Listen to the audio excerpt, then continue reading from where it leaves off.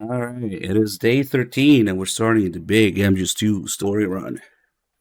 We're starting off with the PAL, Sons of Liberty, for a second here because we need to fix the colors for sure.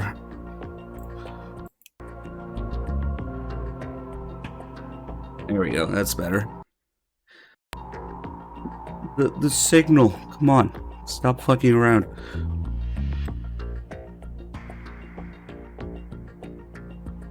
So, exclusive to the European and Japanese versions of the original Sons of Liberty, when you first start the game, there's something...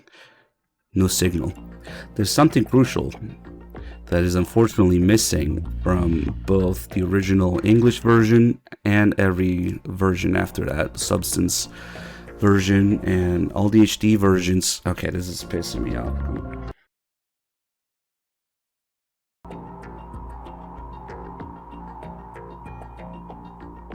Oh man, yeah, hopefully it just doesn't like that.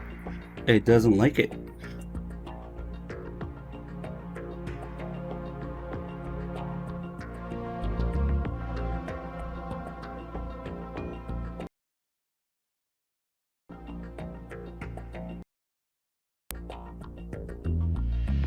Capture car moment.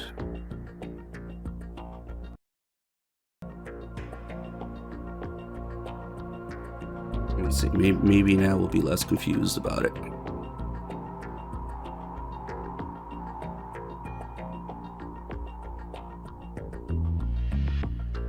Okay, I think I might know what it is. Just whack it. Exactly.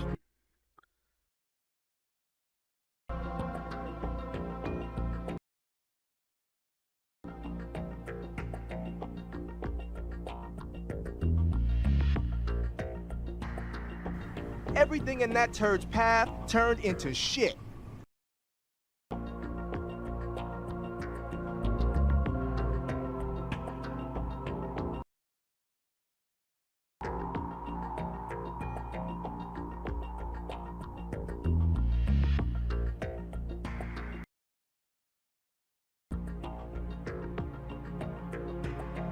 Alright, give me a second here because it's freaking out.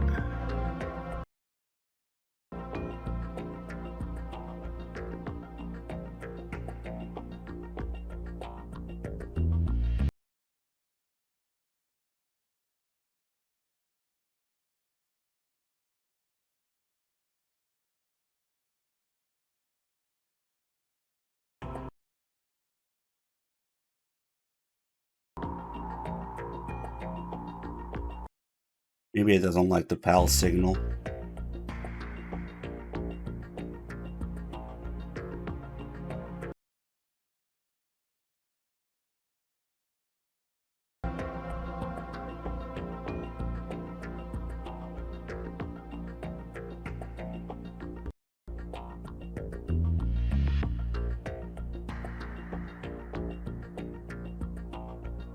Be cool?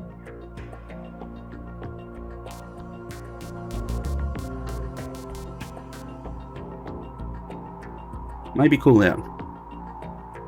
So, sorry about that. We're on the PAL PS2 Sons of Liberty, not Substance. So the European PAL Sons of Liberty, as well as the Japanese Sons of Liberty, have this extra menu when you first start the game. So if I hit new game, instead of just tanker plant, there's an option called first time.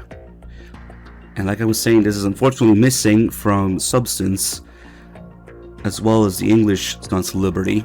So a lot of people have never seen this. And every version of MGS2 that was based on Substance, so all the HD versions, the HD collection, you know, the Legacy collection, the Master collection, all those are based on Substance. So you don't get to see this. But if you played either the Japanese version, but then it would be Japanese, of course, or the European version back then, you would get this option called First Time. because you don't know what the hell is going on when you're starting the game. Tanker plant, what does that mean? So instead, the PS2, or rather the Rose AI, guides you through your first time through the game. So if we select this, please select your action level. In this game, Metal Gear Solid will be referred to as the previous game. The term cleared means having seen the ending. we get the Rose AI guiding us through the menus of the game, much like Raiden goes around adjusting the game settings in the nodes, you know, through GW's interface. In a way, we're already using that here. So it wants to know if I've cleared the previous game and if action is my strong point. So we got two choices here. You can tell it that you cleared the previous game and you want action. You cleared the previous game, but action isn't your strong point. You can even tell that you watched everything, and then you can tell it that you didn't clear the previous game, and then whether you want action or not. Basically, the action setting is, so if I select action isn't my strong point, that influences the difficulty levels we can pick. Very easy, easy, and normal if you say that action isn't your strong point. If I select bring on the action, then it lets me select normal, hard, extreme, European extreme, because we already have a save on this. But I think normally only goes up to hard. So the action setting is your difficulty level, so you can select. And then the more interesting one, whether you've seen the previous game's ending or not. That will start you at the tanker or the plant. So if you didn't clear the previous game, so these two options here at the bottom are basically starting at the plant, except you wouldn't know that when you first start the game. You don't know what the hell's going on with tanker plant, right? So there were people back in the day that just genuinely selected this and got started off at the plant. So if I say I didn't clear the previous game, then we select something. Action level selected. Metal Gear Solid 2: Sons of Liberty will now begin. Please enjoy. Please enjoy. And it starts us off at the plant, meaning that some people back in the day completely skipped the tanker. They had no idea there was even a playable tanker. And what this will do is also change very slightly. It changes the dialogue. Of that tanker 2 years ago. When we first get assigned a name Raiden, Colonel's dialogue will change here. A of Shell 1. How are things? We're in luck. Looks like there are no sentries posted here. What's the visibility? The lights on the plant struts are functioning. I won't have to use the IR goggles. Any problems? There was a brand new hole cut through the oil fence. There's someone else besides me that wanted to get in badly. That's not possible. What about SEAL Team 10? They landed on the roof of the big shell as planned. And by the way, Snake, we're changing your code name for all following communication. What's wrong with Snake? Just a precaution. You are now designated Raiden. This will be your first sneaking mission. The arms will naturally have to be procured on site. Make sure nobody sees you. It's the same. So, usually when you're assigned the name Raiden, the first thing they start talking about is, I've completed over 300 missions in VR. I feel like some kind of legendary mercenary.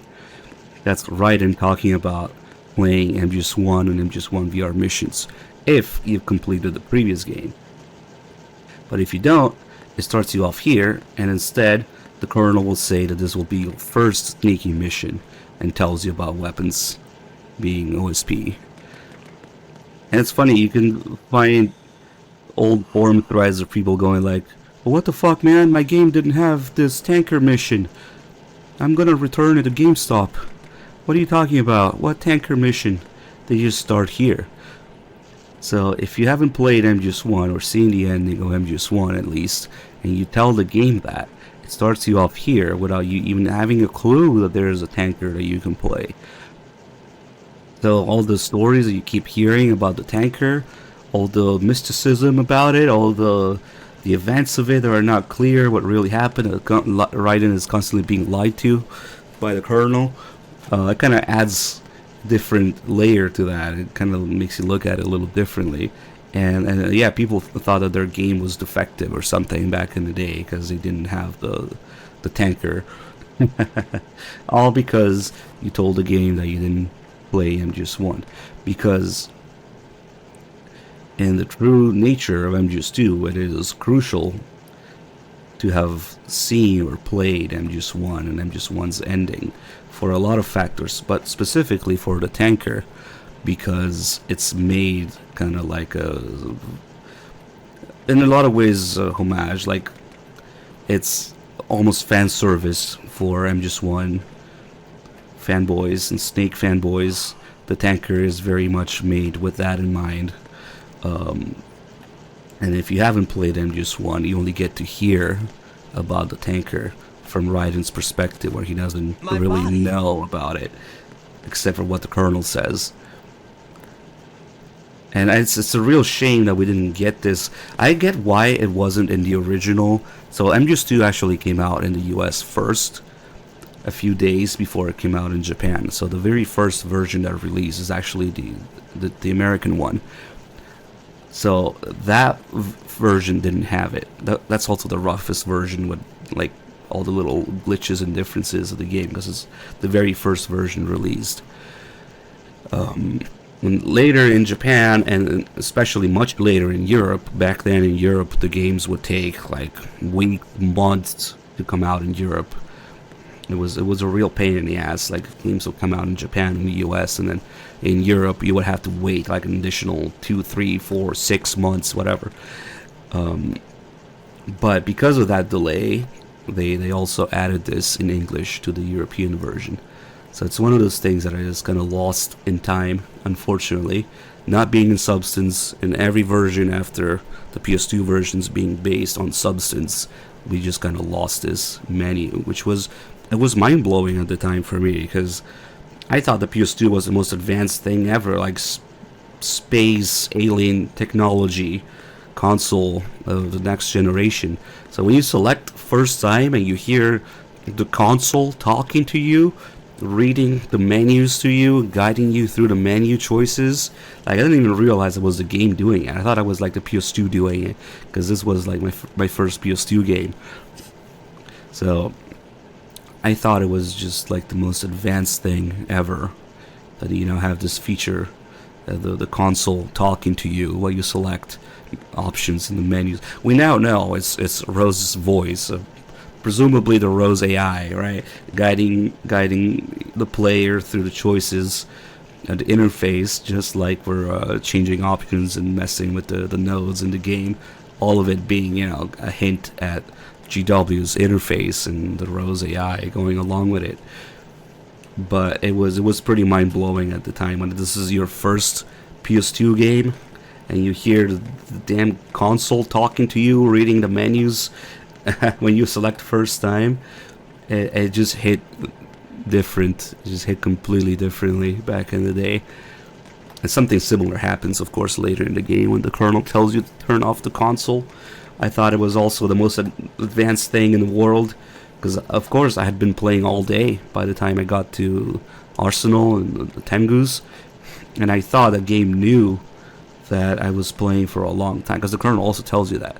Honestly though, you've been playing the game for a long time.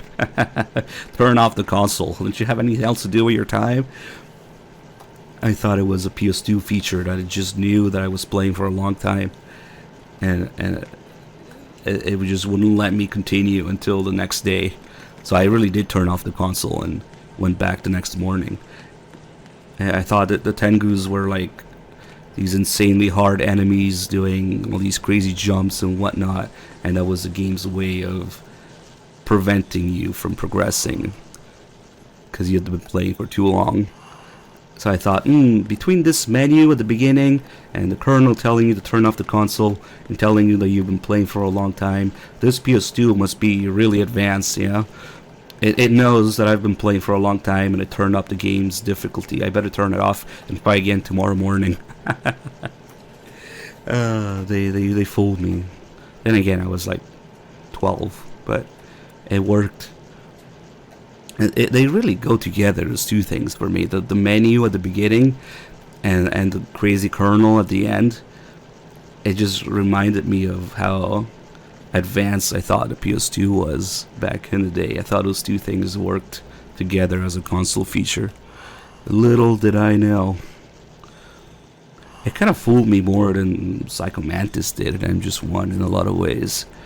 It's even more trippy, the crazy kernel calls at the end, when you combine it with this rose menu at the beginning. But anyway, now we know that's just Tanker Plant.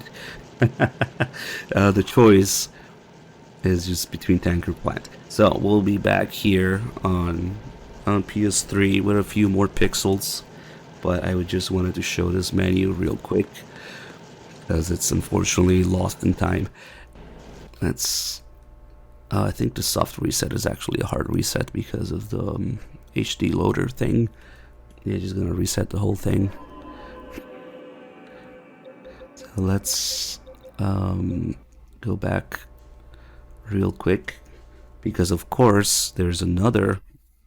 Well, it wouldn't have worked anyway because I was Sons of Liberty. There's another PS2 exclusive thing that we didn't get to see after PS2. That is, of course, in Substance. So if we load up Substance now, mini seizure here because, I don't know, callers.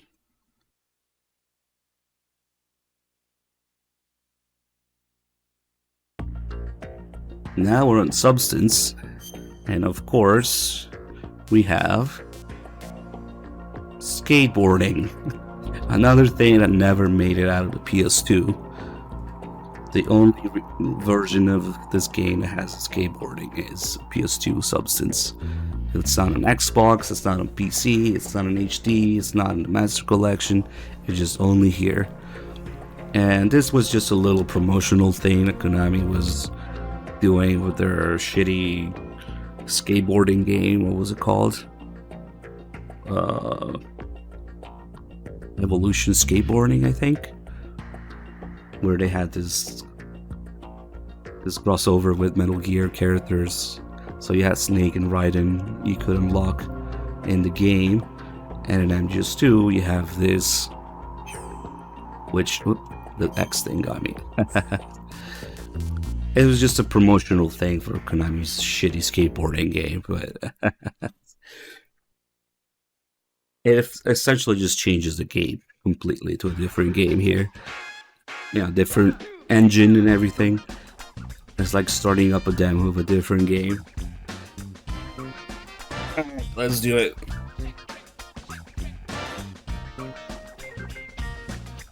It's a story run because skateboarding. I figure we'd do this now when we're doing the PS2 stuff. We'll be back for more PS2 stuff actually later with the Torture also. It gave us this gem, the skateboarding MGS theme.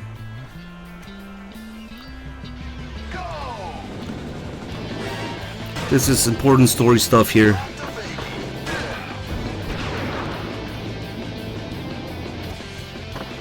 Let's see if I can get an A rank.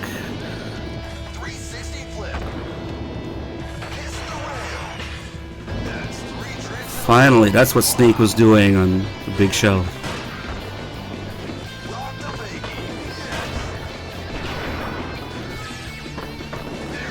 Okay, here comes a bullshit jump. This jump is complete bullshit. Whoa, I fucked it up. Alright. Gain some speed back. Ooh, I did it. Now we gotta do it again.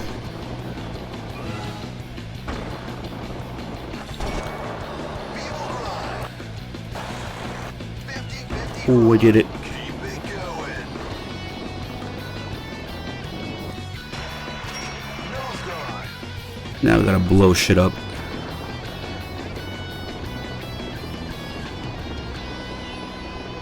Oh, wait. It's the other ones first, that's right. Damn, I might not have time for it. Whoops. Especially if I do that. Uh-oh. Uh-oh. Disaster slide. 50-50 grind. Nice. Nose grind.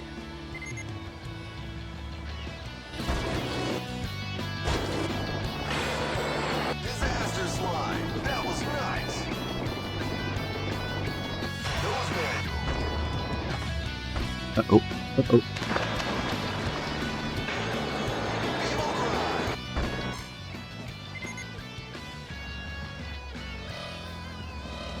Let's see if we can still do it in time. 50-50 grind. Nose manual. Bug. Disappointment.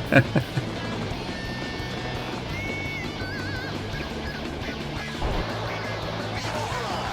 50-50 grind. The hexagons at the bottom of the skateboard.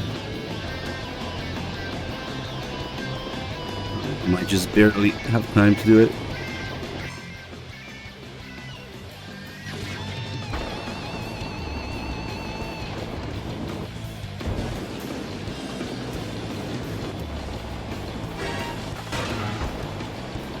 Rock the fakie.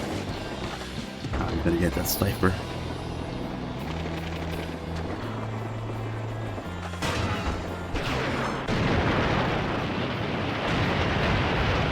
Yep, Peter Stillman.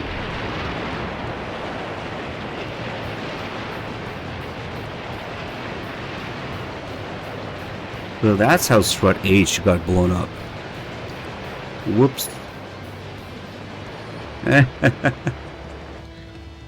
We need to do this again when that happens. You've completed your mission. Nose manual. To give 5 seconds.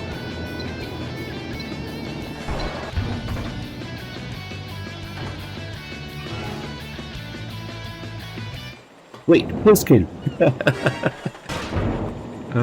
Nice. I did learn Snake's objectives here. We can also do it as Raiden, but Raiden's arena is completely different. And honestly, who wants to play as Raiden? I never did learn Raiden's.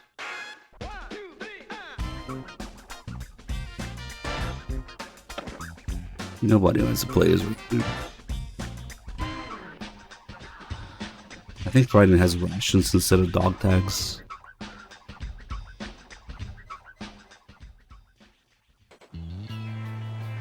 He's got sword too. Collect 4 rations, 4 robes, the ciphers. Go! Nose grind. Whoa, whoa, whoa, whoa, whoa, whoa. There it is. These ciphers. Yeah, I don't know where anything is in Raiden's thing here.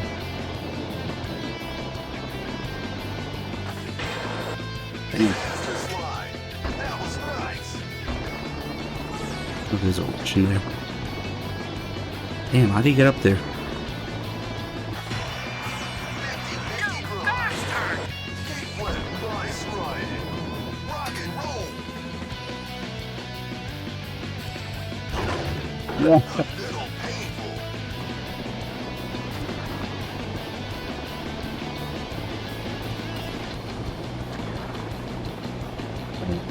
I don't know where this shit is Raiden. Wall ride. Smooth. That's got to hurt. Rock the fakie. Man, it's a fine that there's no fat man in this. Looking good. Kick flip. What a shame.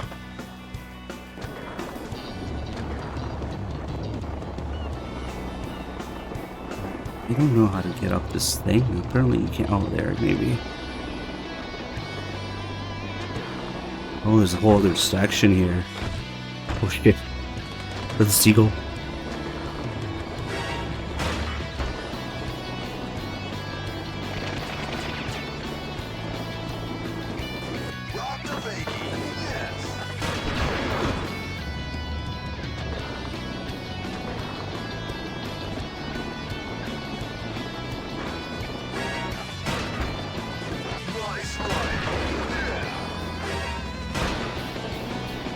Oh, hey, now I recognize it. Okay, so they share part of it.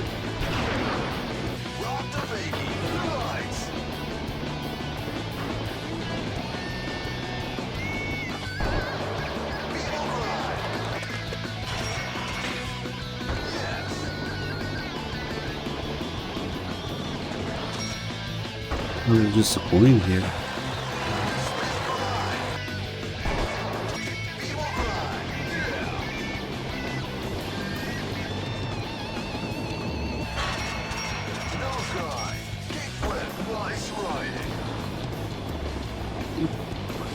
It is. Body burial.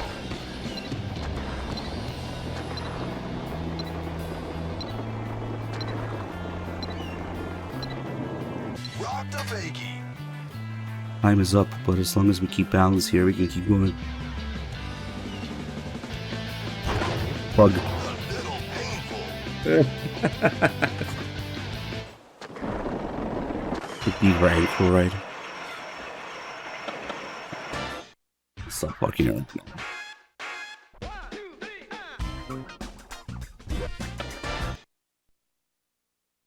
Alright, boys, let's get started. For real now.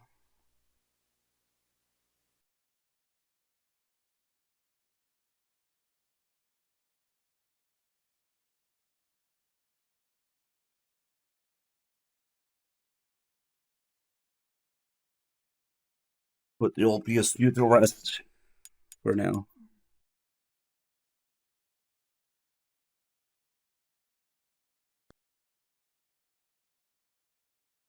Let's change the color again.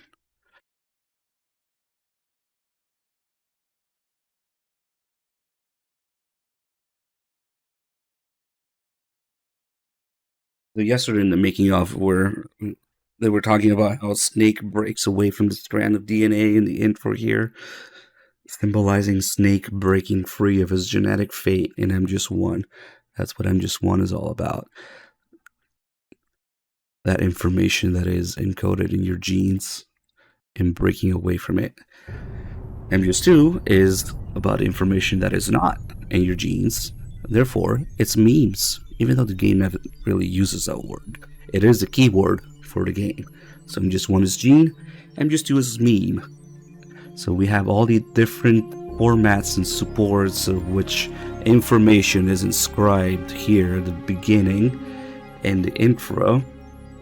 That which is not genetic information. You get paper, the stone tablets, the lines of code, and then Declaration of Independence, and then lines of code, and then it all drowns in water. It all gets swallowed by water. There's this theme of water drowning in information, being too much of it, and then the strand DNA that we're talking about.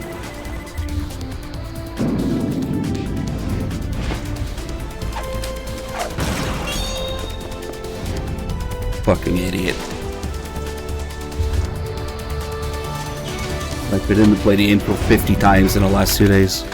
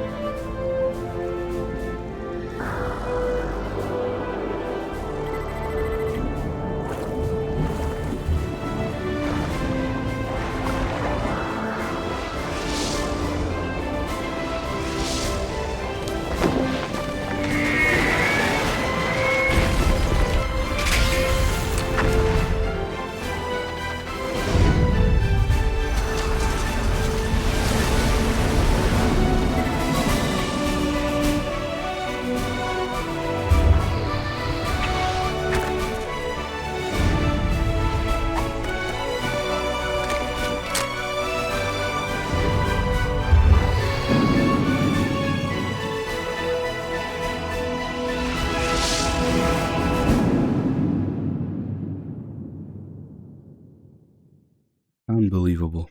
What a guy. So this theme of too much information, drowning and information, and the water representing the information in which we're drowning, is what the Patriots are afraid of, and why they feel the need to create context, as they call it. So that's the struggle in this game between the Patriots' message or Snake and Kojima's message. You have the Patriots filter out the information and interpret it and pass it on for you, or can you do it yourself? That's what Snake and Kojima's message is, basically. Yeah, decide for yourself what to believe in, what to pass on, and how to interpret things, and down to the events of the game, even, which unfortunately it didn't really work out that way, because all people did was bitch instead about playing as Raiden, about who the Patriots are, about why Vamp is immortal. Yeah, they didn't quite get that. So the main theme of MGS2 being the passing on of information, and whether you let the Patriots do it for you or you do it yourself and be man enough to decide for yourself and how to interpret things, how to pass them on. You have all these relationships between the different characters in this game. There are specifically they're not blood related, but they still inherit something from one another. So you have, for example, Otacon and Emma not being blood related, but Emma following in Otacon's footsteps and learning all the computer whiz stuff and the Metal Gear stuff, and following in his nuke curse of his family. You have Stillman and Fat Man. They're not related, but Fat Man inherits all the bomb disposal knowledge from Stillman. You have, of course, Solidus and Raiden. Solidus imparting his war memes to Raiden. Raiden inheriting all his skills and child soldier past from Solidus. You have all these relationships between the characters that are not blood related, and yet they pass something on to one another. So that's not the gene. That's MGS1's theme of being tied to your genetic fate, but rather that information which is not imparted through genetic code.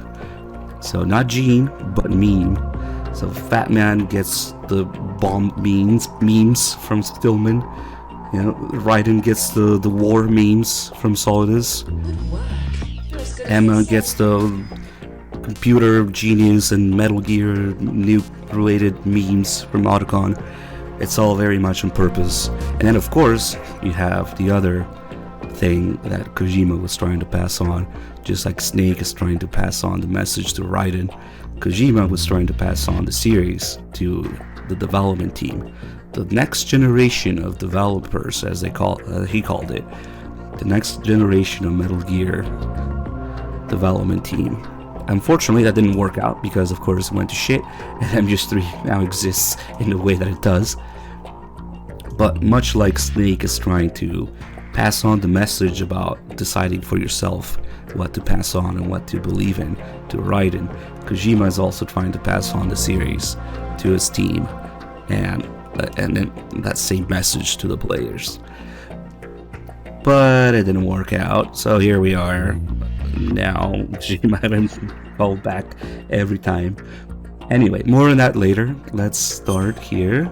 We'll do New Game Plus. We got a couple extra things here, specifically the sunglasses, and also a couple Snake reactions in the codec.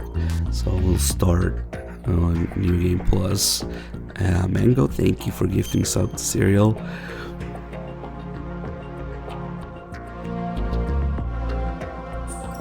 Yeah, I always end up talking about the ending throughout the beginning and really throughout the whole game, because it's just, it all just goes together.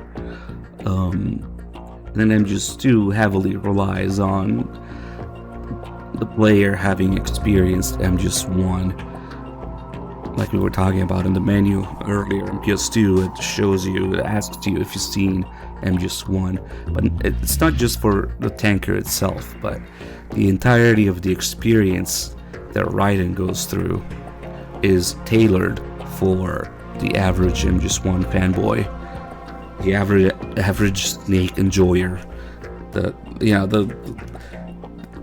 players that look up to Snake and want to be Snake. And anyway, I guess we'll do more. We'll go more about that when we play as Raiden later. We'll do it. But for now, the tanker is just made as mostly to make MGS1 fans happy, give them what they expected. Maybe we'll do a regular extreme for this so we can get the ration calls and stuff.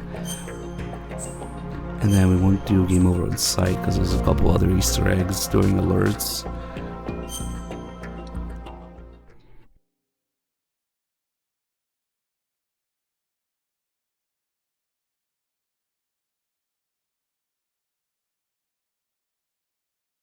The Hudson River, 2 years ago.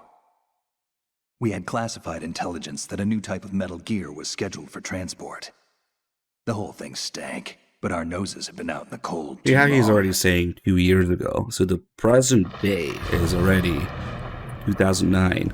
2 years ago would be 2007. So that's like Snake talking during the plan chapter about what was happening on the tanker already from the very beginning.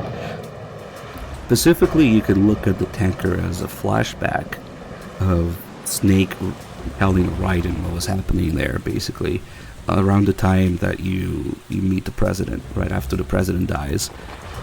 You know, and Raiden steps out of the room and he calls Snake. That's basically when this would be happening. He's already talking in, like, 2009 about 2007. And I think the Japanese is the same exact line that they use here when Snake starts saying 2 years ago.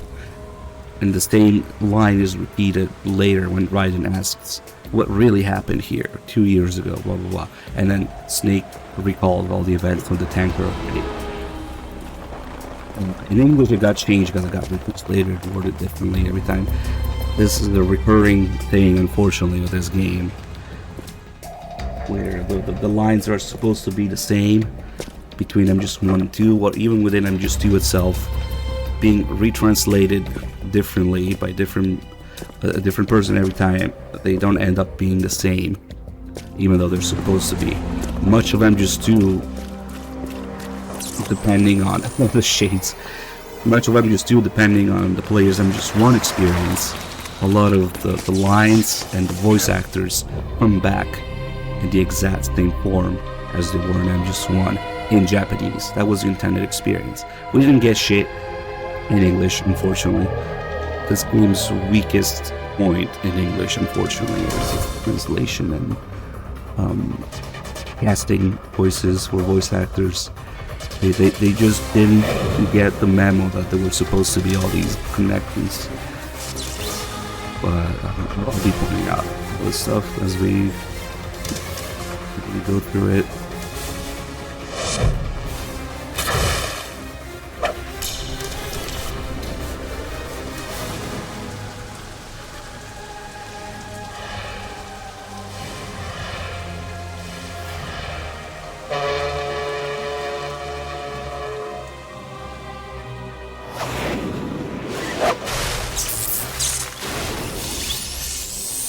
Well, you gotta turn off vibration. That vibrates so hard.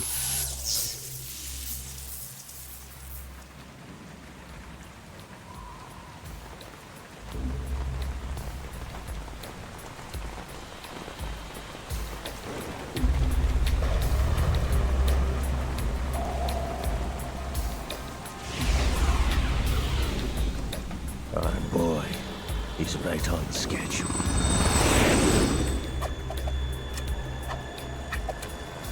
He'll know soon enough.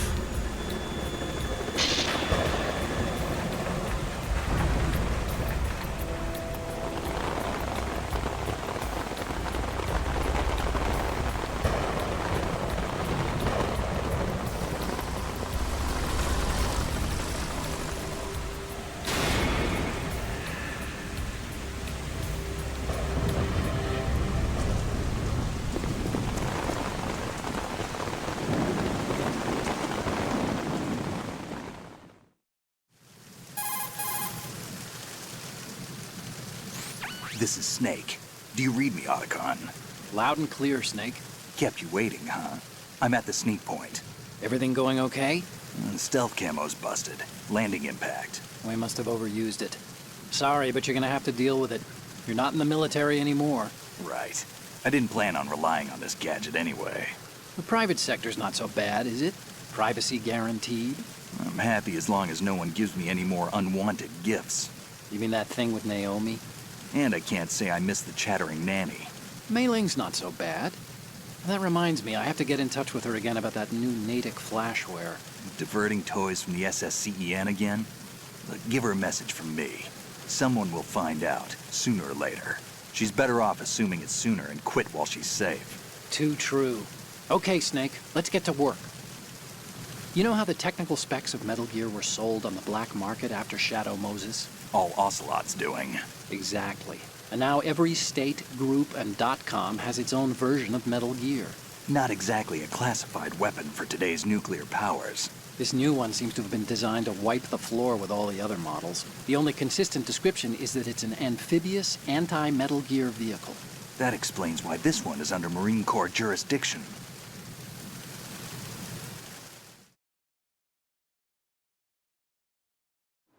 The mission objective is to make visual confirmation of the new Metal Gear being transported by that tanker and bring back photographic evidence. But I want you first to go up to the top level of the infrastructure, to the bridge. We need to find out where the tanker is headed. A little reconnaissance, huh? There's too much we don't know about this new prototype. Capabilities, deployment method. We don't even know how close it is to completion. If we know where the testing arena is, I can start to draw some reasonable conclusions. All right, I'll head to the bridge ASAP. Try to avoid confrontations. Our goal is to collect evidence on Metal Gear development and expose it to the world. It would be best if you could get out of there without alerting anyone. Don't worry, I know the drill. We're not terrorists. Very good. Don't you forget that you're part of Philanthropy now, an anti-Metal Gear organization and officially recognized by the UN.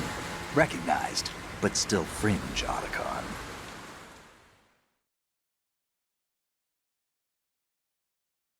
All right, let's look at your gear. Your weapon is a tranquilizer gun converted from a Beretta M92F.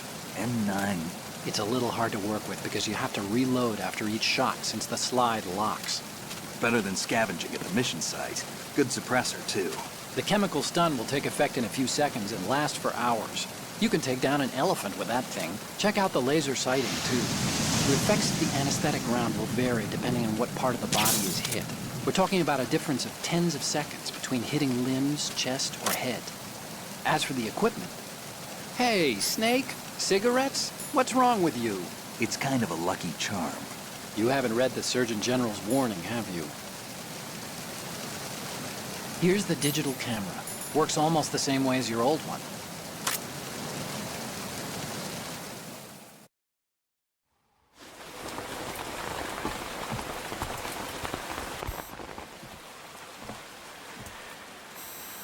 They don't look armed.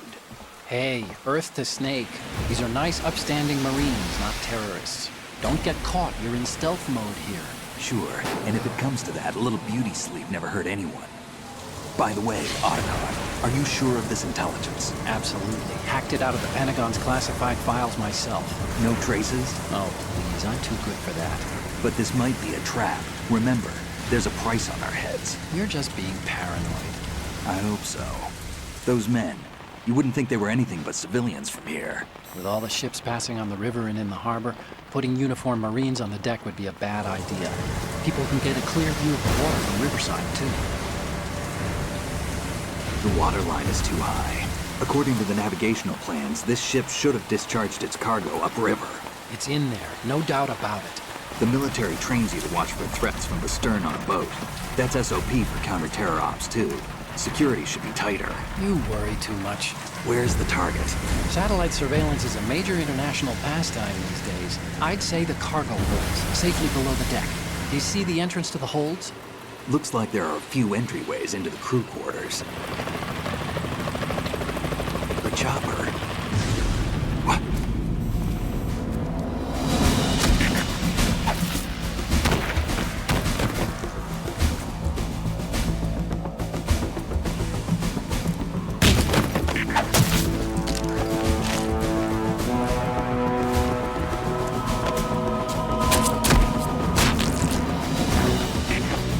We're not the only ones after Metal Gear tonight. Is that a chopper I just heard? Affirmative. Probably another cavalry. What's their game? Hijack? They're probably targeting the ship's controls. Otacon, how many men do you need to take over a tanker of this size? The ship is run by a computer, so I'd say about 18 people.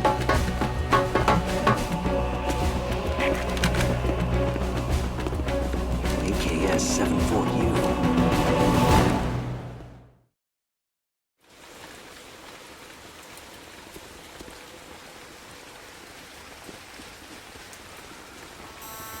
Russians? You sure? No Marine barber touched that head of hair.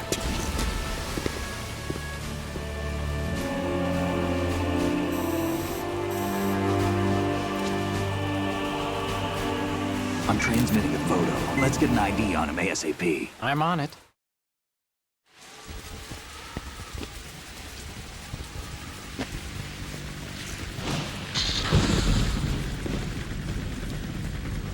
Looks like the tanker's theirs now. K-60 Kasatka. Kasatka? Kamov chopper, right? Killer whale.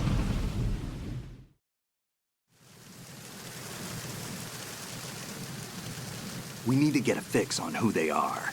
Judging by their transport, aren't they some kind of military commandos? Not necessarily. It could be the KA-62, the civil model. Look, Snake, all we need is the photographic evidence of Metal Gear. As long as we have those, we can put it online and blow the whole thing wide open. So no pyrotechnics, okay? All right. I'll do my best. This isn't like Shadow Moses. Reach me if anything happens. The frequency's 141.12. How can I check in and save my progress? I'll do it. There's a frequency set aside for it. 140.96. Sorry, but no Mei Ling this time. Call me on the codec when you want to save. Got it. I'll be waiting just past the Verrazano Bridge. You need to be off that ship by then. I'll be in touch.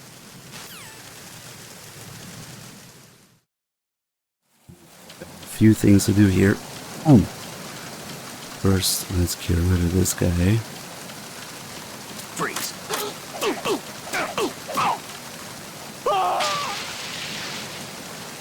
Yeah, we're doing no faults. Probably miss a few here and there, but everything I can think of, we'll be saving a lot. We'll be getting Mei Ling in the codec. Also, since we're on Union Plus, there'll be a new reaction from Snake during one of the story calls here. Freeze. We drag this guy all the way here.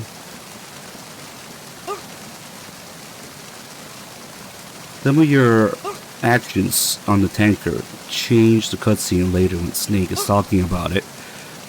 And, you know, it shows all the news websites and all the pictures of Snake doing things on the tanker. And one of them is this, if you drop this guy off the railing here.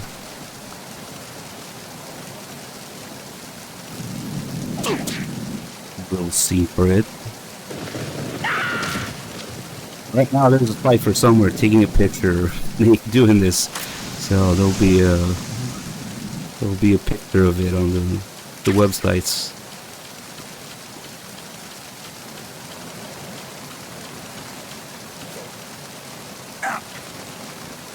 Same if Freeze.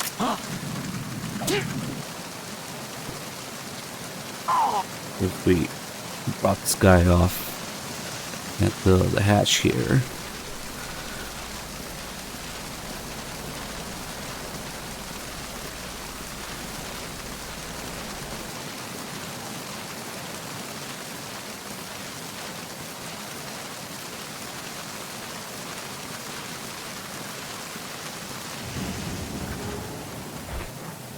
That also, somebody's taking a picture right now with a cipher, Snake doing that.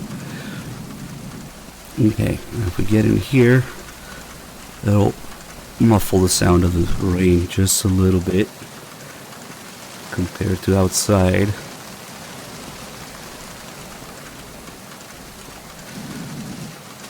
Alright, so we'll do a few calls here. Now, there's approximately 8 million new tutorial calls. There's a jump from PS1 to PS2. It was just insane, crazy in both gameplay and graphics. Probably the most significant jump ever in generations. And with that comes like a million new things you can do in gameplay, and they all have tutorial calls with Otacon here. So we'll be skipping those. Snake, you need to get to the bridge on the top level. Yeah, so he tells you where to go, and he tells you about all the new commands. Snake, don't let the enemy spot you.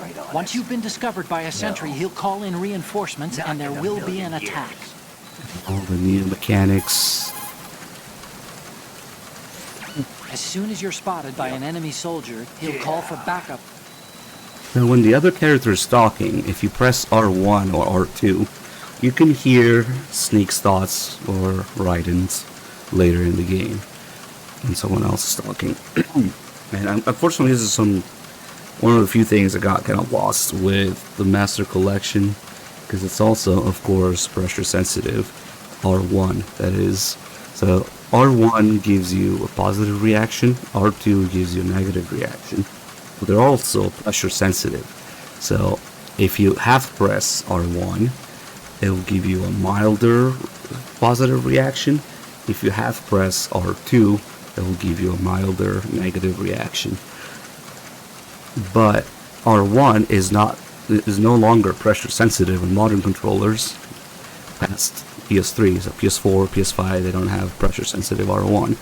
So that half press R1, that mild positive reaction that you get from half pressing R1 is essentially gone from the Master Collection because of that.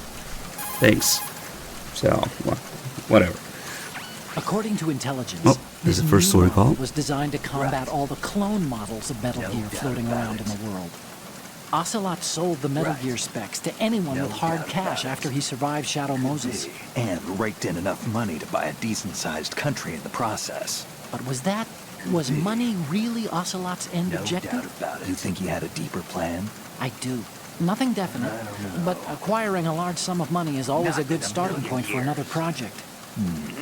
Anyway, every country that paid off Ocelot is racing to produce its own bipedal tank, one that can launch the so-called invisible Not even nuclear Blue Point. warhead. It's If the whole Sony. world has a Metal Gear, the military dominance of the U.S. will disappear. In a world where Metal Gear has become commonplace, the only way to regain the upper hand is to possess a weapon even more powerful than Metal Gear. And that means a new Metal Gear. Exactly. The arms race must go on. Hey, Big Scorvin with a 10 gift of subs. Thank you so much, dude. So that was one of 3 story calls that Otacon has here. We got kind of lucky to get it this early. We'll probably have to skip a bunch of tutorial calls. And the second story call that he has is especially interesting because he mentions the Patriots. And if you're in New Game Plus, which we are right now, Snake has a unique reaction to hearing the name Patriots. Because it's a spoiler. And New Game Plus is the only way you can get it. And there's also a couple other spoiler Snake reactions on New Game Plus. Such as Snake saying, "Hey, I'm the main character. The hero of this game is me." Which of course are all spoiler things. If you're New Game Plus and you already know about Raiden, then Snake will say those things. The hero of this game is me. Hey, I'm the main character. But they're pretty rare to get. We'll try to get them. We'll see if we can get them. But for sure, when Otacon mentions the Patriots, Snake has a unique lolly lulelo reaction to it. Yeah, spoiler reactions. Snake, you need to get to the bridge on the top level of the infrastructure. No way. First, find a door that leads into the tanker. Yeah. Push the action button nearest. If it's about waist high, you'll be able to climb up or over things with the action button. Keep that in mind. The hero of this game is me. There we go. We got a couple there. Change to first-person view with a weapon selected. Once you aim your weapon with the weapon button, you're ready to attack in first-person view. Using the first-person attack allows you to shoot high or low. You can aim for the enemy's head or even feet.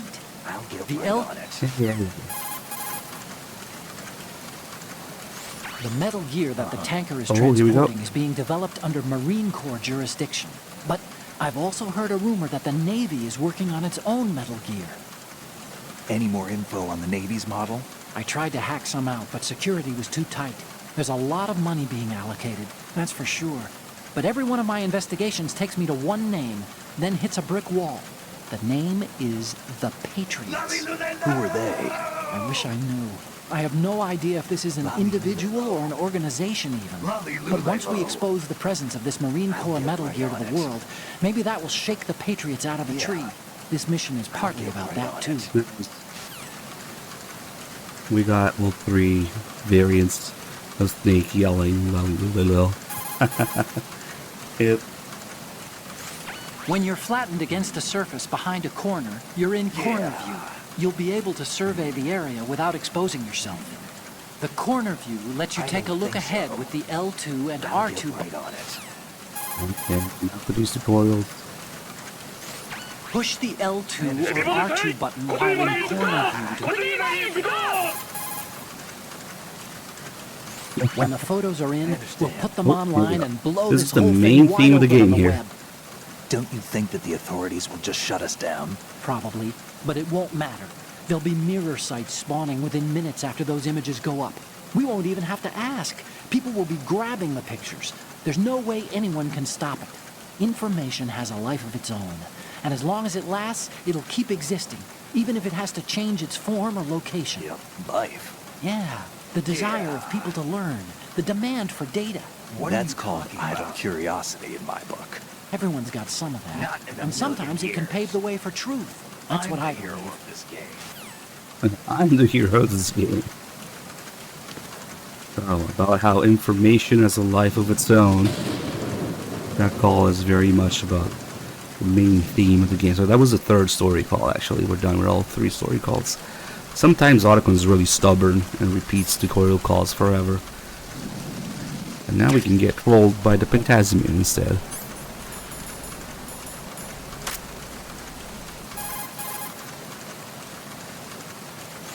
You have pentamine in your inventory.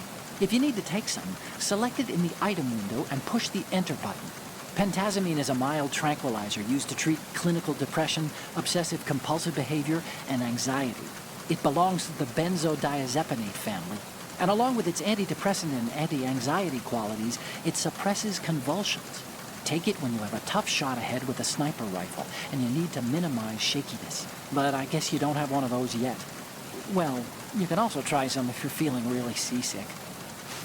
So of course there's no sniper rifles on the tanker for us to use, so the Pentasmian's main use is not really too useful here. However, what Otacon mentions there, if you're feeling seasick, you can try some. And we can see that in action. If we just sit still for a second here, you'll notice how the camera is slowly moving up and down. That's to represent the movement of the tanker in the water. So that's how it's represented. That's what's making Snake feel seasick. So if we take the Pentasmian, you give it a second, and the shaking stops. For about 30 seconds, the Pentasmian is effective. Now we can call Otacon about it. Otacon, I took the pentamine and you're right. The seasickness is gone. Wow, really? What do you mean, really? You said... Drugs are mostly about placebo effect. If you believe it's effective, it is. You're more naive than I thought. So it's a placebo, but if it works, it will work, right? Maybe more of the disinformation theme being explored there, I don't know. But yeah, as long as the Pentasmian is in effect, the camera won't shake. Only takes about 30 seconds for it to run out though. So there we go. Now it's shaking again. Also, the Pentazemin is of course not the original name. It's the diazepam from MGS1, but they changed the name to Pentazemin in MGS2 because supposedly a fictional name, but of course, if you look it up now, you'll just find the same thing. They didn't want people looking for diazepam because of a game. Yeah, in the trial version and even in the first Japanese release, it's still diazepam. Maybe all Japanese releases?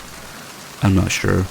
Japanese Sons of Liberty and the demo, they still say diazepam. Yeah, they just changed it to a fictional name. It should work even the second time. If you believe it's effective, it is. I guess it's not that big of a deal, the camera shakes. It would have been cool if it didn't work the second time. Yeah, I wouldn't want people looking up benzos because of MGS1, yeah. But they changed the name. I wonder if that's something they didn't have to worry about outside of Japan, inside of Japan. Because the Japanese version never changed it even after the trial edition, I don't know.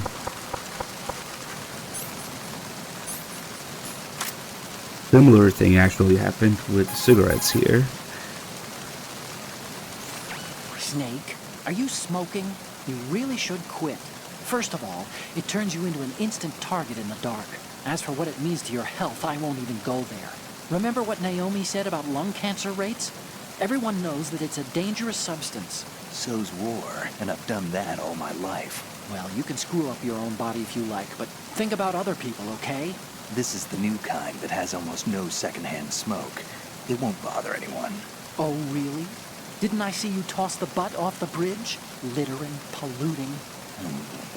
You have a long way to go, my friend. They actually got some flack because of that scene of Snake tossing the cigarette butt off the bridge.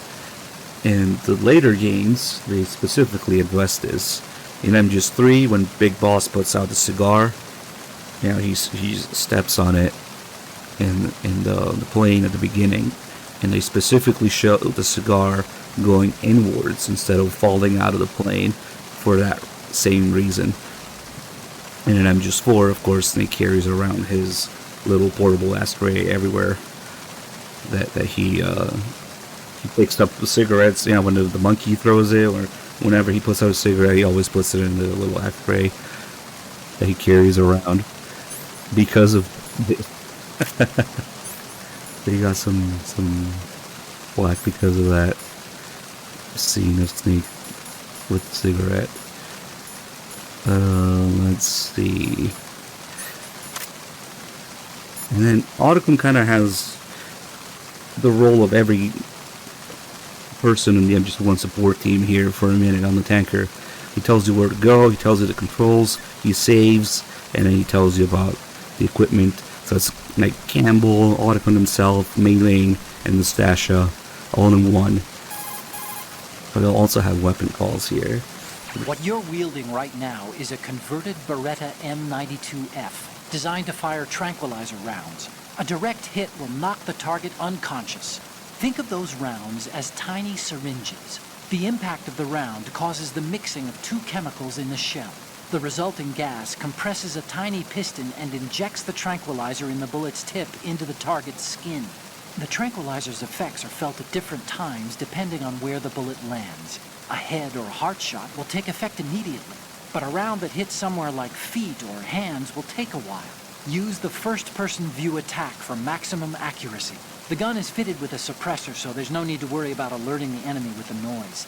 But since it is a tranquilizer gun, the M9 has its limitations. All it can do is knock the enemy unconscious. Keep that in mind. Yeah, it's a little weird, but there are not many weapons on the tanker, I guess. And Otacon is a weapon scientist, after all, in a way.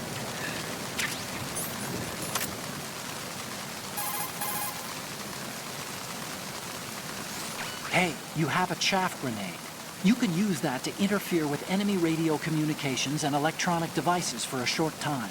The chaff grenade is a weapon that disperses aluminum foil or metal-coated glass and plastic fibers to confuse the enemy radar.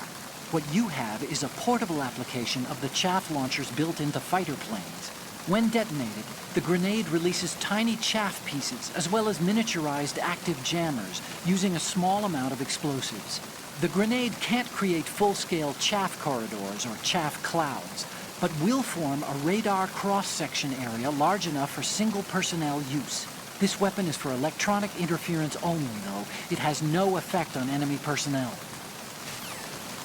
So, chaff is a real thing, but on a much bigger scale. Like Hadokuni was talking about. Like fighter jets dispersing chaff for basically to create a dummy radar signature. There's no man-portable chaff grenade in the games, but the concept is there.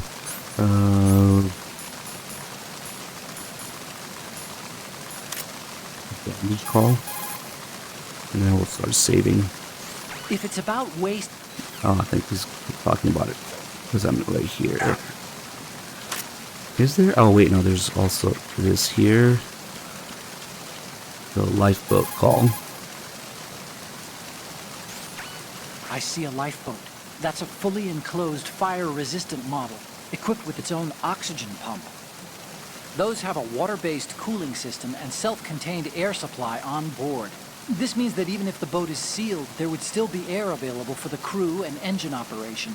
It automatically rights itself if it's overturned, and can withstand contact with fire for a significant period of time.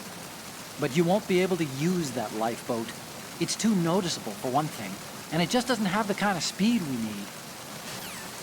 So he tells you how it works and why it's not really suitable for your needs, which is an interesting contrast later in the game with Raiden.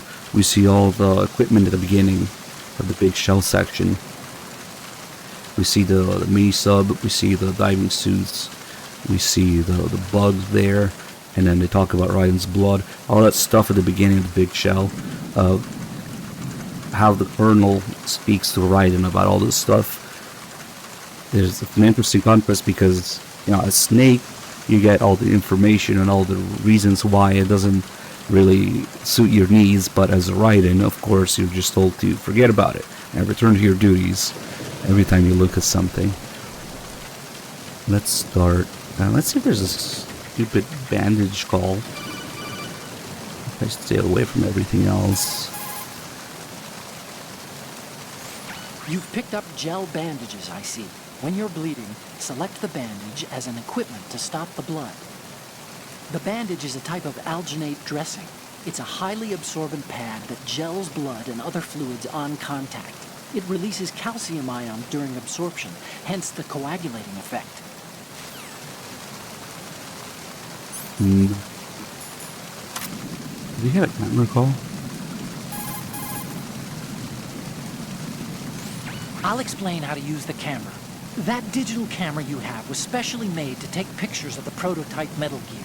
When a picture is taken, the screen data is first stored in the camera's internal memory. Then it's automatically processed through various algorithms to protect against tampering.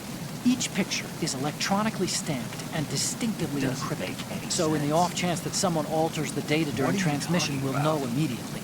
Oh, there's a limit to the internal memory's capacity. If the memory becomes full, overwrite the pictures you don't need anymore. When you're ready to take a shot, use the L1 and R1 buttons to scroll left or right among the picture previews at the bottom of the screen. This is called different on Xbox. So every time there's some sort of techno babble going on, the Otakun's explaining some technological thing, Snake always makes that face, look to the side, and if you hear his thoughts, he doesn't know what the fuck the Otakun's talking about. Nice. Let's start saving.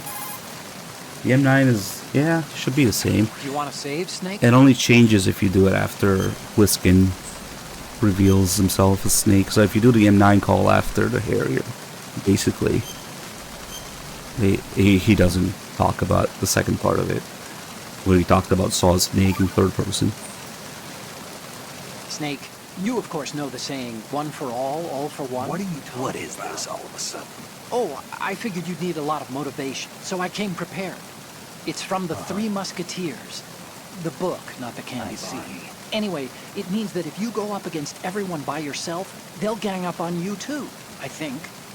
Since you're on your own on that ship, you need to take this to heart and avoid confrontations. How was that? Just like the old days, huh? Almost reminds me of Mei Ling, but you sure you got it right? Oh, the call of the Colonel, yeah. And I'll teach you a lot more of these. You can count on it. Great. I actually haven't tried doing that call in Strat A on lower difficulties. Wait, tell me how to open. Snake, go through that door into the ship's interior. Push the action button down in front of the door and wait until the door opens before letting go. If you need to open the door faster, hit the action button repeatedly while you turn the handle. Make sure you keep doing it until the door's open. They kept this even in Ground Zeroes and Phantom Pain when you're picking locks. If you're holding it, it's slow. But if you tap it, it's faster.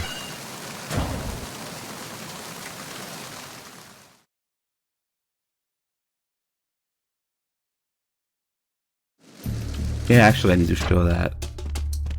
Let me take care of this guy first. Freeze.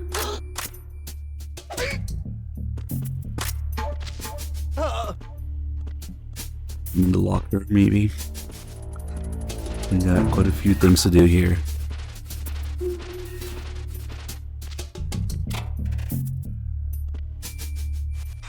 So when you put enemies in a locker when they're knocked out or asleep, they never wake up. It just never runs out. Yeah, if you try to open this door here, Snake breaks it. Like, oh shit, put it back.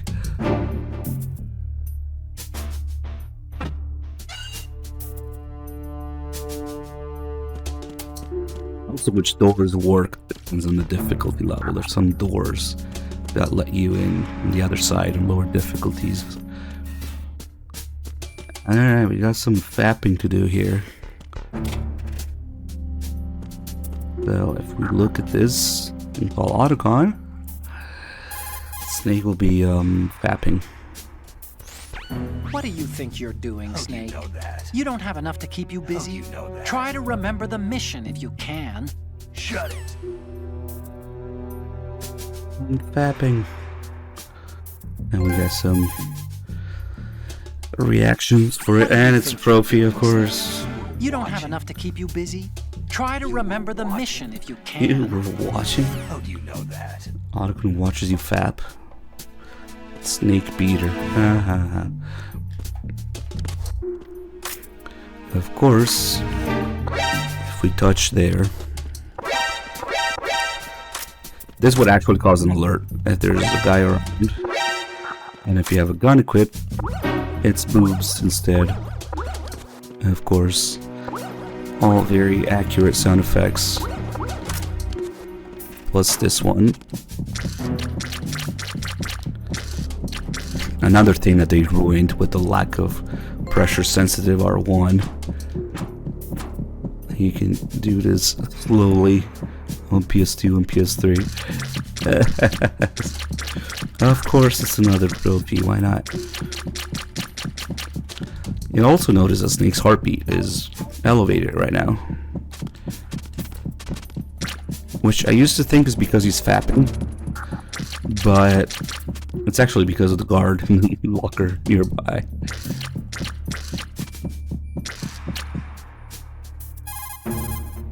This call is unfortunate in English. This reminds me of when we first met. I was the one inside the locker that time. We're equal now, huh? Not unless I wet my pants. That's a low blow, Snake. We don't get that in English, but in the Japanese version of this call, Snake laughs pretty hard at Otacon for pissing his pants. And here he just mentions it. You can hear Snake laughing at Otacon pretty hard. Okay. So actually, when there's enemies nearby, when you're in the locker, the distance of the enemy influences Snake's heartbeat. So right now it's really elevated because the enemy is right here next to the locker, in the next locker here. But if, say, Freeze. if I put him a little bit further away, let's say here, now the heartbeat should be, yeah, slightly slower.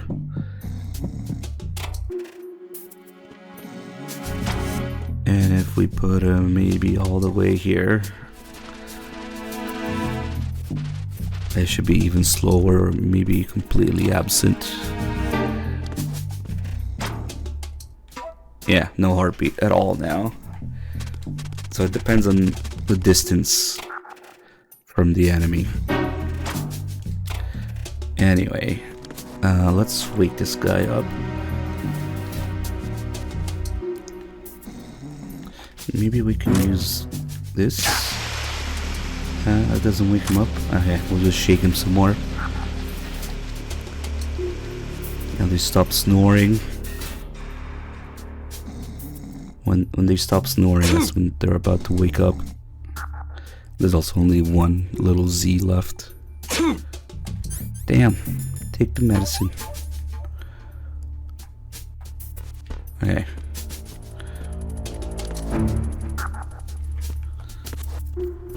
We'll just let him head back here. So when they wake up from being asleep, they don't get suspicious. But if they wake up from being knocked out, they'll know that they were attacked. So they just put them to sleep first and wake them up if they were knocked out.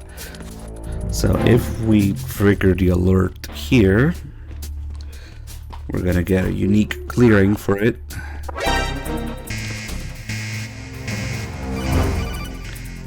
Otacon has to tell us about the assault team now, new feature. Snake, get yourself out of sight now. Enemy search parties are on the way. It's a clearing. Gotcha. These aren't sentries you're dealing with. They're searching for you, and they know you don't want to be found. You can't make some feeble attempt at concealment. Make sure you're completely hidden in some place they wouldn't think of searching. At least we got more of those hero lines. So they do the clearing, but they're really just looking at the porn, so they get that unique animation in their heads.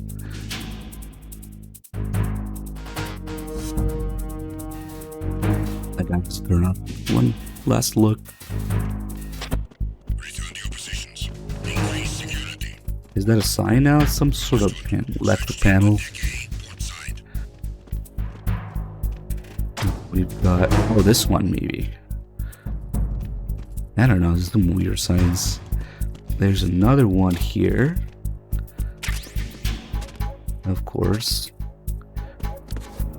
Also very detailed sound design.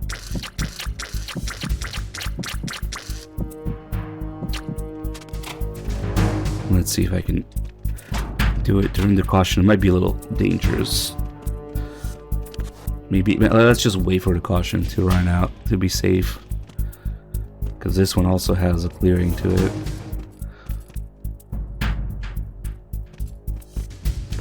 These are the only two posters that didn't change between different versions in different regions. I think it's just versions actually. Probably because of how they're scripted with the alerts and the sound effects and the clearings.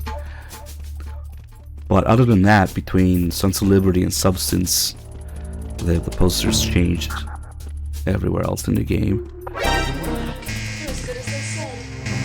Okay, this clearing. I think they should all look at it.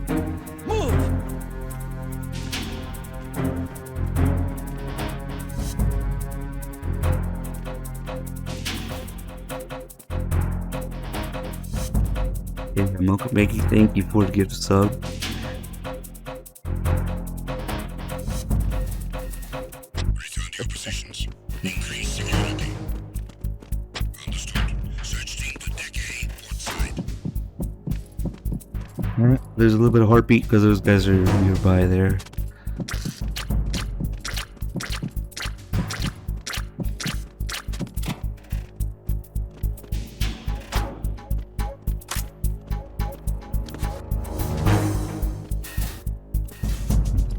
little bit dangerous in there.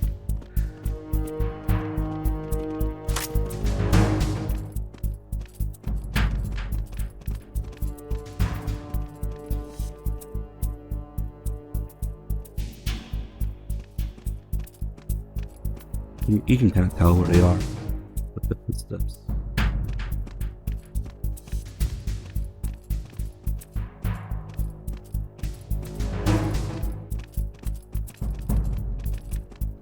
Attack team, come back at once. Guard team, stay alert. It's because it's supposed to be a response to some of the other guys radioing in. Like the patrol team radios in if they've been attacked or something. But this is like a weird one because how we figured it with the posters.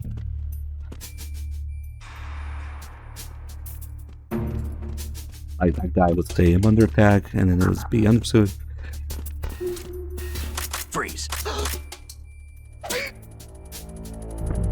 Now we'll just give him another punch in the nuts. And then now we've got a new area in here. We can get a new save call. So every time there's a loading screen, new area, we can, or it could even be an old area that you go back to. So every time there's a loading screen, you get a new save call. Time to save? And there's actually a lot of save calls. Way more save calls than there are areas on the tanker. So in order to get all of them, we'll sort of have to go back and forth between a few areas to get all of them.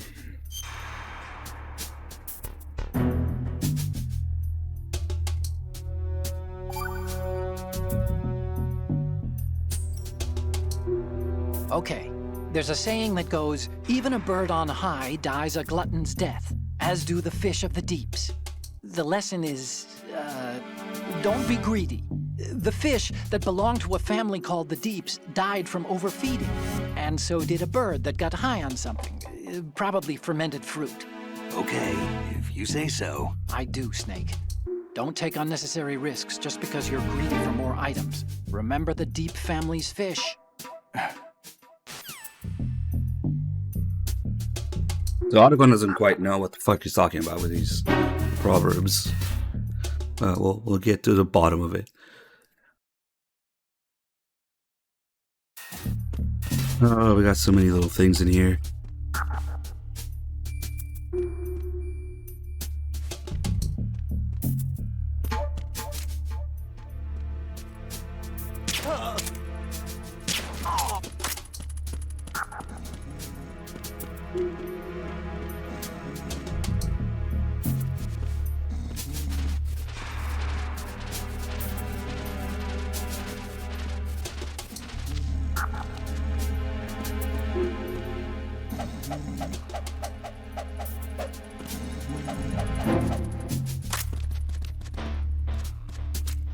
Freeze.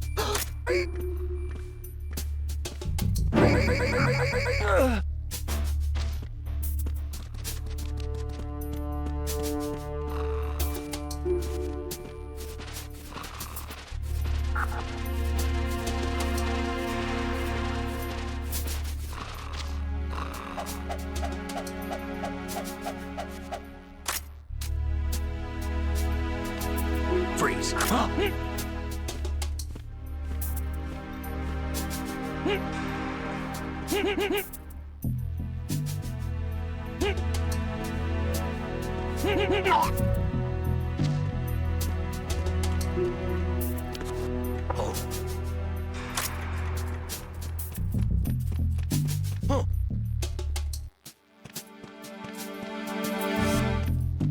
Freeze. No.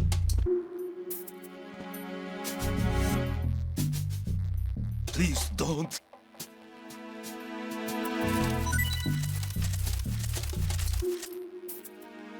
Please don't.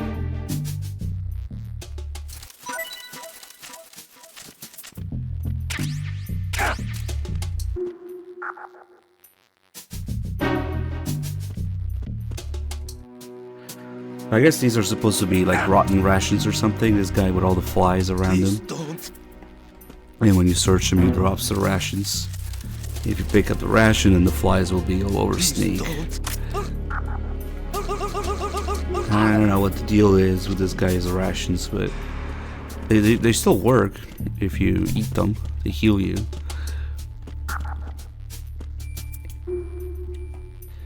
But yeah, now we got these flies everywhere.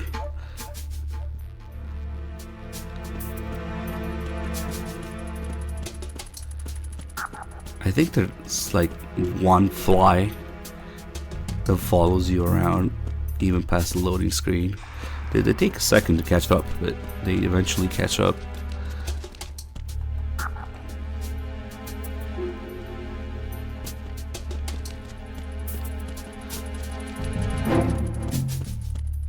I wonder how long they stay if I just stay here.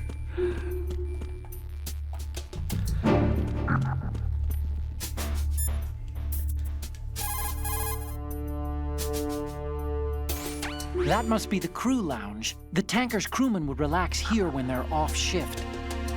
There's a lot of stuff there. Make sure you don't move it around too much. Someone may notice that it's been tampered with. Leave no traces. That's common sense when infiltrating a target, right?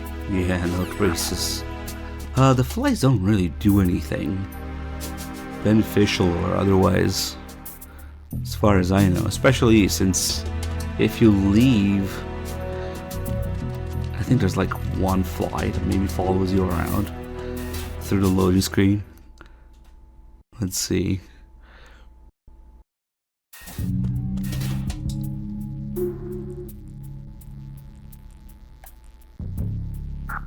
That's weird the way it works. Yep, there's one fly. Exactly one. You can still hear it buzzing. There it is.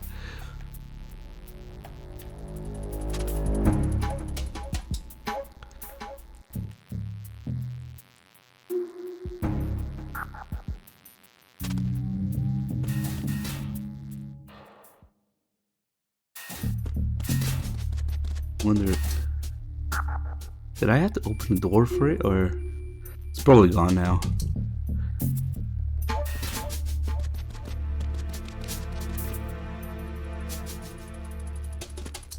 Alright, let's make a mess here.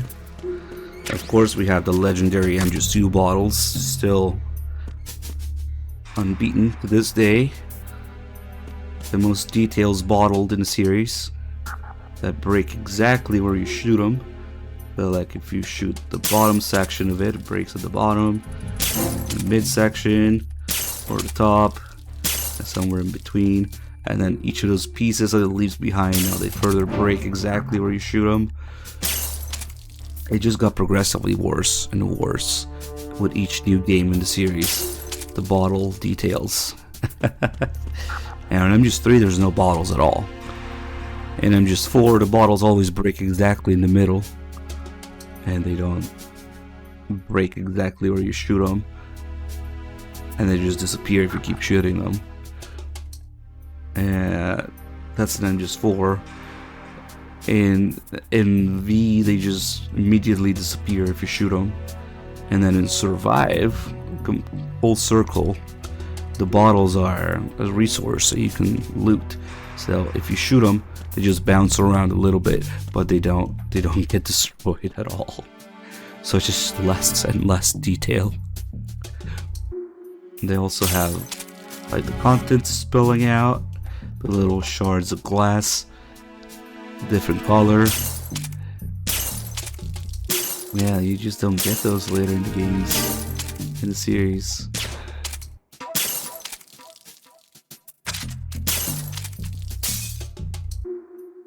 Now we got little green and red pieces of glass. Ooh, the magazine. Yeah, don't show key for this.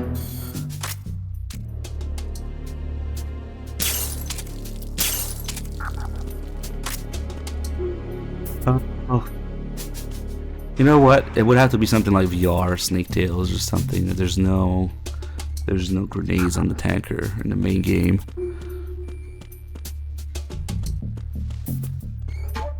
But yeah, that might be something worth trying. And of course we got the ice bucket, and if you shoot it, You can shoot the ice also to shatter it, but if we also just look at it for a second,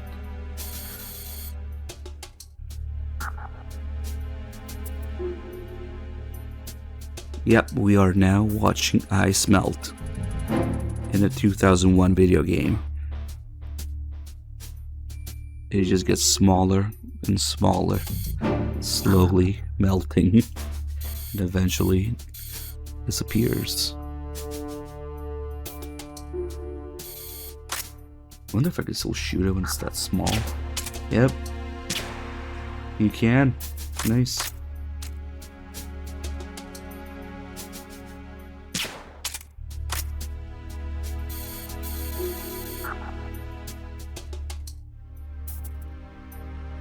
Yeah, it doesn't leave any little water puddles behind.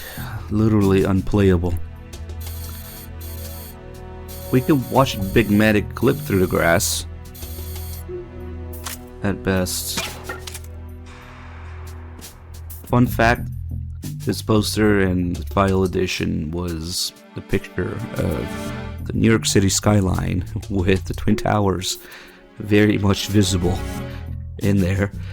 Unfortunately, they obviously they changed that.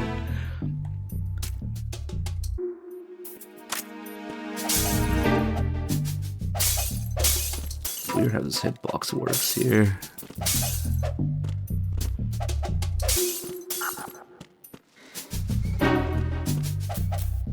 So we got all of the bar shenanigans there. We got the leaves falling off the plant here. We've got all the magazines they mess with, little pieces behind, and if you're lucky, you got the straight magazine with a naked dude on the cover. Too bad Snake doesn't comment on that one. If you're lucky, you can maybe open one. Not exactly how it works. That might just be random. Fuck it, I don't know. Maybe we'll save some ammo. I do have the bandana though, actually. The long ass bandana. Now we can mess around with this some more. We got 2 rounds, so we gotta keep reloading every 2 rounds. Alright, that one opened.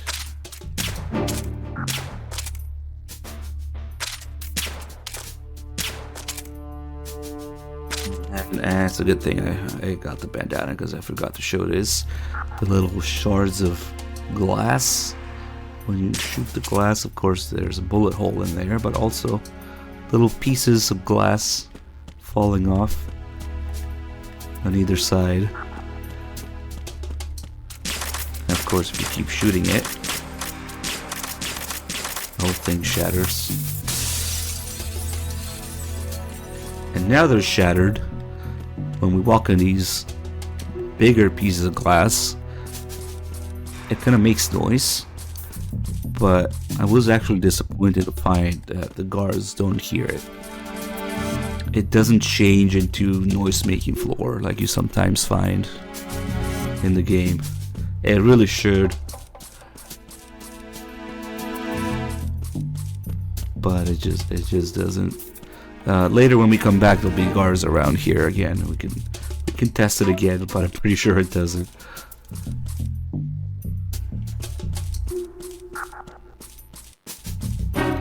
The emotion engine, the EE.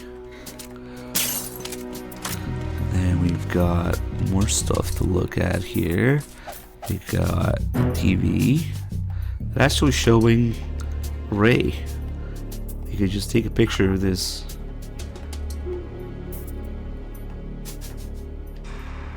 Yeah, it doesn't do damage if you crawl through it either.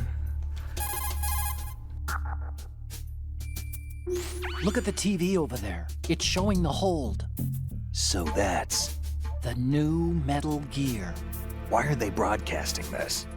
They probably want to keep a record of this exercise. Why am I and maybe broadcasting give a this? little presentation? Presentation? That ship's been transmitting a live video feed via military satellite uplink for a while now. So there's some brass out there smacking their lips over this little home movie. I've been trying to pinpoint the receiving location, but I haven't had much luck. There's a heavy-duty firewall in the way. I'll try some more, though. Wherever it is, it must be a warm, dry office with hot coffee on tap. Far cry from that Everybody's tanker, huh? screaming this. That's what happens when the battlefield has a revolution in military affairs.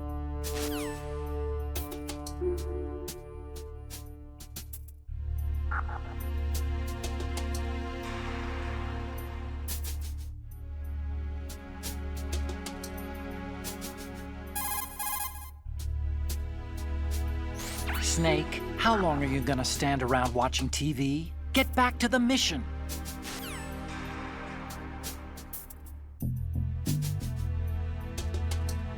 The Octane gets pissed if you stand around looking at it for too long. Alright, then I guess I'll punch it.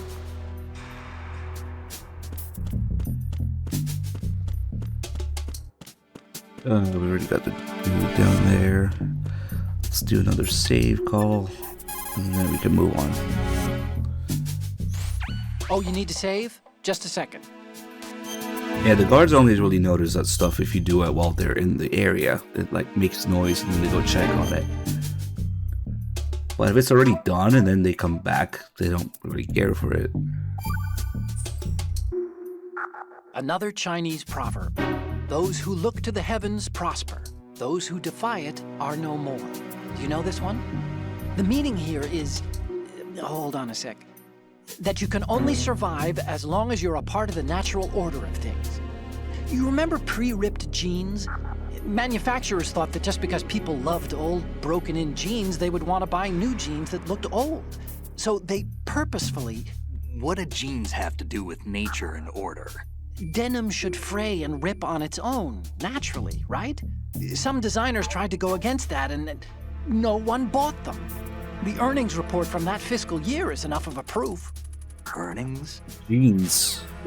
Okay. The wordplay there. What do jeans have to do with nature and order? Like, you didn't just play MGS1. The recessive jeans. Oh, we got the shadow here that they show off. How you can be noticed and notice enemies by their shadow. It doesn't really come into play too many times in the game. The shadow kind of changes direction there. If you're on the other side, then yeah.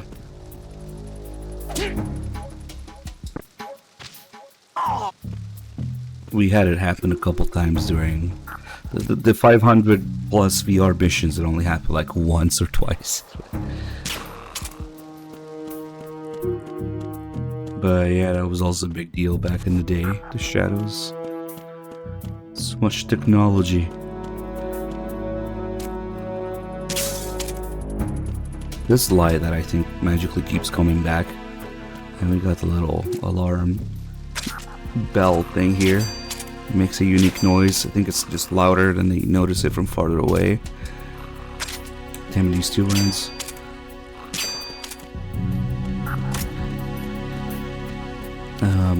Let's see, we're on regular extreme right now, so I might be able to show it. It doesn't work on European extreme, but regular extreme, it should work. So there's these darker corners in here. There should be a call about it. The hallway's pretty narrow, but there is that alcove to the side. If you're about to run into someone, you can always hide in there and let them pass. Is he gonna talk about it being darker? You'll be less likely to be spotted in the dark, but this won't work during a clearing, so I recommend you try something else. Let's see if we can actually do it. Oh, you know what? Maybe I should do it with a USB. Whatever, fuck it. Let me just get this guy's radio just in case.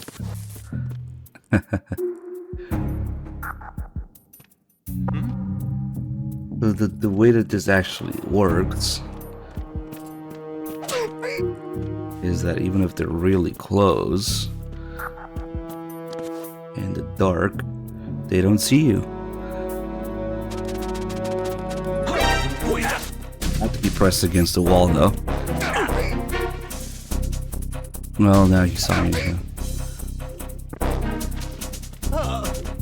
Even though I was right there, he didn't see me until I stopped pressing against the wall.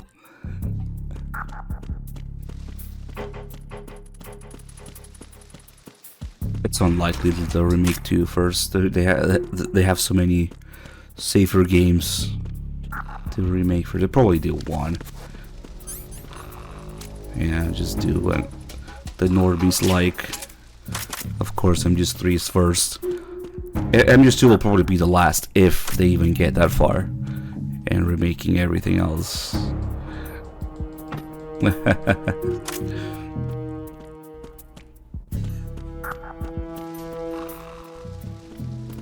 Why would they make the game everybody complains about? Ooh, my favorites are 3 and 1. Oh shit. That's close. That guy woke up and ran through the door. Twin Snakes 2. 4 snakes. Hey, let's get another save call here. Oh my god, I just called it Twin Snakes remake instead of MGS1 remake. Snake, you want to save? All the fucking backflips.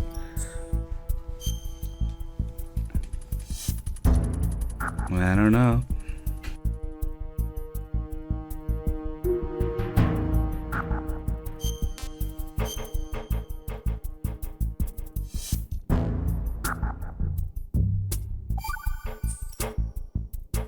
Hey, Snake, what's hardest won, most easily lost? It's time, get it? Amazing how relevant these Chinese proverbs still are. Once the moment's gone, it's gone. Except for daylight savings time, of course. That extra hour to do anything you like with every autumn. Gotta love it. Then again, you lose an hour every spring, so I guess the proverbs are right. Wow, they thought of everything. Did they even have daylight savings back then? Of course not. They knew how to save time. We're the ones that need to be tricked into it. Yeah, but you said... The moment never returns, Snake. Let's not waste it on idle questions. Okay.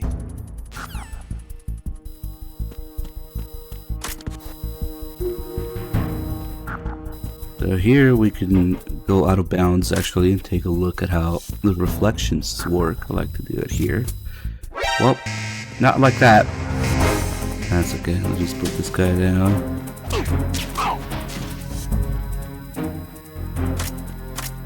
Actually, it might be a good thing that we have somebody to play with while I do it. Let's shake him up a little. Oh no, it's another alert. What am I gonna do? So we've got all these reflections in here.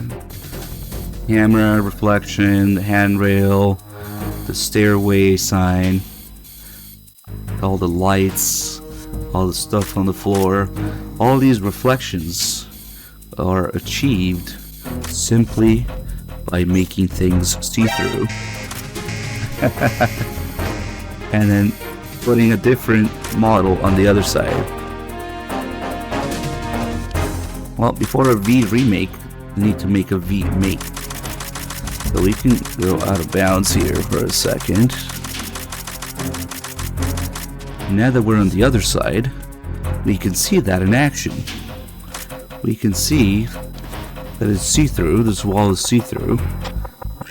Now we're on the other side. So there's another handrail on this side. There's another camera on this side, which is actually kind of like a fake camera. It doesn't have the light on, and it doesn't alert. It's just purely there to be a reflection of the real camera. There's a mirrored stairway sign. So the way that these reflections are achieved, we can see it here. But every time you see a reflection in the game, oh, now we can really pull this guy. Every time you see a reflection, it's done like that. It's see-through, and there's another model on the other side. Now we can really troll him. Look at his head. It's...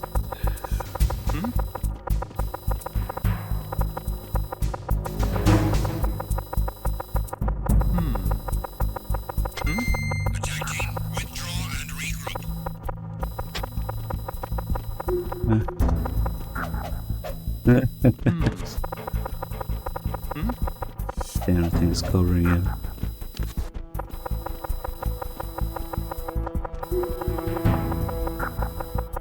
Nodding.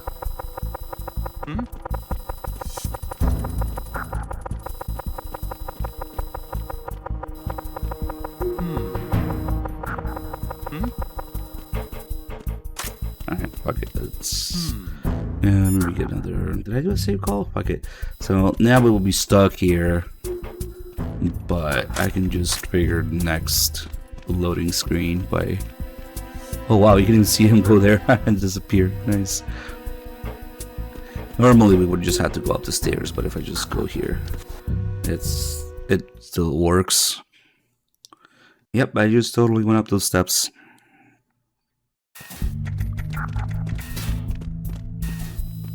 Okay. As for here, we'll be back later, I guess. After the Olga fight, we'll take a look here, so we'll just go.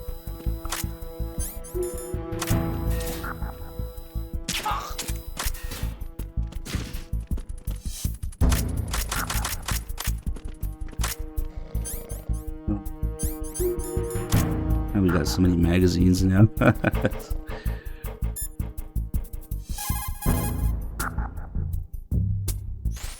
Snake, you have an empty magazine in your hand. Why are you still carrying that around?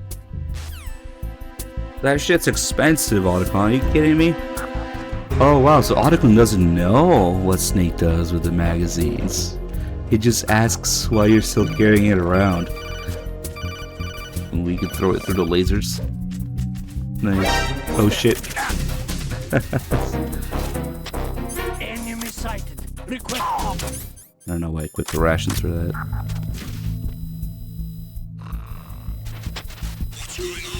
I actually forgot about that.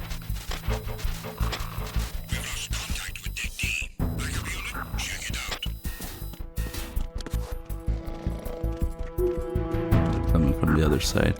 Yeah, we'll just go talk about Olga now.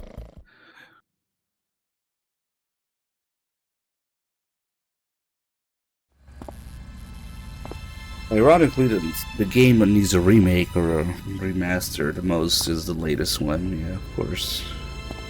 I would almost go as far as say that it needs a make before a remake, because I haven't really finished it.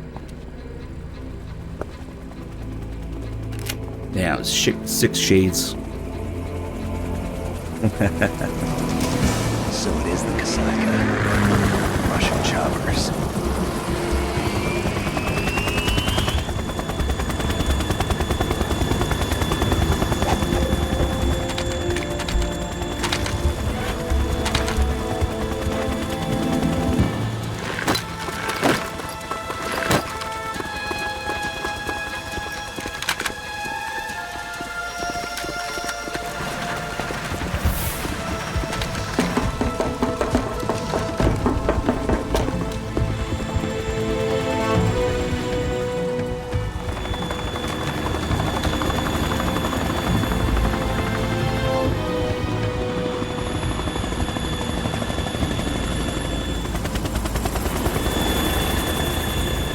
I guess that line was still applied. What's a Russian gunship doing here? But Otacon talks about it possibly being a civilian model. Or an export model.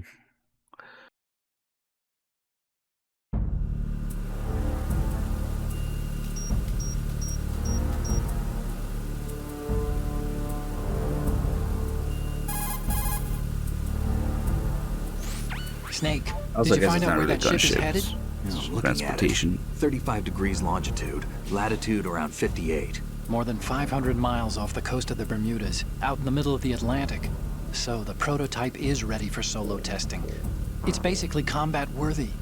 That area is outside the Second Fleet's operational range, too. Because they It don't must need be to a land. standalone Marine Corps project, which means this prototype Metal Gear must be designed for independent deployment without any naval assistance. Anyway, analysis can wait till later. Snake, you need to go down to the holds and locate the actual metal. No way Olga has the power to interrupt Coda calls that otherwise freeze time.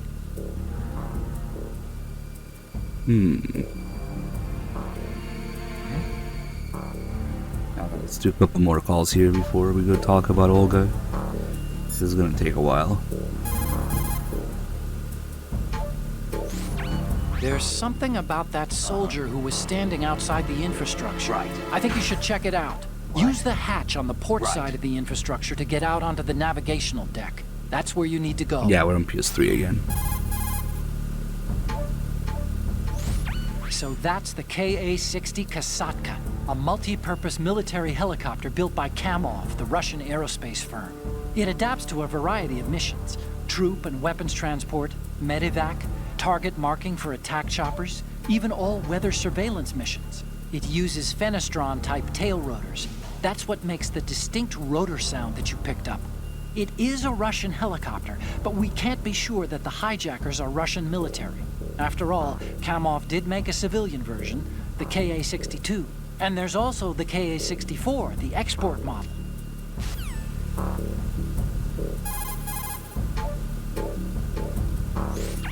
This is the bridge, but it's not just a place where you steer the ship. In a modern tanker, navigational, engine control, communication, and all other major operational functions are consolidated in the bridge. The ship is autopiloted via a global positioning satellite system. This is a precision instrument we're talking about here, so it's probably best to leave it alone. I'll get right on it.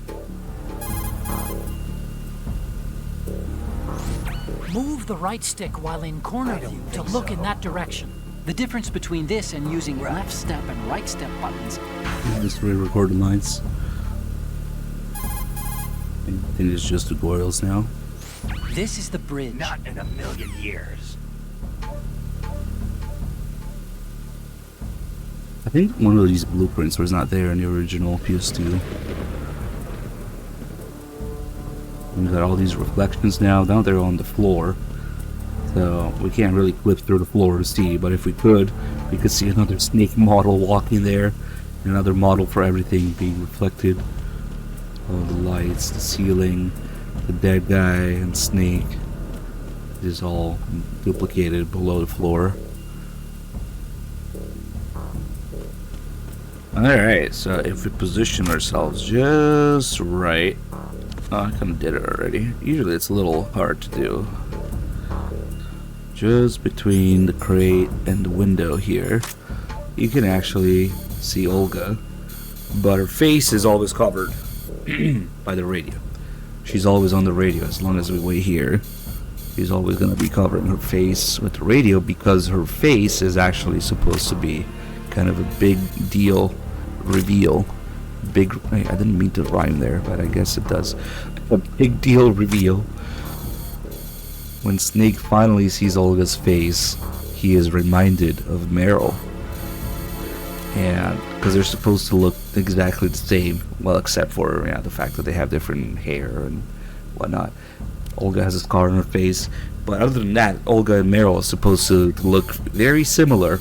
So when Snake asks Olga to show her face, that's why he hesitates. That's why he almost gets shot.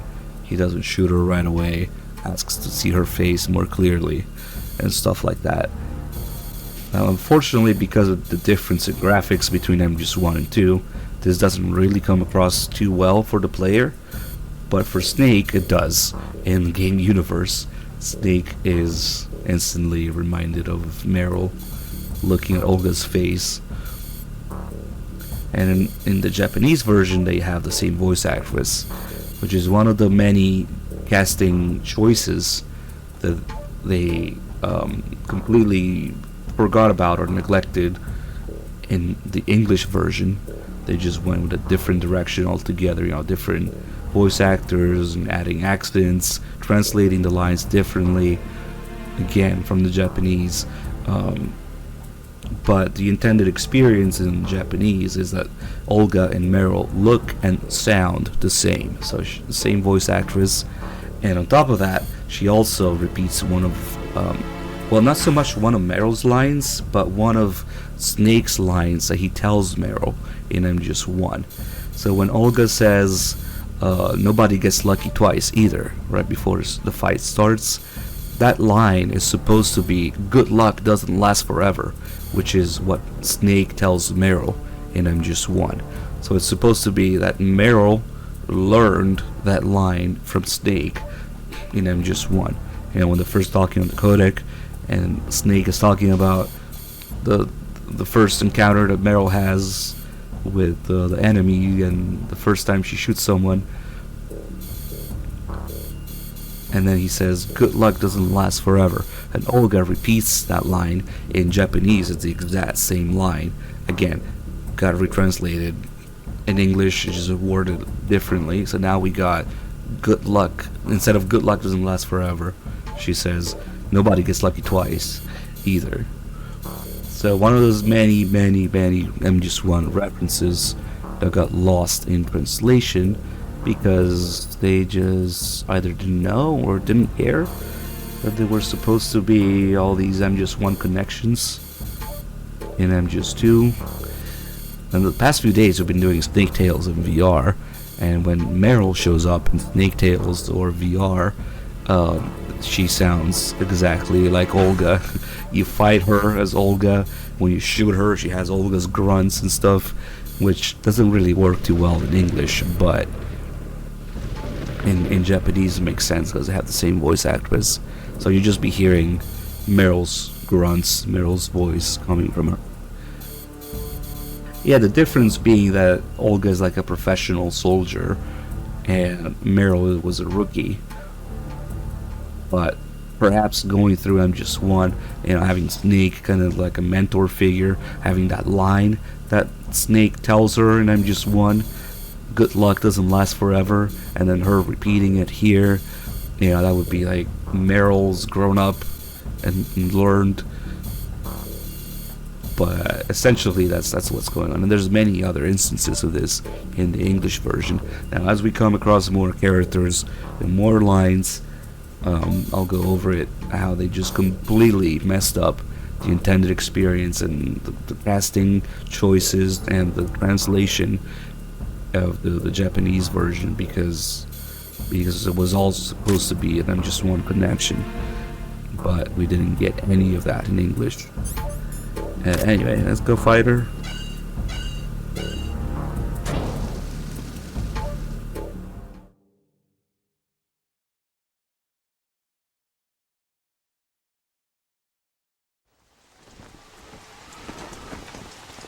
Shalashashka has landed. I'm on my way to the tanker holds. Report your status. Control room, communications and engine room are under control. All entry and exit points to the tanker hold secured.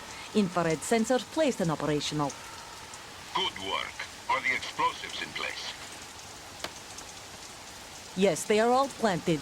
Listen, once we have what we came for, the tanker will be scuttled. And the vehicle's pilot. He's the only one who underwent the VR training. No one else can do it. Are you sure you can trust him? Your part in the mission is complete. You are to leave at once. No, it's not over yet. I can see the moon, even in this storm, pale as death. I have a bad feeling about this mission. You swore this to me, that you would leave the unit once the mission was complete. Do not worry, this is a country of liberty. No, this is where I belong, with the unit. I have nowhere else to go. Father, I want to stay and fight. There is no choice to make here, Olga. Need I remind you that you are carrying my grandchild? Both of their dads are colonels. I didn't even think about that. Damn it. Both Meryl and Olga's fathers are.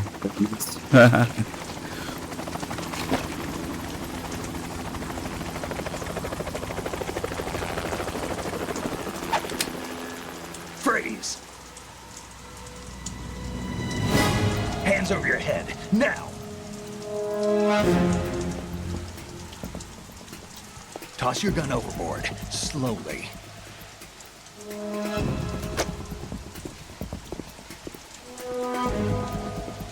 A woman. Show your face. You men, you're all the same. Who are you?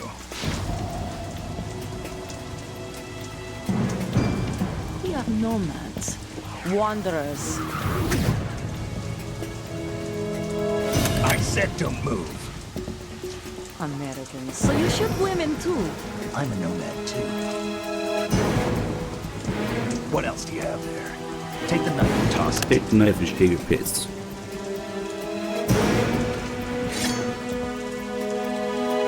Not there. Toss it overboard. Hold that position. Now, turn around. You know what you're doing. BR, PTSD. That's where they took that line. Yeah, there's a couple Metal references. Not too shabby, is it? New York, One right here after the fight, and one later as Raiden.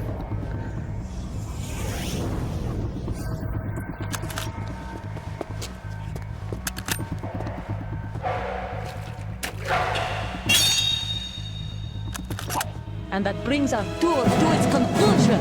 Scout knife with a surprise. You a Spetsnaz? I think you deserve a little credit. No one's ever dodged that shot of mine. But no one gets lucky twice, either. Good luck doesn't last forever. Damn it.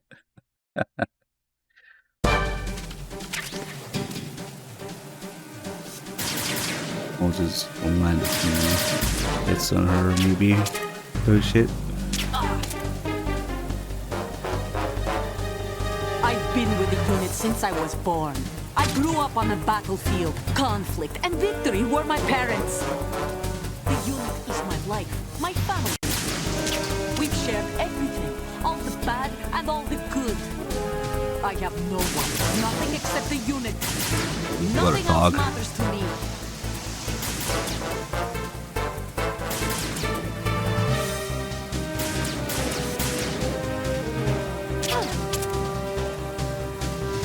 Whoever you are, you're not stopping us. We have to do this fight a couple times to get everything.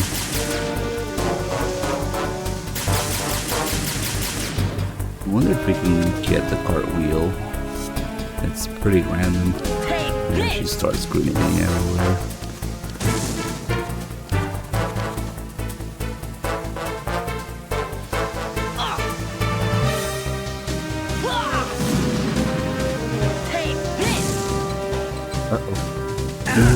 Oh shit.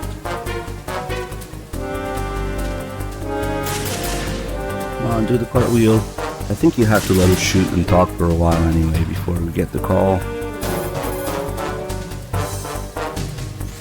Snake, she has grenades. You can't stay in one place. Keep moving around and you'll be safe. If only we could dim the music a little, huh?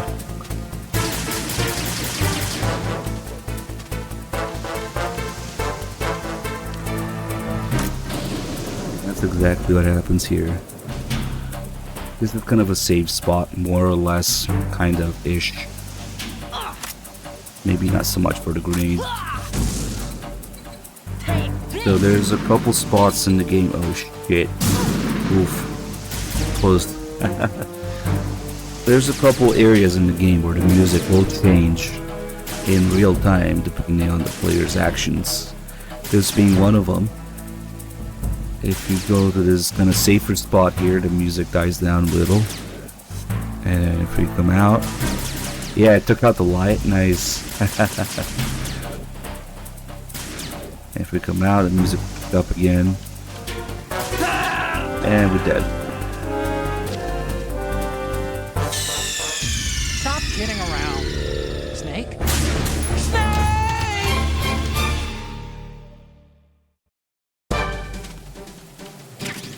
I wanted to do the cartwheel, but the swing section and also the hostage I've been with with the BDU. I grew up on the battlefield. Conflict and victory were my parents. The unit is my life, my family.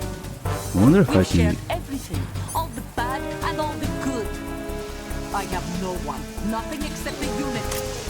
Nothing else matters to me. Where are you throwing those grenades? I wonder if I can shoot her grenades.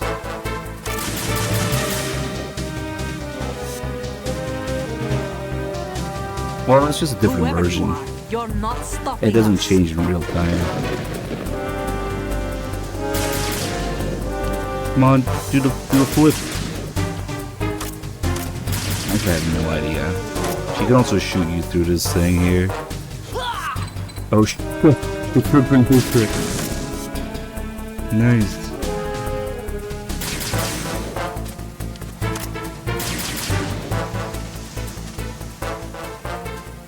Oh, there we go. There's level C, and then she specifically aims there. Snake, you okay? You must be aimed. Snake! Snake! Wonder if it did more damage too. Or oh wait, I have rations. I forgot. Or in regular extreme. Oh, he's doing it right away. Oh, she lost me. I've been with the unit since I was born. I grew up on the battlefield. Conflict and victory I wanted were to my do parents. the cartwheel.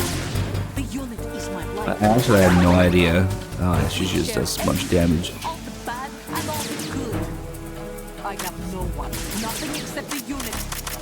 Nothing else matters to me.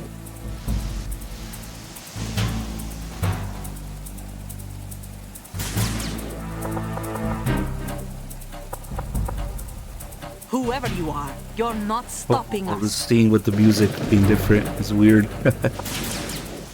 Let's see what takes out the light again. Suppressive fire.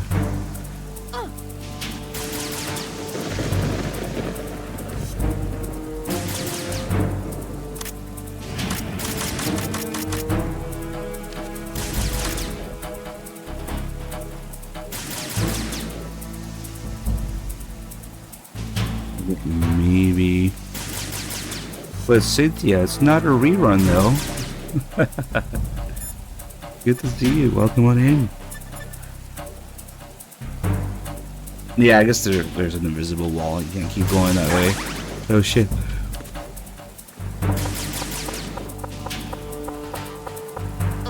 Alright, so after she's been shooting for a while, we should be able to get the call that I want. Snake, you're not the only one with a gun.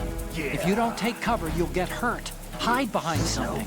She You're may be hiding selfish. too, but you have a clear shot whenever she decides to attack. Use the first-person view attack.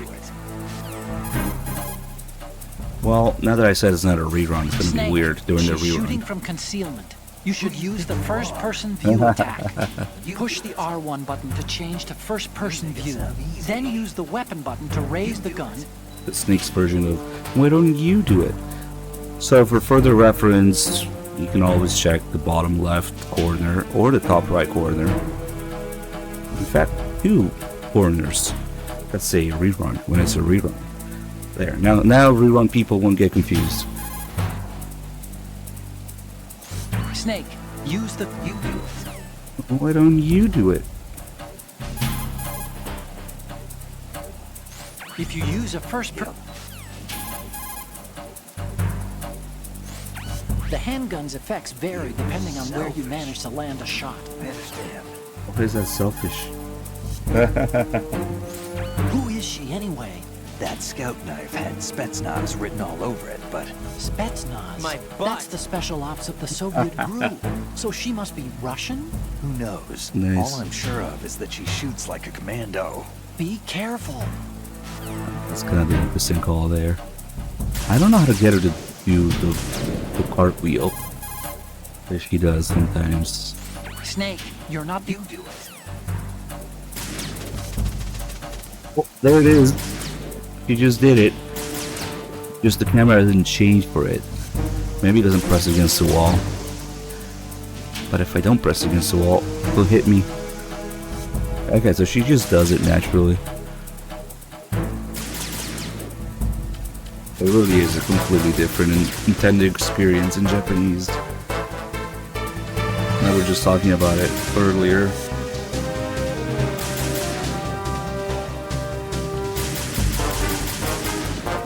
Another thing we can do is, well, let's mess with the railing first. I'm gonna die. What do you think I am, stupid? So we got a few iframes, but he will say that if you play the hand here. Snake! Snake! She's got a couple different reactions to it, including a laugh.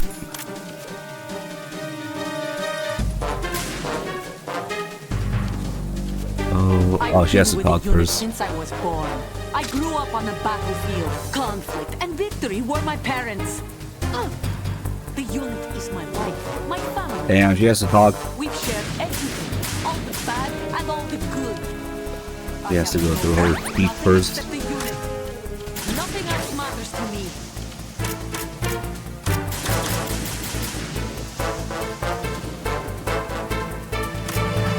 I want to get the laugh. Whoever you are, you're not stopping us. Yeah, she also laughs at you if you do this. What do you think I am, stupid? Oh, stop saying that. What do you think I am, stupid? Seeing the ration works. Right, there's a laugh. What do you think I am, stupid? He also says that it's that thing if you take a picture of her, which is a little dangerous, as you might imagine. I think she has to know this. What do you think I am, stupid? No, she doesn't have to notice. Nice. What do you think I am, stupid?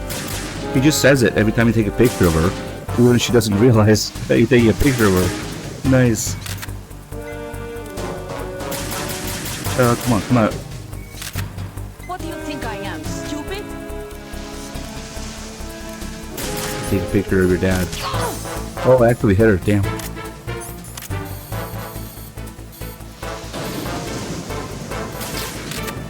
What do you think I am, stupid? Okay. Clearly, it's not the smartest move. Stop kidding around. Snake?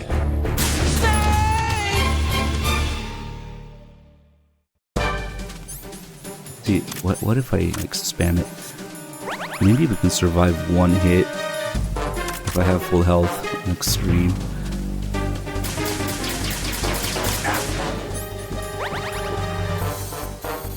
I've been with the unit since I No, was born. yeah, every time I do something with her, you gotta wait for the speed. And victory were my parents.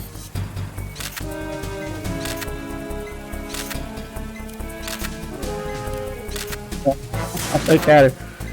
The unit is my life, my family. Oh my god. We've shared everything, all the bad and all the good. I have no one, nothing except the unit. That's gonna mess with it.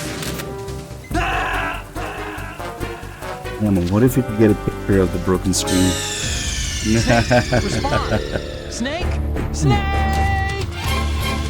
Just to give you an idea of the difference between extreme and European extreme. I have 2 rations here. And if you start with full health, so you can get hit once at full health and then 1 per each ration. So you can get hit 3 times. You would have to get hit 4 times to die. On European Extreme, you die in 1 hit. No rations. That's it. So it's quadruple the hits from one difficulty to the other. So it's actually kind of weak right now. Oh shit. Okay, well. I've been with the unit since I was born. I grew up on the Did we get any good ones? conflict and victory were my parents. The unit is my life, my family. Yeah, We've shared subtitles. everything, all the bad and Yeah, all I'll the probably just take one of her when she's out. nothing except the unit. Hey. Nothing else matters to me. That's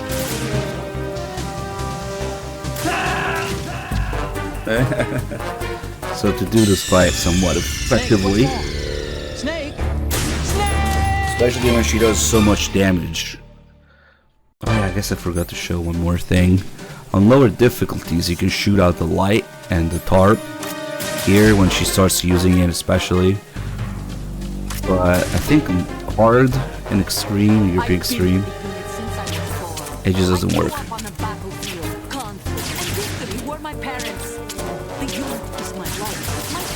Same with the tarp. It's unfortunate because it's a little bit more interaction you can have in the game, but because of the difficulty level, we can't. It just doesn't work to make it harder. You can destroy the light after the fight. I wonder if... You're not stopping us. Can you see the light on the other side here? Nah.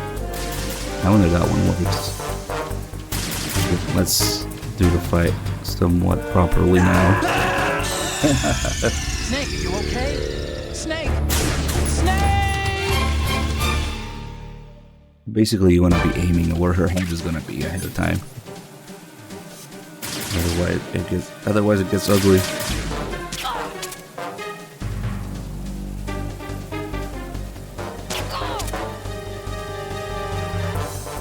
I've been with the unit since I was born.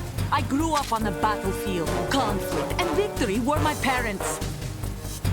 The unit. So she's gonna go here or here after that. Oh, I didn't get her in the head. And she's gonna go here. Except the unit. Nothing else matters to me.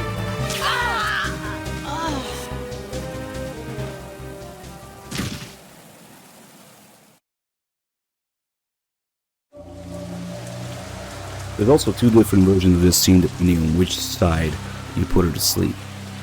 If I put her to sleep on the other side, she would be hanging off the railing.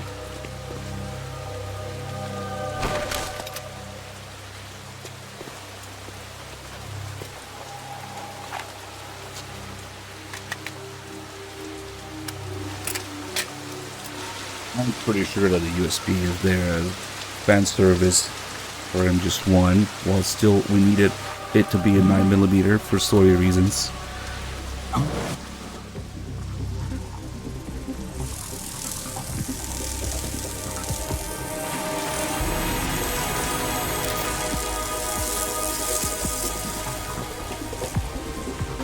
Cypher.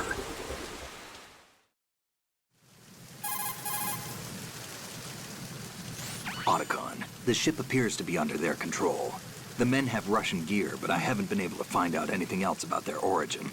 I know who they are. You do? We've ID'd the old man. Who is he? Sergei Gerlukovich. Gerlukovich, one of Ocelot's allies. Yeah, the GRU colonel. He's the one Ocelot was supposed to meet up with after Shadow Moses. They're after Metal Gear. Everything's changed. This is not going to be as simple as we thought. You could say that. I saw a surveillance remote just now. It looked like the Cypher. A Marine Cypher T? No, Army. First the Marines, then the Russians, now the Army? You're right. This isn't gonna be simple. Snake, there's something I have to tell you. What? We didn't dig up this info about the new Metal Gear on our own. Not like usual. How did you find out then? It was a tip. An anonymous tip. Anonymous? You've never trusted those. Why would you start now? I have a younger sister, a stepsister. We have different parents. I only knew her for 2 years. You've never mentioned her before. So? The sender of the tip was EE. EE? Her name is Emma, but I always call her EE. Emma? Emmerich? Yeah, it just caught my eye, you know? I figured it was a coincidence, but I couldn't get it out of my mind. There's really no one out there who knows about her. When was the last time you saw her? Over 10 years ago. You think it's a trap? To lure us out here? I don't know. After I got the tip, I did break into the Pentagon system to get confirmation. Okay. Watch your back, Snake. Maybe I screwed up. I've got a light-equipped USP. I can take them on now. There's no ammo, but it takes a 9mm, just like the Marines' M9. I'll find those somewhere around here. Don't raise too much racket with that thing. I hear you. Alright. Naturally, we're gonna mess with her some more here. And especially with the bandana, we can really get crazy. Well, first to just take a look.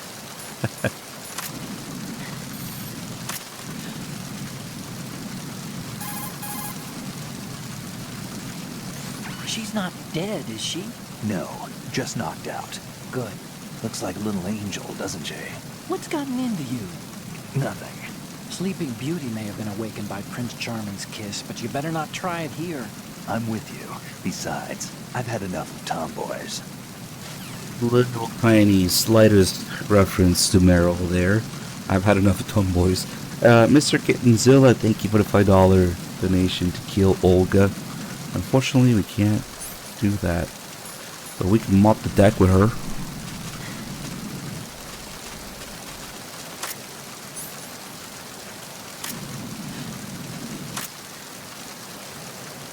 So, Markham's not gonna be happy if we shoot her. Oh man, you can see the name there just very faint because of blue point messing things up. Oh well.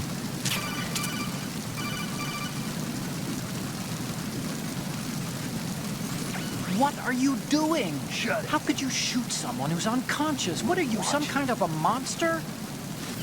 You think that's monster behavior? Hold on, let's put a few more here. Just for science. Just to make Sony canon.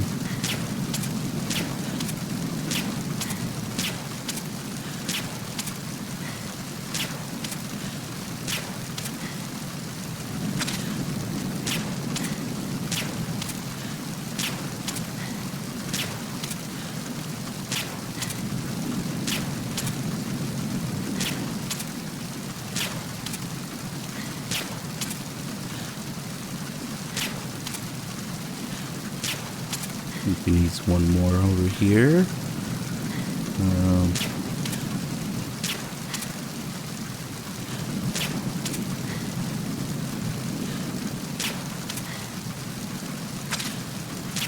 Looks about right to me.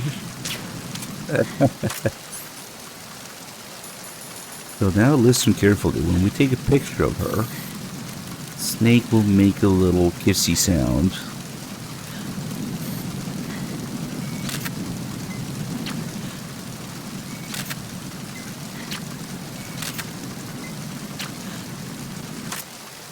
But only if you take a picture of her face or naturally the crotch.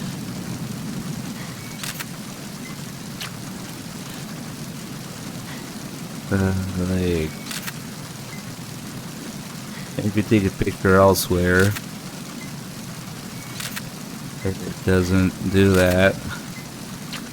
I guess that counted as a face maybe because it was chilling in there. It's the crotch and the face that triggers the noise naturally.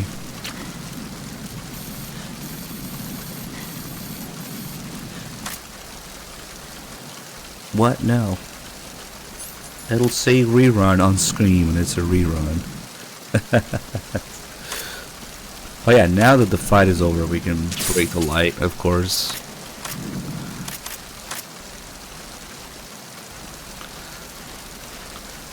Mop the floor. And break her arm.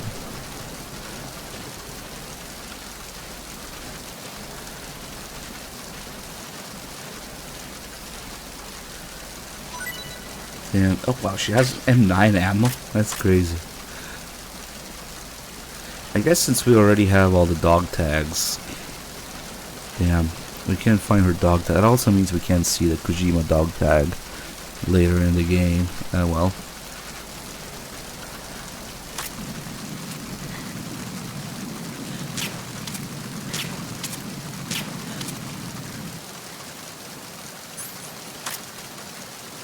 Okay, let's do some calls here.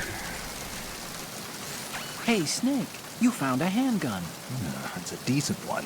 USP. The USP fires real bullets, not the knockout rounds the M9 uses. You know that, right?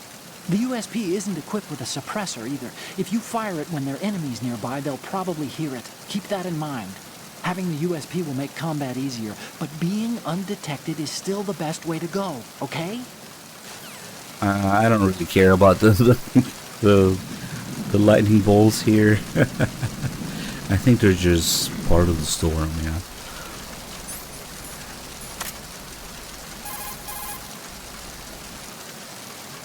Snake, that handgun of yours is a USP. The USP comes in a variety of calibers, from a 9mm to a .45. Yours is a 9mm with 15 rounds per magazine. It's also equipped with a flashlight for nighttime shooting. In the dark, select the USP and aim to turn on the light. Unlike the M9, the USP isn't suppressor equipped. The gunshots may bring enemy reinforcements running, so be careful.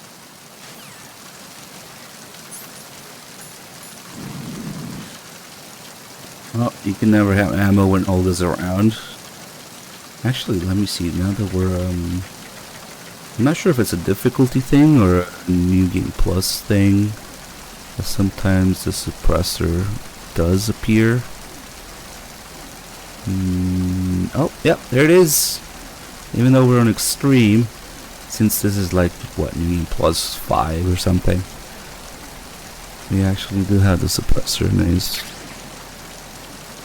Hey, Cynthia, I'm so glad you're enjoying the stream. But yeah, most likely the reason that they included the USP is because it's very closely related to the Mark 23 or the SOCOM as we know it from MGS1 and 2. While still, like Snake mentions, being able to find ammo because the Marines M9, so you can find 9mm ammo for it. While being very closely related and resembling the gun from MGS1. Some people still can't tell them apart to this day. Yeah, the suppressor was weird how it works. Sometimes it's on lower difficulties it's there, or it's also there on higher difficulties on, I think, odd playthroughs and New Game Plus. Yeah, it's kind of weird how you don't usually pick it up. And we also have the thermals here. The thermals are another thing that's different between the original Sons of Liberty release and Substance and every other version after that. Originally, the thermals resembled more the MGS1 thermals, where everything was just red. And so you have all these shades of green and blue and whatnot. With the newer ones. The red ones are... I guess they went for more realism with this, but the original ones are just a little easier on the eyes and easier to read. Snake, I know you're into high places, but do you think maybe you can head down into the hold sometime this year? You're here to take those photos of Metal Gear, remember? You have the thermal goggles equipped, huh? They provide night vision by using variances in heat distribution to create an image. It uses a two-dimensional solid-state projection system to create high-res images at 60 FPS in real time. By using the thermal goggles, you can take a look at the enemy's neck to see if they have dog tags or not. Well, MGS2 was actually 60 FPS, so at least a 60 FPS target on PS2. Which is crazy, because back in the day, they actually accused Kojima of using pre-rendered graphics. Back at E3 2001, that was one of the reactions people had. The graphics were too good for the cutscenes. They're like, nah, this has to be pre-rendered. No, it wasn't. And it was 60 FPS, unlike MGS3. But that's a different story, as MGS3 was originally going to be a PS3 game.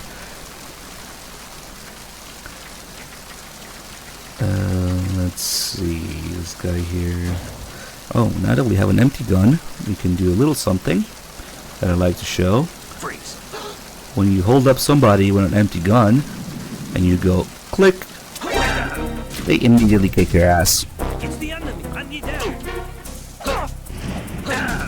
I can punch them in the dick. Hold on. It's the enemy. I need... Now you can try this in all the Metal Gear games that have hold-ups. You hold them up with an empty gun, and if you go click, they immediately react. With the exception of one game. There's one game where they don't do that. There's one game that's a little less detailed, let's say. I'll let you figure out which one. This is the HD edition on PS3. And you know, it would take something like a PS2 game to do that.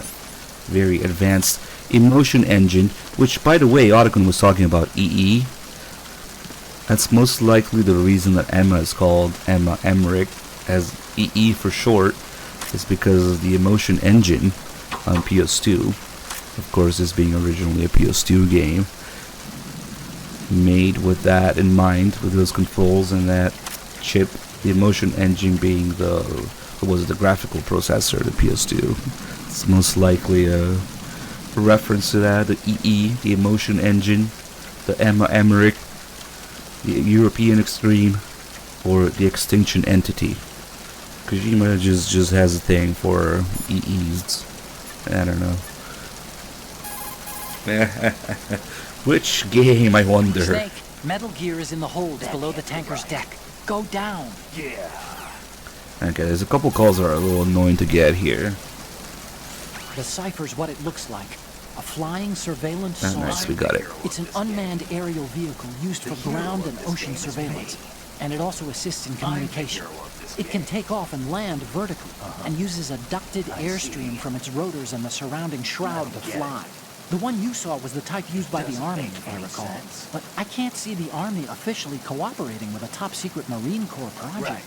No, which means that there's someone besides us and the Russians that are interested in the new Metal Gear prototype.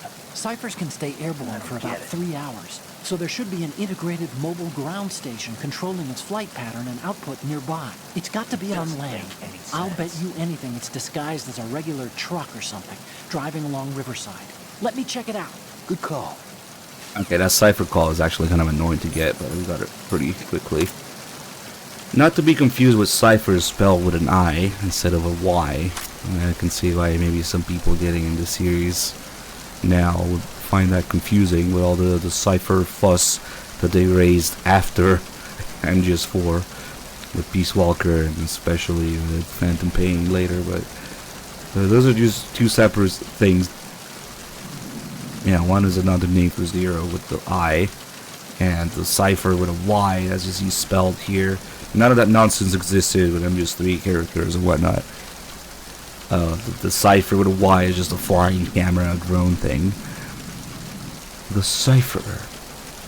Yeah, it's kind of unfortunate. There should also be a Gurlukovich call here. Let's see if we can get it. Okay. I don't think so. If you have a weapon... Come on, don't be a pain in the ass. Bodies can be moved to... I don't think so. I recommend you hide the enemy's body. That can't be right. You can also hide the enemy's You body. gotta be joking. Yeah, I like to make Snake curse with Otacon if I get the wrong call. Snake, if you Not sustain... in a million years. If your life gauge is down... Snake, the M9... No way. It really is a pain to get that call sometimes. That and the cipher call. Aim the gun. You gotta be joking. Push the crawl button. I don't believe it. Also, now that we went to the other side, Olga just disappeared. As soon as you pass a certain threshold there, then Olga just immediately despawns. She's gone forever. I think it's like around here or something, like if you cross this line, she disappears. Okay, now... I don't think so. Otacon, please. I know you have a Gurlukovich call. Tilt the left... Please. Stop telling me about the controls. You can hold some... Oh my god. You can aim... These aren't sentries you're... Not in a million years. Whenever you see an item I bomb... don't know. Snake, when I have... Oh, what a pain. Snake, metal... Snake, in some No way. They're not even repeated yet. There's just that many. I think Gerlukovich was involved, of all people. Finally. Ocelot's former CO, and a man with a private army of ex-Russian military and GRU soldiers. I don't like it. And Liquid was planning to team up with that bunch at Shadow Moses. All he managed to do back then was to provide a toy or two. Looks like he's had enough of sponsoring insurrections. So this time he's out here hero of himself. this game is I guess me. he's after Metal Gear? History repeats itself. Metal Gear has enough strategic clout to upset the balance of military power overnight. He must be dreaming of Mother Russia's return to glory. Like you said, history repeats itself. Some people never change. Maybe it's the world that doesn't, or won't, change. Maybe. But we're fighting to upset the status quo too, aren't we? Yeah. Like you said, the hero of this game is me. Okay, now we should have a bunch of new save calls to do as well.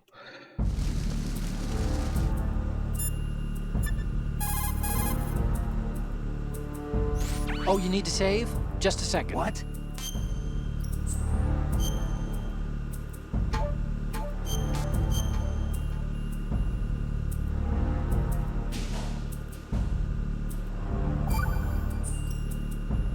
The Chinese have a saying.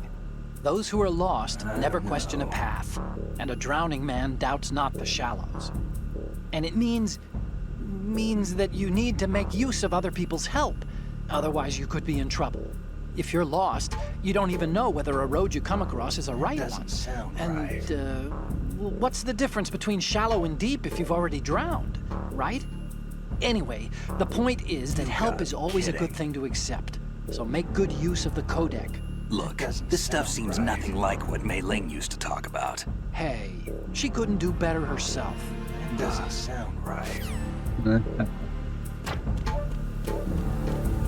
Get some ammo here. Nice. I thought I would trigger the loading screen, but okay. Freeze. Mo.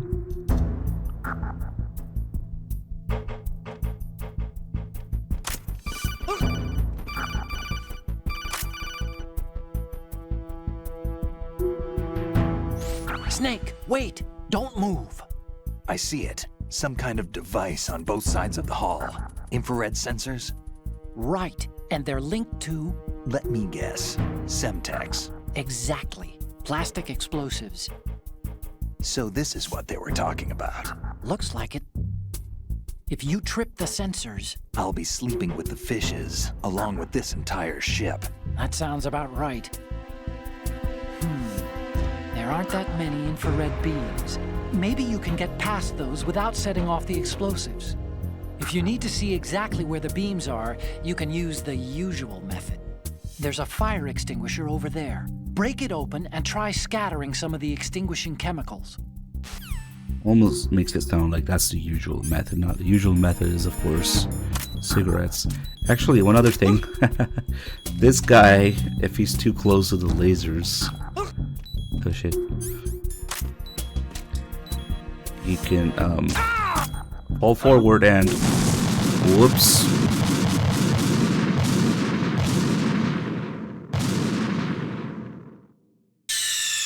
Stop kidding around. Snake?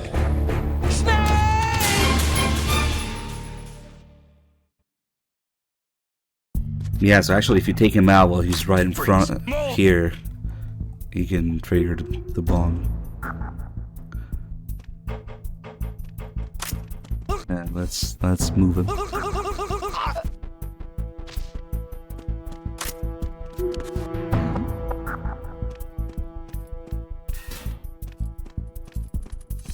I sneeze now. Huh?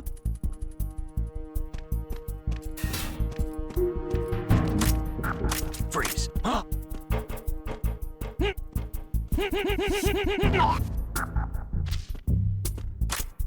This guy noticed me here. What was that just now?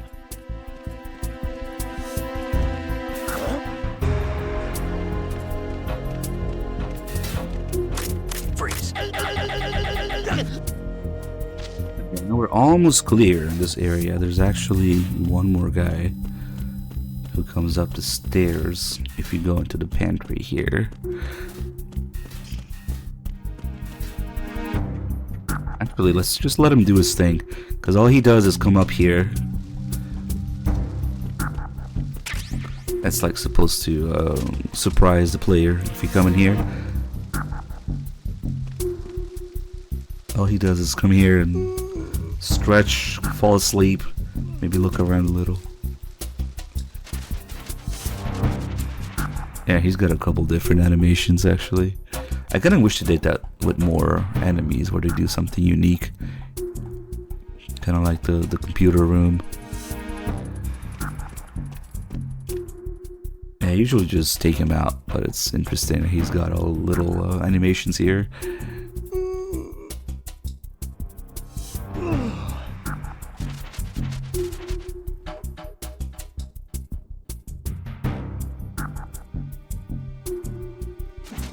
Fell asleep.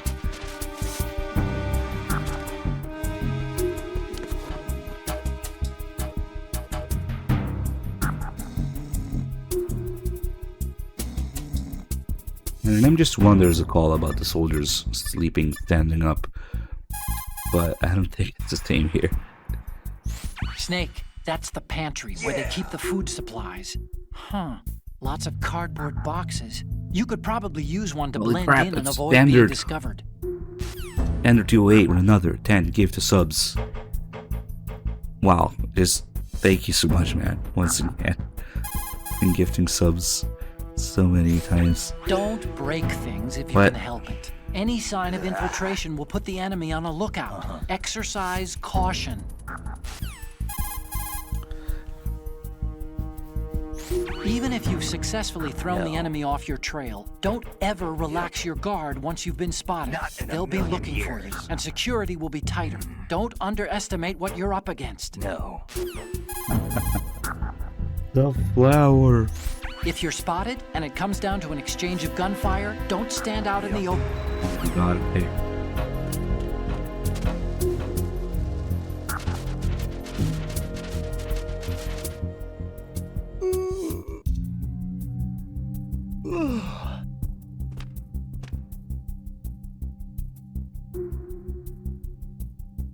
I think he just goes around here once and maybe he even leaves the area again.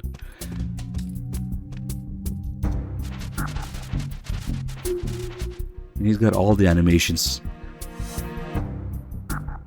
Like tired.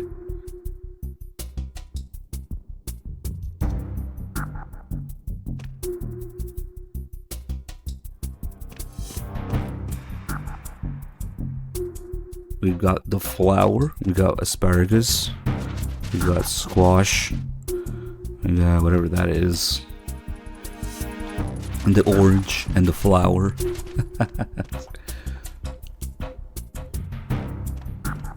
Does he just leave now?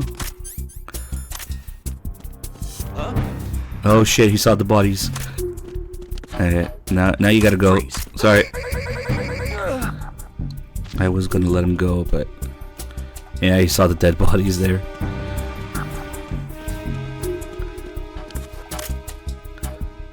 Perfect, 100% camo here.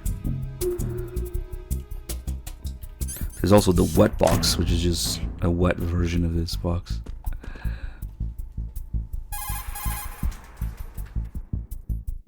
Snake, that's the pantry. Oh wait, he doesn't talk about it as we're in here.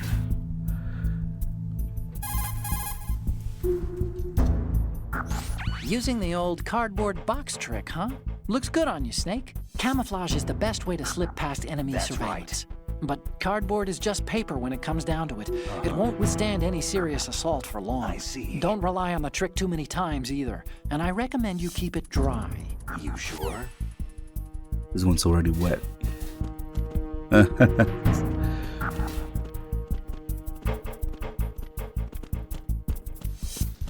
Later on the plant, it actually matters which box you use to hide in which strut if you're in a clearing. And there's just more stuff we can destroy here. Oh yeah, there's potatoes in there too. Wait, we have the bandana and the USB, so we can make a mess of everything.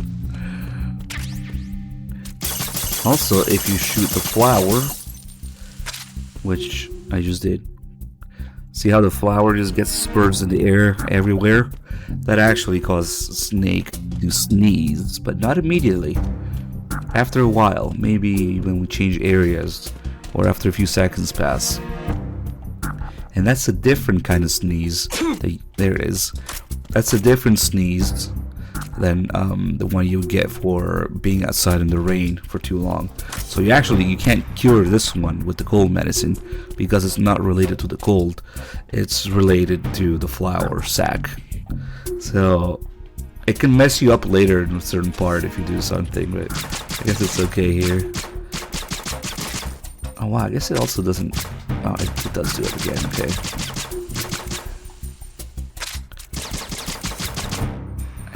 It just doesn't pour out.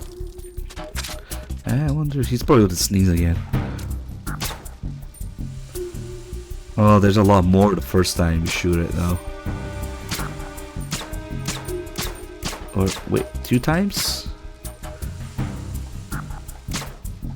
Okay, so it pours out of the bag twice. And then no more.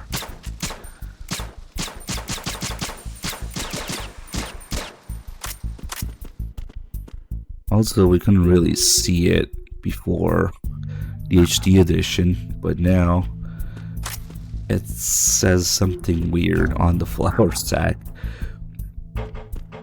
Maybe we'll look at it. This of good quality fine flour. Fane? Fine? Fane? I don't know. And then it says, this issue still comes to mind now and then.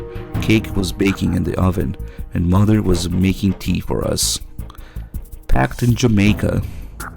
Now the fire extinguisher doesn't make Snake sneeze. It just distracts enemies, kind of like the coolant, if they're nearby. I guess it just makes you grunt. Yeah, like that. It's actually exactly like the coolant. If you spray Snake with the coolant later, it does the same thing. No, I think it's just English. They're trying to spell fine, but like that. Soybean, flour. I don't know what these. Oh, these are asparagus. I don't know what these are. Can't tell.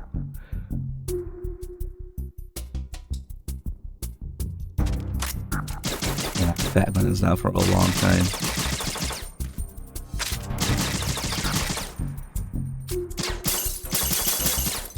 Yeah, you can mix up the wine with the flour here. The squash. Shoot the face. And then if we look at all the brass, there's find one that's facing that way. There we go. You can see the fighting pinstripe on the primer in the back of the brass, which is just an insane little detail, especially since the brass is so low polygon count. It's like square, it's like 4 sides only, but they have the firing pin strike on it. And if you shoot the tranquilizer, that one's funny because let me get rid of this. Ah, shit, all the bodies disappear. Wait, maybe this guy's still here. Okay. We need somewhere for the tranquilizer to land. The tranquilizer darts, they are a little funny because it just shoots the whole thing. Oh, damn it. I just wanted to look at it. Maybe we'll go below. It doesn't work on these guys because they're pre-rendered. But yeah, the whole tranquilizer dart comes out with the brass and the primer on the back. It's kind of funny. It shoots the whole bullet. We also have Nah, it's not that the dart despawns people.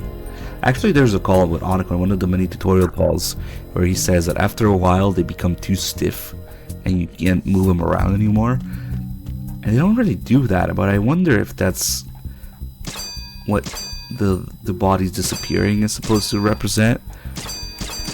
But they just disappear after a while. Oh, they actually have a different color one here. And we have the musical pants here, of course.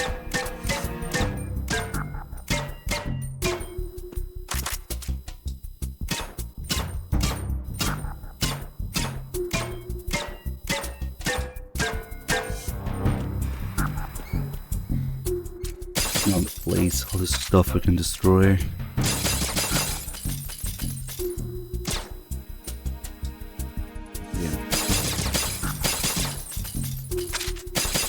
My favorite one is a little cloud of salt. You just shoot the salt shaker. So we got salt, ketchup, hot sauce. Maybe that's steak sauce. And then the napkins also have a little effect.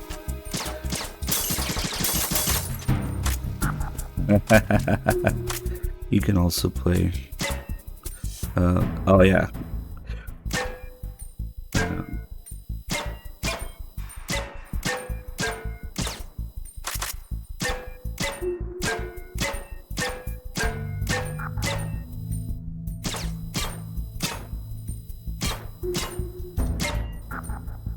I don't know if they just use the right notes for this. Unfortunately, later on the big shell, when you get to the kitchen, there aren't as many pans, so you can't play as many notes as Raiden.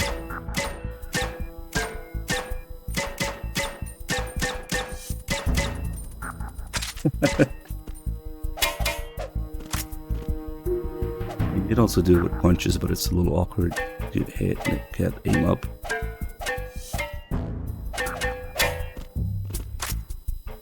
Yeah, you can make an absolute mess out of this. Look at this. You just need enough ammo.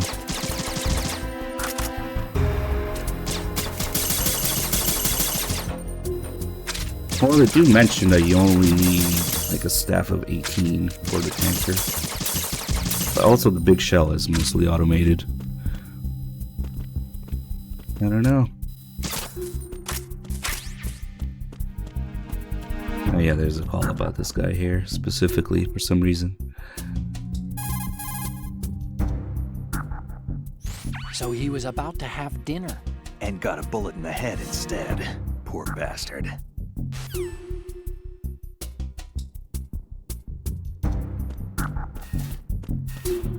Okay, I'm making a mess of everything.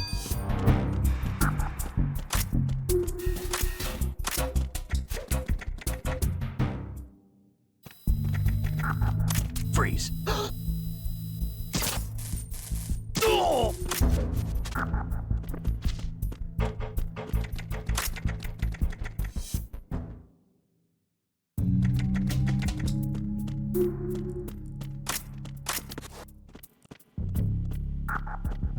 Let's keep working on those save calls because there's a lot of them. There's actually one extra save call in Sons of Liberty. Time to save? That didn't make it into Substance and consequently all the other versions. Otacon has a call about the frog in the well in Sons of Liberty, which for some reason they took out of Substance.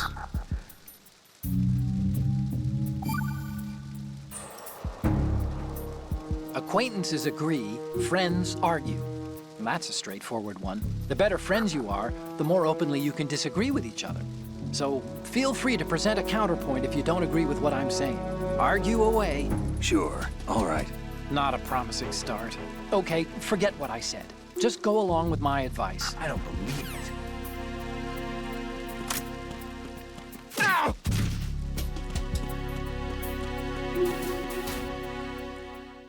So now the mess that I made back here won't matter because these guys are already around.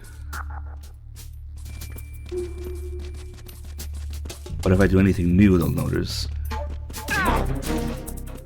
Let's just go. Enemy sight. Requesting.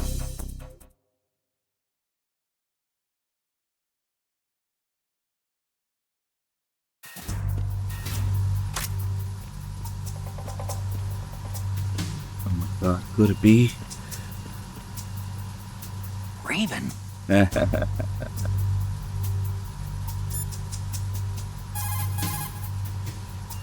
There was supposed to be a follow-up call to Snake, this. That shadow. It's him. No doubt about it. But Raven was, you know, out in Shadow Moses. I know. Maybe it's the last of his 9 lives. Or maybe his maker decided to give him another chance. You're not serious, are you? Maybe I am. Maybe I'm not. Either way, we'll find out soon enough. Snake, watch your step, okay? Often all you have to do is go around the corner, and it's a troll. Also more showing off the shadows, I guess. And there was supposed to be a follow-up call with Otacon about McFarlane Toys, the company that makes all these action figures. Later we'll see some boxes and a big shell of McFarlane Toys. You can still find them. I thought they used to be like, I thought they were rare and out of production by now, but apparently they're not that expensive and still easy to find. All the MGS2 action figures as being one of them.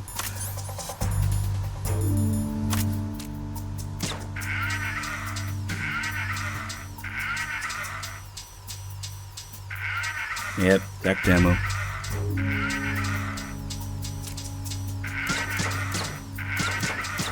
Damn, I messed them up now.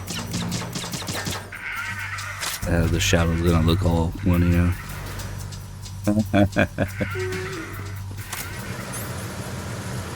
This guy. I mean, I guess that's what you're supposed to do with him. But now that guy's gonna wake up. Because he gets stunned. Let's just come back there in a second.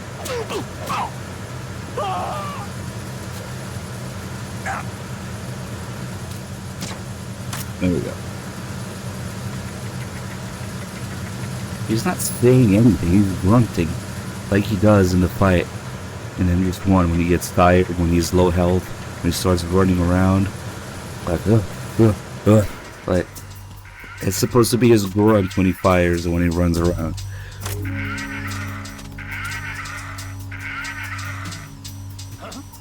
Oh shit. Somebody found the body, hold on.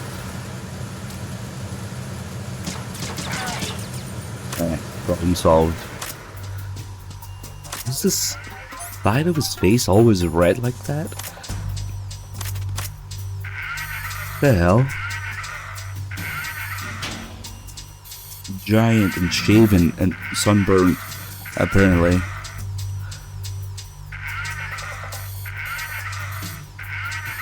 I don't remember the side of his face being red like that.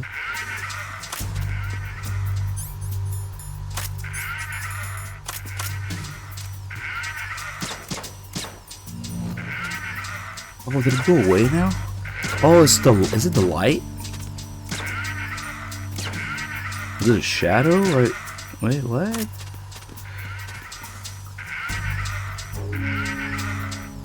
Maybe that's just how it is.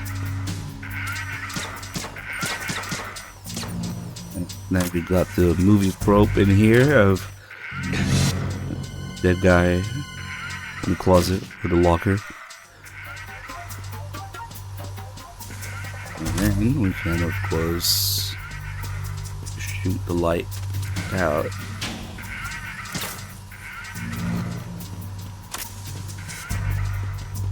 Probably too far now, but you can also jump on it like this to kind of turn it on.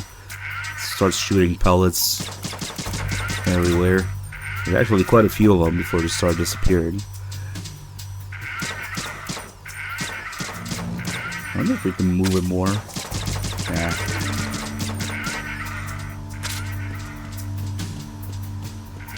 And this is very important here.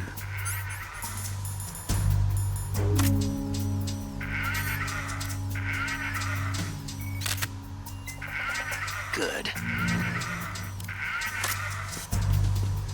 Snake is just like that. Oh, we got a bunch of other things to do here. So, this explains a lot. To Otacon, apparently. Let's see, I'm gonna try and leave one guy alive.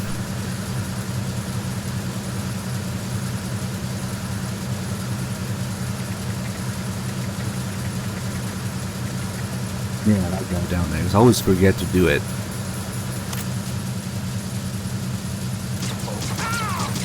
Gotta save ammo. Oh, he's gonna roll down the stairs? There we go. Nice. So, another difficulty is the guy up here is looking off in the distance with his binoculars. He's actually looking at this, of course. Good. And then there's another one all the way back here. So these posters, for reasons known only to maybe Kojima himself, they explode when you shoot them. And they cause an alert. But they don't just explode. The explosion, look at that guy. The explosion stuns nearby enemies. Shit, not everybody respawn, huh? Yeah, okay. Right, only the first time.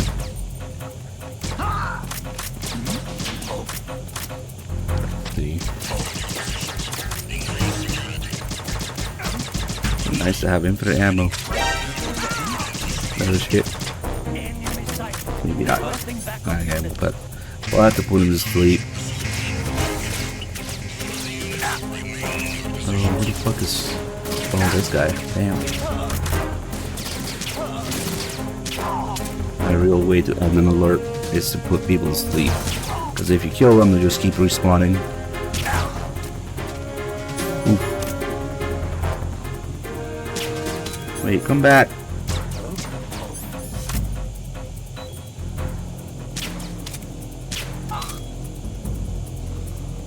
Alright, that should be most of them, maybe all of them. Now that they're all neatly in one place, now we can kill them. They're all down. Return to your positions. Increase security. Understood.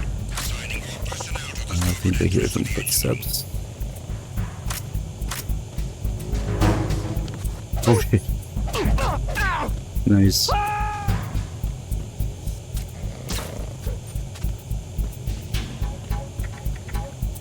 We got a lot of work to do in here, so we can deal with these guys. Somebody found the guy upstairs, I think.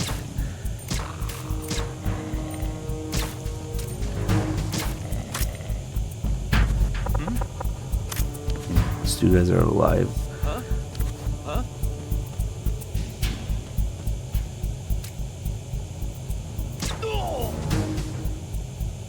Huh?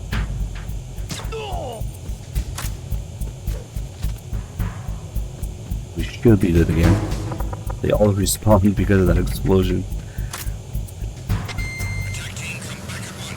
Okay. Now that there's nobody around,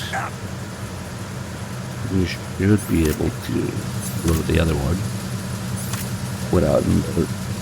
Well, sometimes, especially in Big Shell, even if you're clear of some areas, MGS2 just has a mechanic where there's an explosion, there's an alert anyway. Maybe supposedly for nearby struts here or something. Okay, now we're clear. So you've got rations now. These are military food supplies and allow you to recover some life with use. If it is equipped in advance, the ration will automatically be used and life will be regained when you receive damage. You can select it in the window and push the confirmation button to use the item on the spot. Rations were designed to be carried and eaten on the field. They're all about functionality and calories. They use special freeze-drying methods developed by the NROC. They're compact, portable, and last for weeks. Who cares? Snake, The engine room is full of solid structures. You could probably use them to get away when the enemy's chasing you. Use the hanging mode wisely. No way. Oh yeah, we're gonna have to work out here. That's the engine room. You can see the tanker's engine in the middle there. The engine noise is pretty loud, but that means the enemy's hearing will be hampered too. So what that means in gameplay terms is that if you don't have the USB suppressor, depending on where you are exactly in the room, you can get away with shooting without a suppressor and they still won't hear it. It's very useful later in the game because the same thing happens in Strut E with the conveyor belts.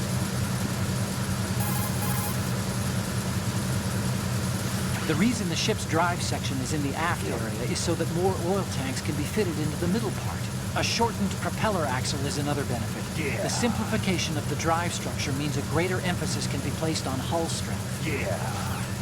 That was really exciting. Just neat. I don't know. Let's go get the guy here. Comes out the door.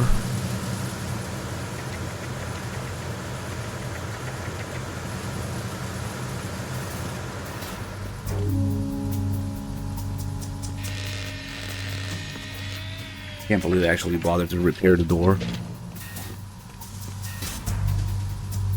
Repair of the entranceway to the engine room on the port side is complete. We'll return to position following patrol of the small room on the port side.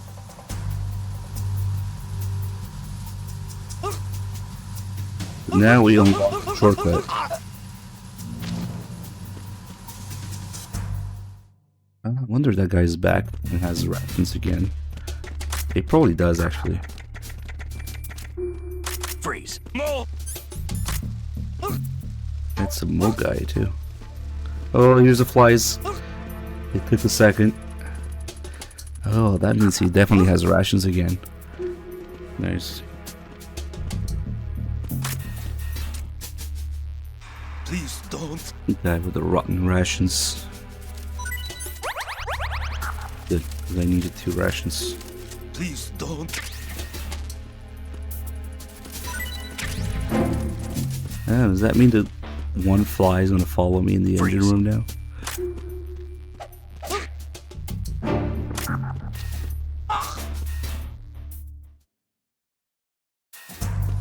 Let's see if it works here too.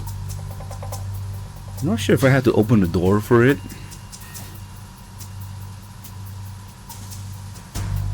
No, I guess it's only in the other area that they made it that way. That one fly follows you. That's for the loading screen. Yeah, no fly here. Okay. Actually, it might be better to go the other way. Oh, you're just waking up already. Freeze.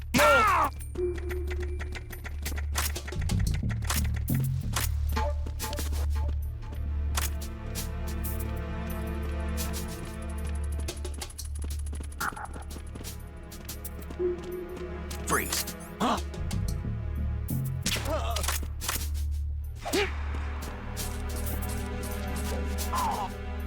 This is a better spot to work out from.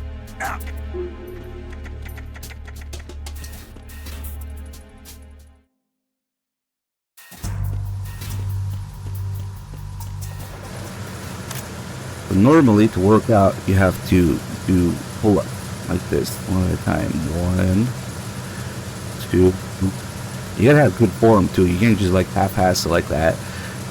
For it to count, you gotta pull up and release it slowly. You gotta have good form. Okay. So you would need to do 100 of these to get level 2 grip. That's the pain in the ass. If we do this instead, when you drop and catch to the railing below, it counts as 10 pull-ups, which is much faster. So this way we only have to do it 10 times per level. I already did it a couple times. Damn, all those bodies are in the way. Oh well. If you have some steps, you have some stairs you can go up, and a railing you can drop from, just like this. You can keep doing it. Of course, if I miss it, it's the dark void of nothing, death at the bottom of the engine room. Those stupid bodies. One disappeared already. That's a much better way of working out. Oh, they keep disappearing. There we go. That's clear. So you can get up to level 3 grip. So you can do this a total 20 times. It's for communities. I guess it's just supposed to go so deep that you don't really see it. I don't know.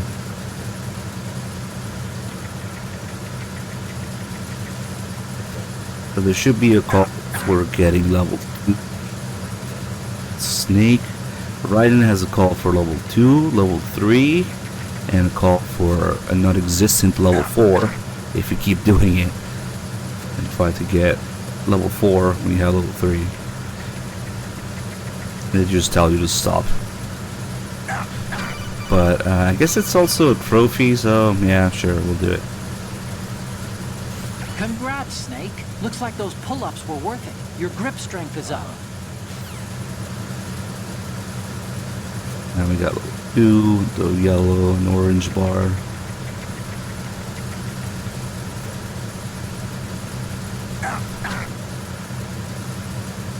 And then level 3 is just gray. But ultimately it's pretty useless to do this, especially later as Raiden. At least with Snake there's a couple spots where you can go by hanging that you normally can't go to, but they're still pretty useless spots. But as Raiden, there really isn't anything to do with it. We'll keep getting level 3 here.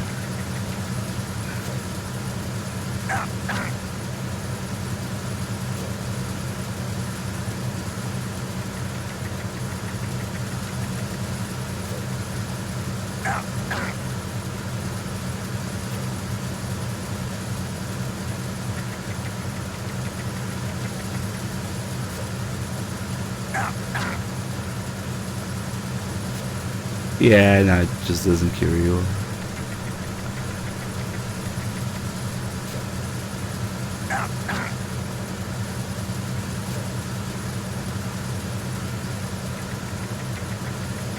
We can see a couple of those extra spots here, but there's a couple of wires you can use here while hanging. But there's also a couple more in the holes. Alright, there's level 3. Wouldn't that be a trophy? There we go. Steel grip. They really should have had a trophy for Raiden and Snake, just separate ones. Right, now I'm gonna go get the checkpoint. Set all those save. Because if I die now without the checkpoint, it would be as if nothing happened. Alright, now we're good. So there's one of those wires here. So you can get around this way as well. You can drop down there and then I guess possibly to that railing. It's just not... It's not even a good way to get around, because if the guards see you, and they will see you if you do this with guards around, like, if you get shot, it's just bad. You lose a ton of health and grip, and you just die. Let's see if we can align with that railing. And the answer is no. Although it looked pretty lined up. Okay. So it doesn't have to be parallel, it can be perpendicular to it and it will work. Even if it's offset by a little bit. But I guess I just missed it. That one's a little tough to get.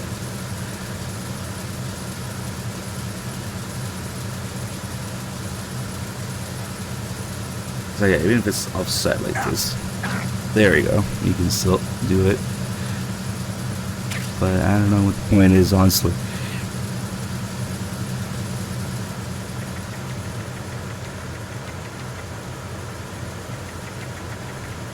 Let's save.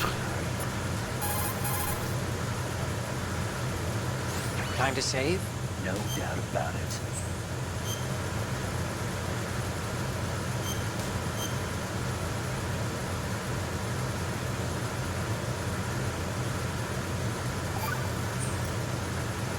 Do you know the saying, one forgets the hurt once the wound is healed? And that, of course, means, where'd I put that piece of paper? Did you say something? No, nothing. Forgetting the pain when the wound's healed means, that you have to get better fast. Yeah, that's it. So stock up on those rations and bandages. Is that really all it means? Hey, I'm the expert here.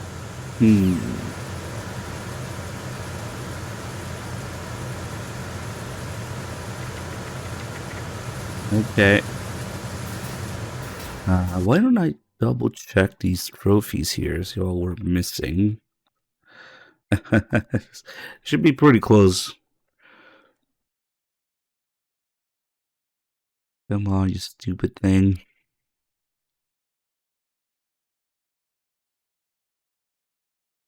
%. Yeah. Sexting, we can do that. Johnny, blah blah blah. Oh yeah, the Ghost of Kojima. Collect all boxes. Yeah, okay. Okay, so we have the boxes, Kojima's Ghost, and Johnny, Sexting, Vamp. Sexting Vamp. Yeah, we'll be done. Okay. Let me out of this thing.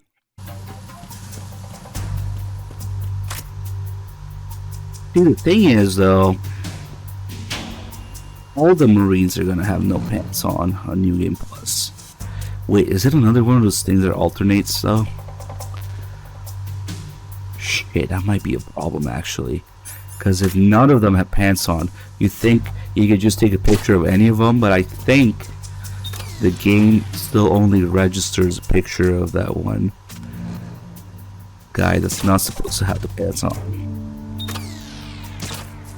But now he's going to be a pain in the ass to find, because if none of them have their pants on, it's going to be hard to find that exact guy. I don't know. We'll have to see. Apparently, this is really funny here. Good. Just because we can, sure. Apparently, that's funny because that's not her hand, it's his hand. What? Let's look back here.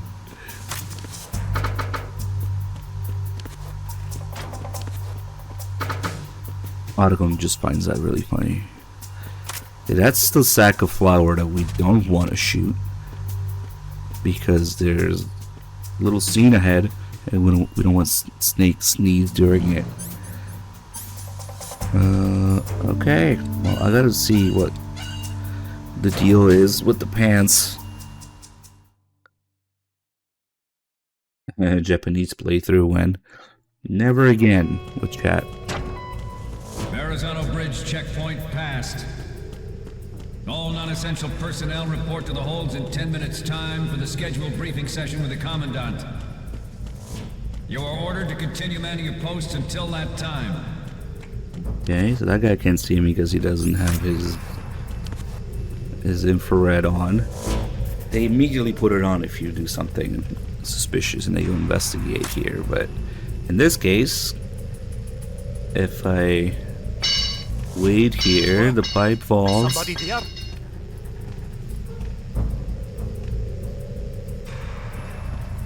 This is why we don't want Snake sneezed in here. Who's there? Don't sneak up on me like that.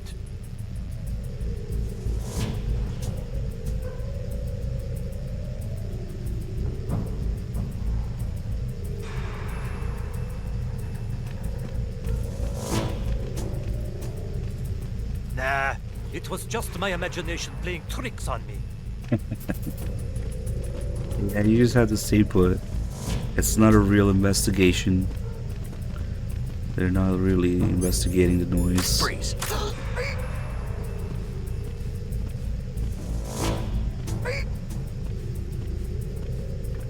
And then the other thing is, in this area, since it's dark, the light on the USB automatically turns on.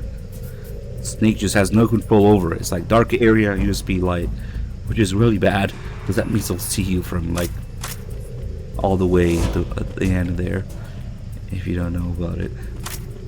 Or even if you try to hold up somebody with it, the shadow, the light behind them will alert them first. And it's really not advisable to use the USB here when you're dealing with this guy. The guy that's listening to music here.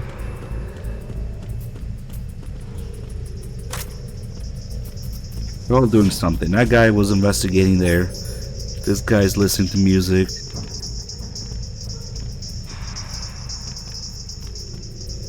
Well, that's why VR exists. Oof, close.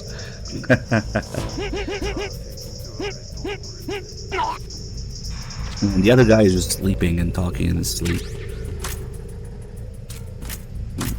Surprised I didn't notice that.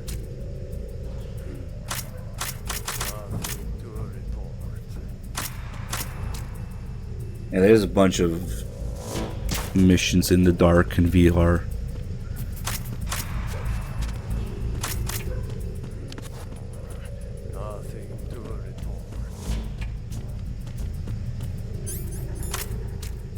Just put him down for good. Also, okay, let's do it since he's still alive. Okay, kill the other two guys. Let's wake him up with this team.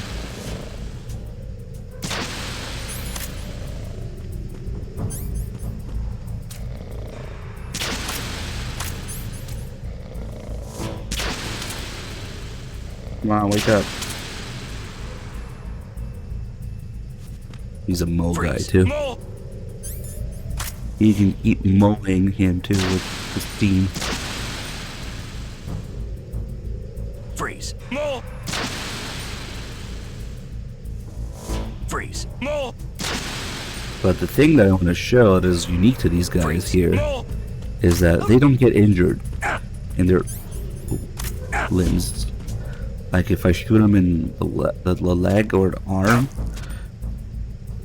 he just goes back to normal. Well, they still lose health, but they don't get injured like other enemies because the enemies here are programmed a little differently because of how they react to alerts, and especially because of the guard rush ahead, the forced alert ahead, where they don't get injured if you shoot them. So these guys are already programmed like that. That's okay. Also, we can easily make them respawn, probably for the same reason. Normally when you kill people, unless you get spotted, when you come back they're still dead. But in this case, if I do this, they should still be alive. Just go back here. This area works a little bit differently. I will always assume it's because of how enclosed it is. Yeah, they're all back now. Freeze. If you get spotted in here, they... Oof, close. But you can still interrupt it, but... He got me!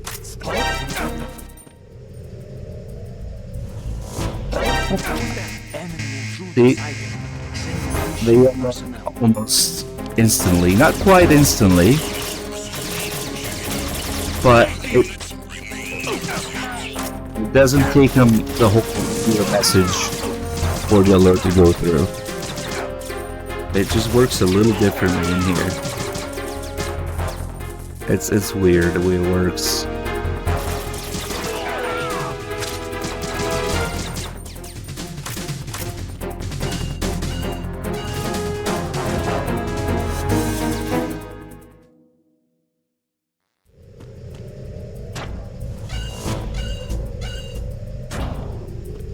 It's probably because of the guard rush messing with it. Freeze. More. It's the light. And if he spots me, then my immediate alert.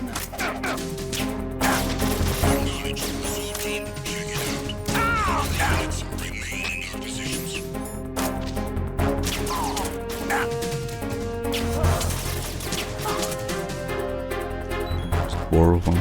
The fourth guy, I think, only spawns after a while. That's why we didn't see him. I mean, anyway,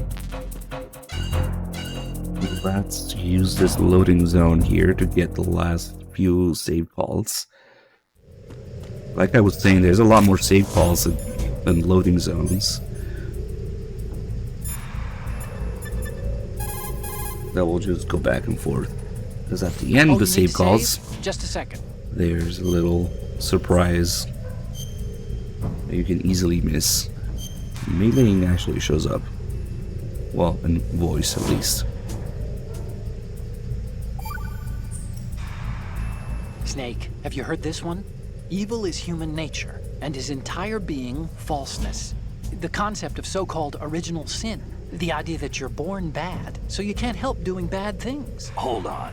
I thought the idea of original sin was that you had to work even harder at being good because you were born evil. Oh, yeah, that too. Very good, Snake.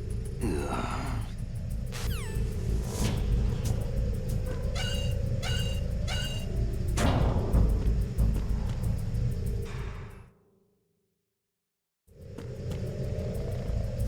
I guess I should have done both for killing them with the steam now. Oh, you need to save? Just a second. But we did it a few days ago. But when you shoot the steam out of the pipes there, it actually does a little bit of damage to enemies. It's just that on extreme they have a lot of health, so it takes a lot of steam to kill them. You know the story about Achilles in Paris? The moral here is, well, something about his heel. Anyway, even the great and virtually immortal hero Achilles was finally done in by Paris. Talk about a dangerous city. So don't get complacent. The mission can turn around and get you. Wasn't Paris a person? What? Paris, I thought he was a... Snake. There's a time and a place for conspiracy theories. Please, I'm trying to concentrate here. Huh? Sorry?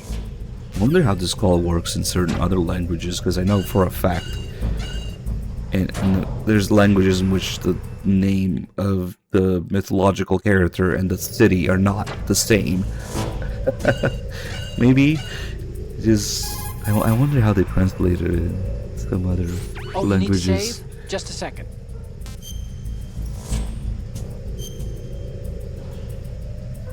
Like, it just wouldn't make any sense in a language where they're not the same word. I don't know. Do you know the saying, those who walk 100 leagues think not that their journey is half ended until the 90th league? That means... what does it mean? Okay, it means that if you're planning to walk that far, you better damn well know how to do simple arithmetic. Study, stay in school. This seems to be getting more and more random. Correction. It's becoming more deep. Trust me. What?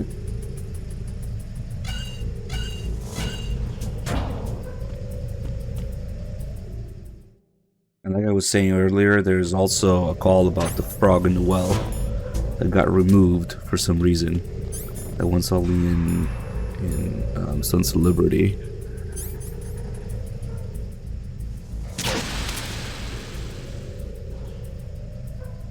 I didn't get him. Does he go back to sleep after, I wonder? Yep. Oh shit. OHN Jam guy. Oh shit.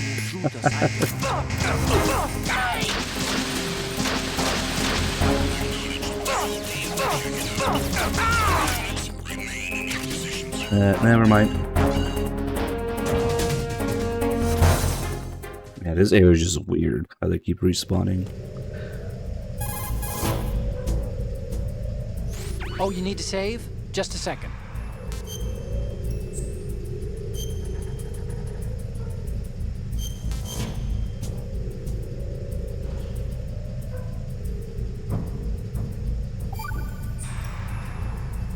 The Chinese have a proverb that goes, "Scholars hold in esteem knowledge, not acts." See, they just sit around thinking instead of actually doing something, which doesn't make them too useful. Action is what matters, I think. Look, what I heard from Mei Ling was that... Snake, have you noticed that you bring her up a lot? Huh? That isn't the... Here we go again. What am I gonna do with you? Like I was saying... You and your hyperactive libido. It's a good thing one of us can keep all the details straight.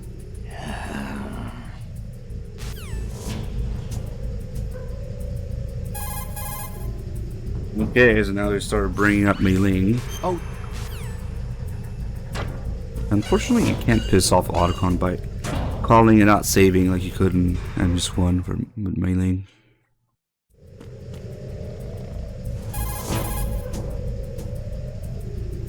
Oh, you need to save? No. Just a second.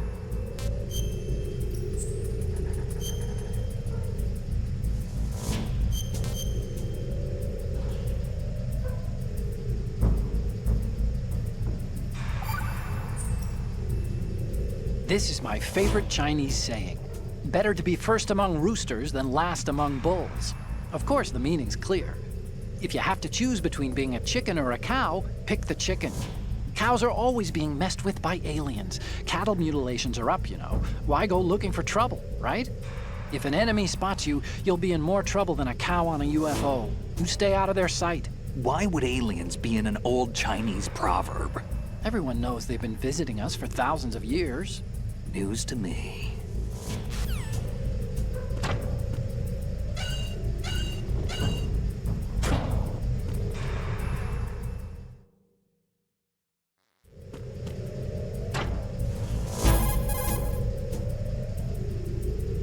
Oh, you need to save? Just a second.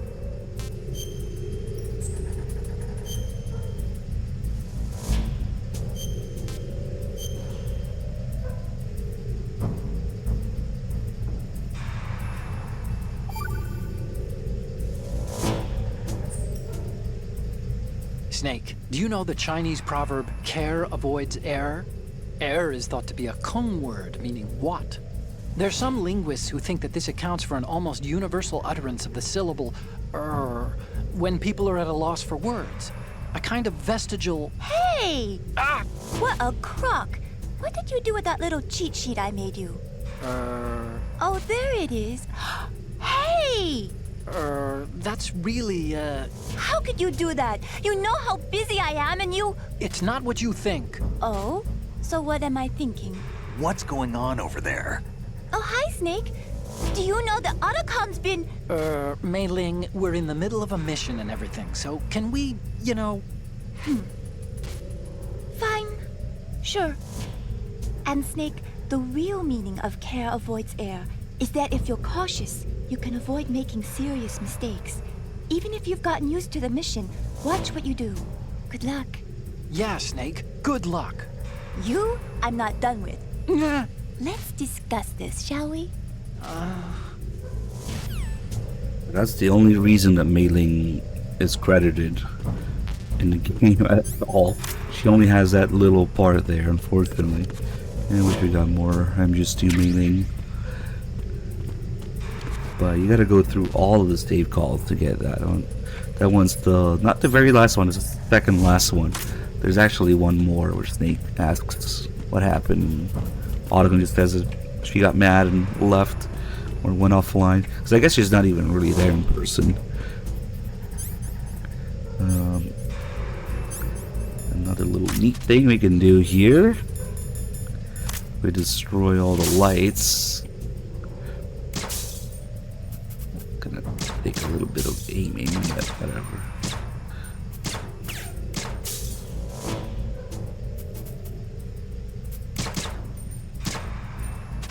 This doesn't reach that far. Well, the ones that I destroyed should stay gone, yeah, in the cutscene here. And then maybe they won't destroy, because at some point during this fight, they try to shoot out the lights. Maybe they'll shoot the one just above them over there. But of course, it's just because it's all real-time rendering.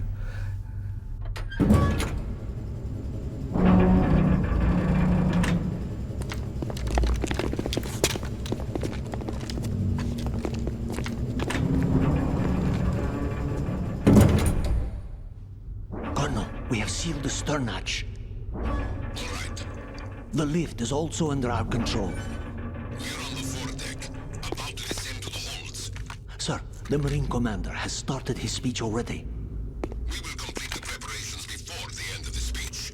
All communications to the holds have been severed. No one is aware of our presence. Let no one down into the holds until we are out. Yes, sir. We will secure your exit with our lives if necessary. There is one more thing. Yes, sir. My daughter, keep her safe.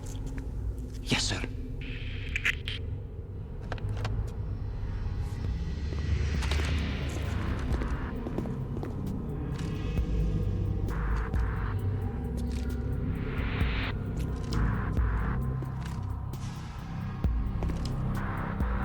Who goes there?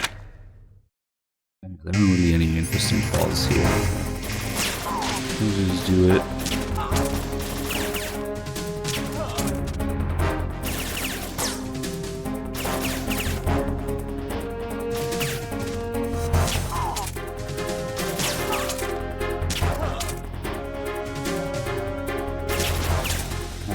I should have hit him. Oh yeah, I almost got that one light. Damn.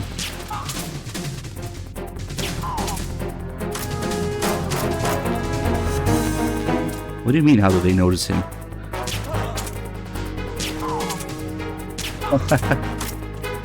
There's even a ration here?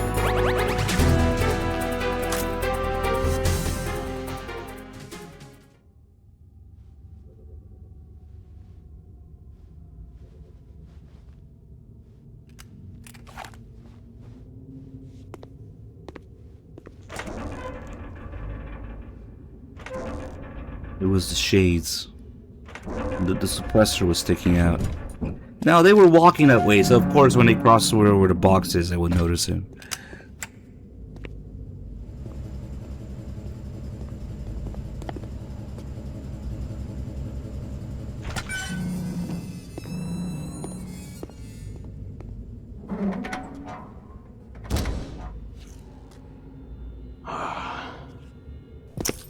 Who goes there? Oh, Shalafatska. Oh, Shalashaska. Why are you here? We thought you were with the Colonel. What the? So Ocelot only uses his left arm for everything here. Shooting this guy and stealing the door. It looks a little weird, but he doesn't trust his right hand with anything right now.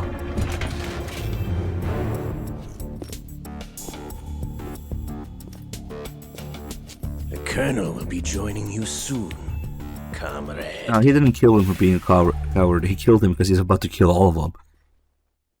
He betrays them.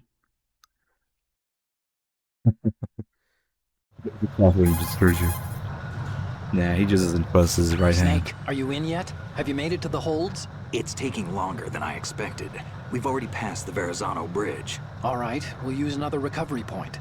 They may be planning to change course. What? The exits to the deck are all sealed. What are they planning? If they get Metal Gear, we're going right off the fringe. You're all familiar with the Shadow Moses. The men down here are definitely Marines.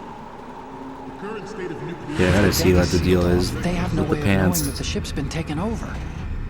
I'm not interested in fighting these guys. The weapons won't do me much good here. Can you see Metal Gear? No. I'll have to go around to the bow. They have some serious defenses here. I doubt the recent arrivals want to blast their way through the Marines either. Wonder where they're headed? I don't know. Not the beach, that's for sure. I'm so cool with my shades. Wish we would go to the beach. Okay, Snake. Let's go over this one more time. You got Use this camera to get photographic evidence of the Metal Gear prototype. Now do your thing and take pictures that speak louder than the government's plausible denials. We need 4 shots. Metal Gear from the front, front right, and front left, and a close-up of the Marine Corps marking. Marking? There should be a Marine's insignia on the body of Metal Gear. This vision is Just let someone augmented. try I don't know. explaining away a clear shot of that. It's the jeans. Right, all right. There's actually one little thing. Just spit it out. I'm used to things going wrong. It looks like someone's monitoring our transmission. No. Who? I don't have a clue. All they're doing is watching. It would creep me out less if they tried to interfere with our communications. Could it have something to do with that cipher we saw? Maybe. I've switched the encryption protocol for our burst transmission for now. What I want to do is use a different method for sending these photos, just in case. Instead of using the codec? No. Exactly. There's a workstation in the southeast corner of the block where Metal Gear is housed. I've made arrangements so that you can send the pictures from the machine. Arrangements? I hitched a ride on Link 16 into U.S. military's proprietary network. Managed to get into that workstation and overwrote a part of the system software so I could remote install a little app I wrote. Why bother with anything that complicated? No, it's pretty simple, really. Look, all you have to do is stand in front of the machine and push the action button. The app will automatically launch and download the image data from the camera, split the files, and encrypt them individually. The data packets can then masquerade as... Okay. So all I have to do is push the action button in front of the computer once I have the pictures, right? Well, sure, if you put it that way. And one more thing. The Commandant's already begun his speech, but you need to get the pictures before he's done talking. Otherwise, they'll spot you, okay? How much time do I have? I hacked into his personal files and took a look at the text of that speech. I'd say you have 7 more minutes. No. Longer if he throws in a joke or two. A 7-minute time limit, huh? Remember, Snake, just the photos, okay? With these kinds of odds, I won't be making any sudden moves. But that doesn't mean we can just let Metal Gear be hijacked. Okay, but first the photos. All right, we'll deal with the rest when we get there. Stay low. Okay, let's see if these guys have pants on or not. Please have pants. We initiated development of the good. Metal Gear Ray as a countermeasure to See, if this none of them had pants on, like it happens in New Game Plus, it would have been very difficult to find specifically the guy, because I think it only works with him. Okay. With Ray, the hundreds, if not thousands, of Metal Gears that exist all over the world are no longer a threat. The blind rush to... Let's do the one missing save call. Oh, you need to save? Just a second.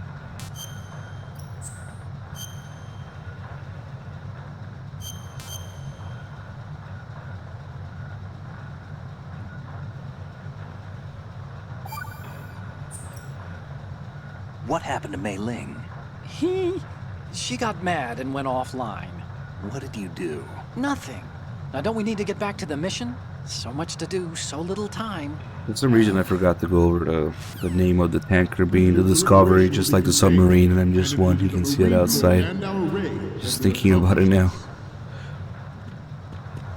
Okay, so we need to take pictures.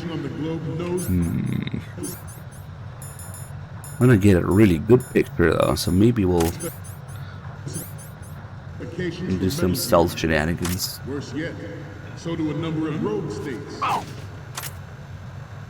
They are all working on deploying their own Metal Gear force to compete with the U.S.'s nuclear strike capability. Does he put his... he does. Okay. About to see a swarm of these Metal Gear derivatives. I want to experiment with something. Freeze. Some say that the strategic importance of aircraft carriers will be reduced by the completion of Ray. The opposition from the Navy is an undeniable fact. There's a lot of pressure from Navy brass, Excuse me? especially those with submarine Excuse air me? background. Not to mention interference. Don't mind me. But this project is vital to the Marine Corps. The enemy is sometimes closer to home than you think, gentlemen. Always bear that in mind. Put all these guys asleep. This weapon will render all other Metal Gears obsolete. Shit, I might miss some. Building up their own Metal Gear force will think twice about their nuclear strategy in the light of the military dominance spelled out by Ray. Freeze. This is a very boring The speech. balance of power will mean a new world order. And we, the Marine Corps, will play a central role in its military affairs. Look at all these enemies that you can render in this game. Ours is not the only military project devoted to Metal Gear development, but it cannot be more different in nature from the Navy's. Theirs is a program that will add fuel to the uncontrolled I fire wonder of if we're nuclear okay. proliferation. Nope. Somebody was still looking. Alright then. Well, we'll do it for Bob, maybe.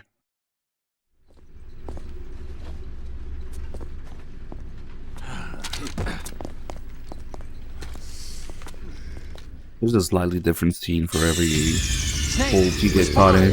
Snake? Let's do it from up here. Should be a lot easier to keep count and keep track. And then we can use the bandana actually. Let's see. The only thing that can stand up to a Metal Gear is, of course, another Metal Gear. With Ray, the hundreds, if not thousands, of Metal Gears that exist all over the world are no longer a threat. The blind rush to nuclear proliferation will be contained, and it will be the Marine Corps and our Ray that will accomplish this. At the moment, every industrialized nation on the globe knows the specifications for Metal Gear. Worse yet, so do a number of rogue states. They are all working on deploying their own Metal Gear force. What? Bad humans? Really? And since when do you call them Kojima-sama? What the fuck? Might as well call him Kojima-sama. No, I did not hear. Yes, because passing on his ideas to his team worked out so well in the past. I'm sure. Like, he didn't write a whole game about the sense of it being unable to be passed on. Okay. Okay. But this project is vital to the Marine Corps. Yeah, let's put those guys to sleep too, why not? Closer to home than you think, gentlemen. Always bear that in mind. This weapon will render all other Metal Gears obsolete. Nations building up their own Metal Gear force will think twice about their nuclear strategy in the light of the military dominance spelled out by Ray. Does it look like it's... The shift in It the balance should of power be all of them. world order, and we, On the side that matters, at play least. a central role in its military affairs. What about the USB with feet scans? Ours is not the only military project devoted to Metal Gear development, but it cannot be more different in nature from the Navy's. Theirs is a program that will add fuel to the uncontrolled fire. Yeah, of course the side matters. They're looking to that side. It is a fact They're looking to the players right. in favor of such a policy are attempting to derail our own Ray project. But I promise you that they will not succeed. I hope I got all of them. I have a daughter, and it is my greatest wish never to have her or her children experience the horror of nuclear war. Freeze. As a Ooh, I father, die. I want to leave a better world for the future generation. That has to go too. I know that is my duty. Metal Gear Ray is amphibious. Unlike the Army's Rex, it can cruise deep underwater, move in undetected, and make its landing on any shoreline. Freeze. Its onboard Joint Tactical Information Distribution System identifies targets with unerring accuracy and takes them out with massive firepower. It is the ultimate weapon, and it is yours to guard. I'd like you all to think about what that means. Freeze. This new model of Metal Gear is codenamed Ray, after the great manta ray. Our Ray has a sting that nature never gave the manta. With this latest Metal Gear, we can rule the sea and land as we never have before. Freeze. Here we are. We can take a really good picture of it. George Sears surrendered his presidency. What do I in the override? aftermath of Alright, Shadow Gulukovich. Good. We also need to override another one for Ocelot. Next generation nuclear warheads. Well. But even you will have heard rumors that he was forced to resign. Or I could technically come back here and get this one after the fact. We'll see. It's kind of a pain in the ass because you can only bring so many pictures to Autobahn the first time. And then you can't go back and get more. You can only get the ones that are in here. And then Ocelot you have to get before you get to Autobahn because there's no way to see him otherwise. Okay, so we'll wait for like a few seconds here. We'll see something. Actually, yeah, let's do that first. The time is almost right. Thwarting their plans and guiding this nation back to its original path. Then when there's about maybe 2.5 minutes left on the timer, we can see something on these projector screens. The future of the country rests with you.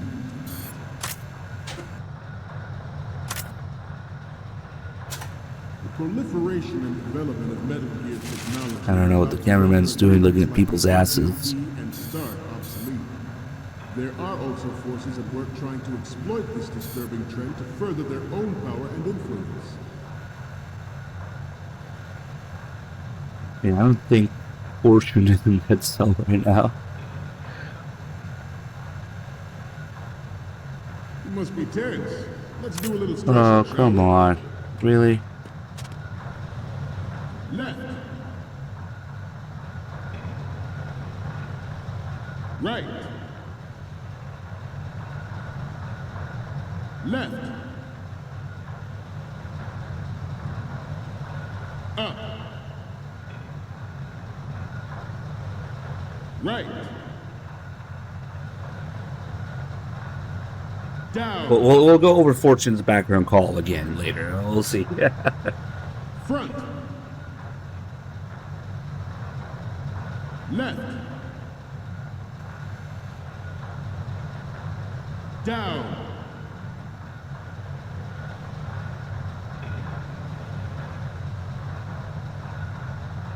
We continue now. Let's continue. We should be able to see in one of these catwalks. The human race is about to slide back into the endless arms race of that last century. And we cannot afford to play that Russian. Because the video is not just a loop here. Metal Gear Ray you see. Certain things happen at certain times. Hopefully I didn't miss it.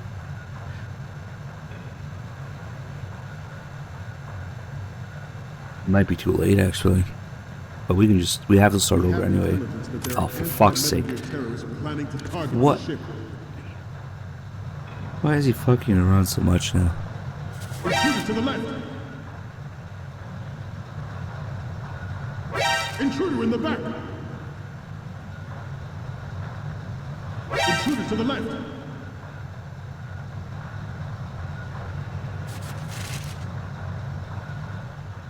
Should that actually happen, I expect you to be prepared. We cannot and will not give up Ray. Stay on your guard at all times. It might be too late.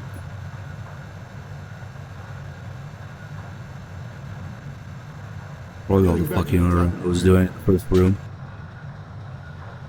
This Metal Gear Ray is a prototype designed to be operated Yeah, by an onboard pilot. that's okay. We gotta do the other thing here. Ray will be unmanned, driven by Let's see, because we're looking there just about now, but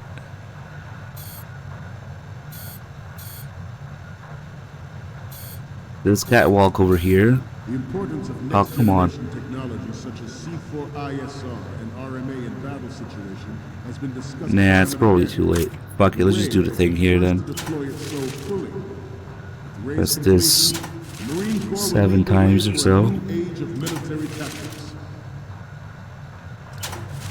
The brain drain of nuclear specialists such as black market and weapons grade plutonium has been fueling a cottage industry in nuclear weapons since late in the light of the military dominance spelled out by Ray. The shift Now comes the important part. power will mean a new world order, and we, the Marine Corps, will play a central role in its military affairs. Some say that the strategic importance of aircraft carriers will be reduced Made us up, by the Silent Fox. completion of Ray. The opposition from the Navy is an undeniable fact. Then they just don't know where to look. Navy brass, especially those with submarine and air background. When you put it on both sides. Not to mention interference from a major player. But this project is vital to the Marine Corps. The enemy is sometimes closer to home than Yeah, maybe because of all the time that I spent in the first area. I was fucking with it. But it's okay, because we gotta get a game over here anyway for this. But it cannot be more different in nature than the Navy. Snake, respond! Snake! Snake! Why would you take it away? It was perfect distraction. The snake just keeps fucking with it. We initiated the development of Metal Gear Ray as a countermeasure to these pirated weapons forces. The only thing that can stand up to a Metal Gear Yeah, is, we of should course, still have the picture another of Metal that Gear. guy. Good. With Ray, the hundreds, if not thousands, of Metal Gears I that guess exist I just all go over the there world are no longer a threat. and then go back Blind rush for to the other nuclear stuff. proliferation will be contained, and it will be the Marine Corps and our Ray that will accomplish this. At the moment, No talkers in the every best clothes. civilized nation on the globe What? knows the specifications I was for seduced by Metal the Gear. beef. Worse yet, so do a number of rogue states. They are all working.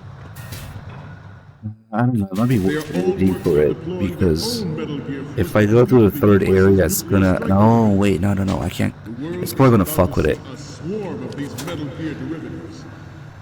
Or we might have to hurry back for it. So let's just wait. Say that the strategic importance of aircraft carriers will be reduced by the completion of Ray. While we wait, we can The do opposition some from the Navy is an undeniable fact. nonsense. There is a lot of pressure from Navy brass, especially those with submarine and air background. Freeze. Freeze. Wait, last time I did this, the game fucking froze. Maybe, Freeze. maybe not. Always bear that in mind. Freeze.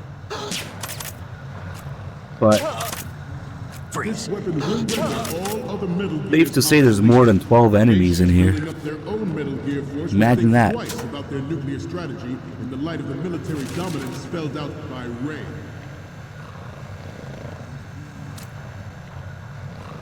The shift in the balance Oh of my power god, will they did be not the just world order. quote We, the burger Marine tape. Corps, will play a Ugh. central role in its military Okay. affairs.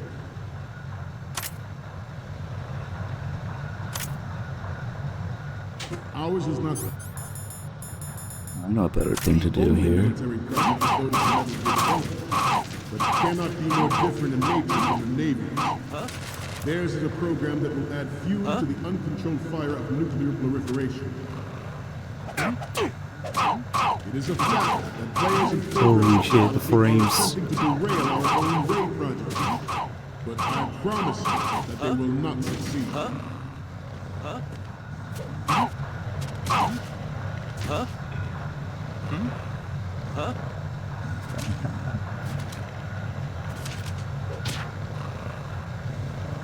You must be tense.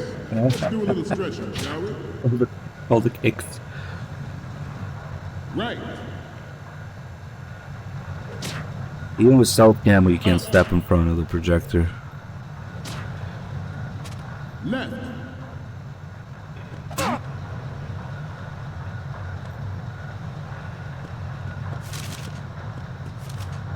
Getting back to the top of the line.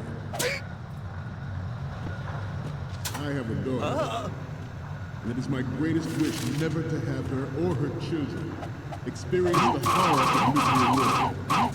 As a father, I want to leave a better world for the future generation. As a soldier, I know that's my duty. Metal Gear Ray is amphibious, unlike the Army's Rex. Look away so that the time goes faster. Move in undetected and make its landing on any shoreline.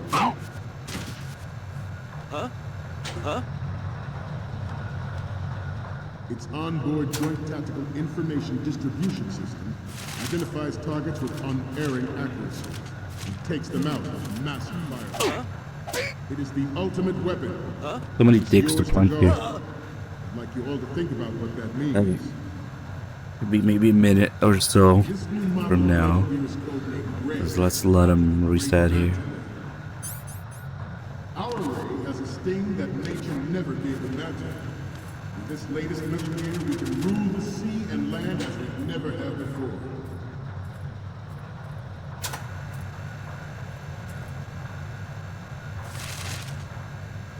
Then we cool now? George Sears Okay, everything's in place. His presidency in the aftermath of Shadow Moses. The official reason given did not, of course, include the development of Metal Gear Rex and next-generation nuclear warheads.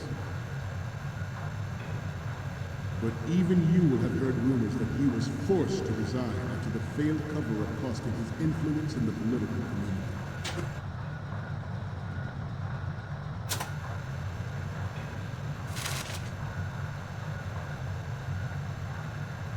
This turned out to be longer than expected.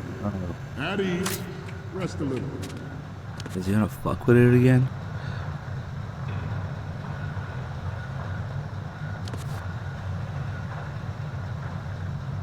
First time ever now. Well, I know it's been played before, actually. Nah, they probably beat it because they found the thing with the guards at the end. Let's continue. Come on, show me the freaking catwalk. My greatest wish never to have her or her children experience the horror of nuclear war. As a father, I want to leave a better world for the future generation. As a soldier, I know that is my duty.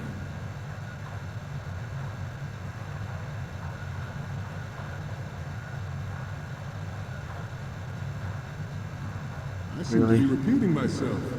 Chalk it up to old age. The Metal Gear Rex development on Shadow Moses was supposedly the first preparatory Why is it not? taken against the future possibility of reduced nuclear defense capability. Come on, it should be now. This catwalk over here. This see the guard. Okay. Then we all get the way by the Golukovich guy, dragging him away just like Snake does when you grab someone. And then the other Golukovich guy is rushing in. That is our mission. You will bear that in mind. So if you pay really close attention, you can see those guys going in ahead of time. Although it doesn't really happen in real time, it's just part of the video there. National affairs to suit its own interests. Metal Gear Ray bears the burden of control. Yeah, the other games, probably the first time. Easily.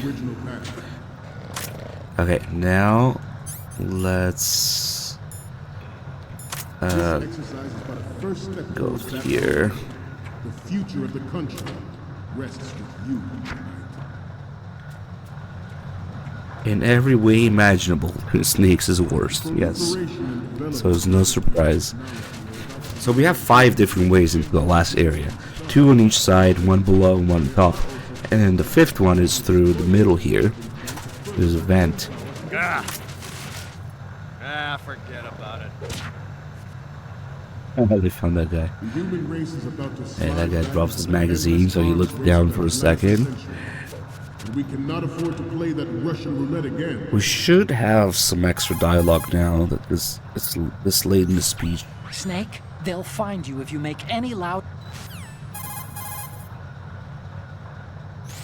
Snake, the tanker's holds are divided into 3 separate blocks, and Metal Gear is in the farthest hold. You need to head north. You know the number you're up against. If you're spot... Yeah.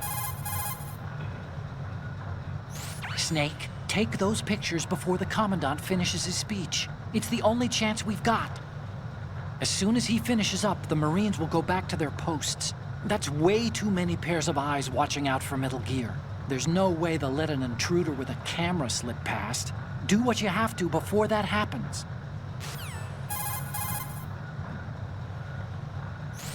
You absolutely can't let anyone see you in there. There are too many Marines in there to handle, even for you. If they see you, you're dead.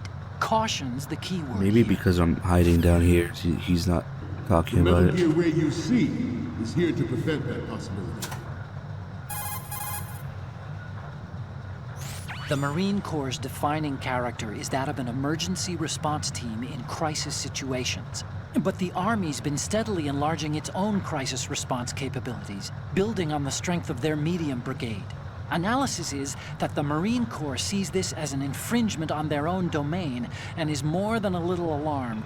We both know that Metal Gear Rex was being developed for deployment by the Army, so it does make sense that the Marines are trying to compete with their own version of Metal Gear.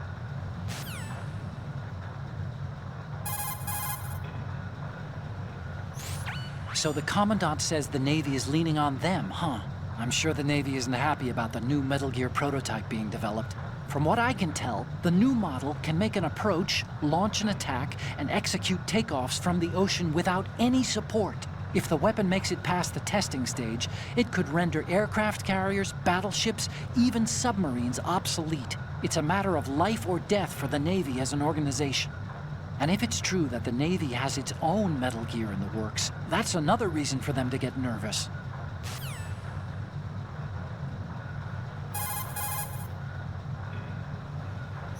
You absolutely... I thought he had another call. So only by going in through here, we can see Ocelot. Ray will be unmanned, driven by tele-existence and an autonomous control system.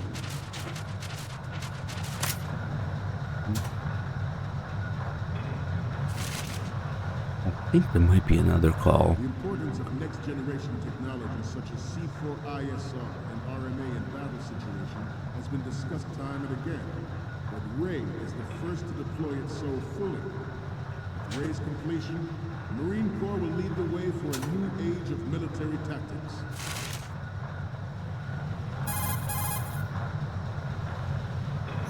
Snake, the tankers hold... Snake, they'll fi... Come on. You absolutely can't... Snake, they'll... Probably not.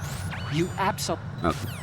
He's just repeating shit, right? The brain drain of nuclear specialists in the black market trade of weapons plutonium has been fueling a cottage industry in nuclear weapons since late last century. Oh no, there's only 20 seconds left. What am I gonna do?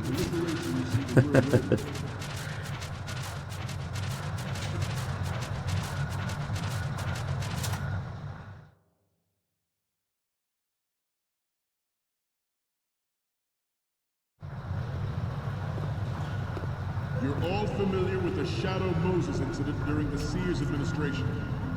The current state of nuclear proliferation is a direct result of that event.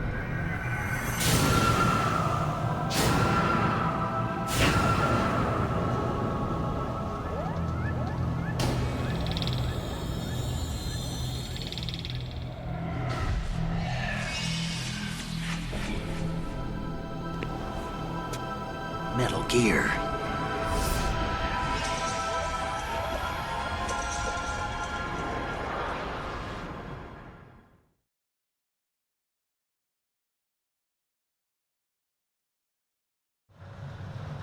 We once lived in the shadow of the Doomsday Machine. This Metal Gear Ray can bring other Metal Gears under control and ensure that we never know that... The time's running out, but not really. We, the Marines. But the first time the time runs out, he just keeps going a little longer. I'm on a roll here. Let's go on a little bit longer. We will proceed out of... Take another 2 minutes. Top secret field testing of Ray. Shadow Moses has turned public opinion against weapons development. The only 3 minutes even. So only by going up here and stopping on this platform, if you look down without a weapon equipped, then you can see The disguised offline. oil tanker is a part of our cover. Ray is well worth all these precautions. Trust me. Former Look President away, Sears did also and act look towards again, reducing the he's nuclear gone. stockpile while nurturing the NMD concept. Mystery sound effect Lowered plays. Start 3 ceiling for tactical nuclear weapons in order to bring Russia around to approving a revision to The the article's gonna ABM tweet that as a ghost picture. I think that guy's there. I should have checked on him before going. The time bonus only works once on higher difficulties. I think on lower difficulties he does it twice. But there's also a way to force it more than once. Possibly more than Snake, twice. Respond!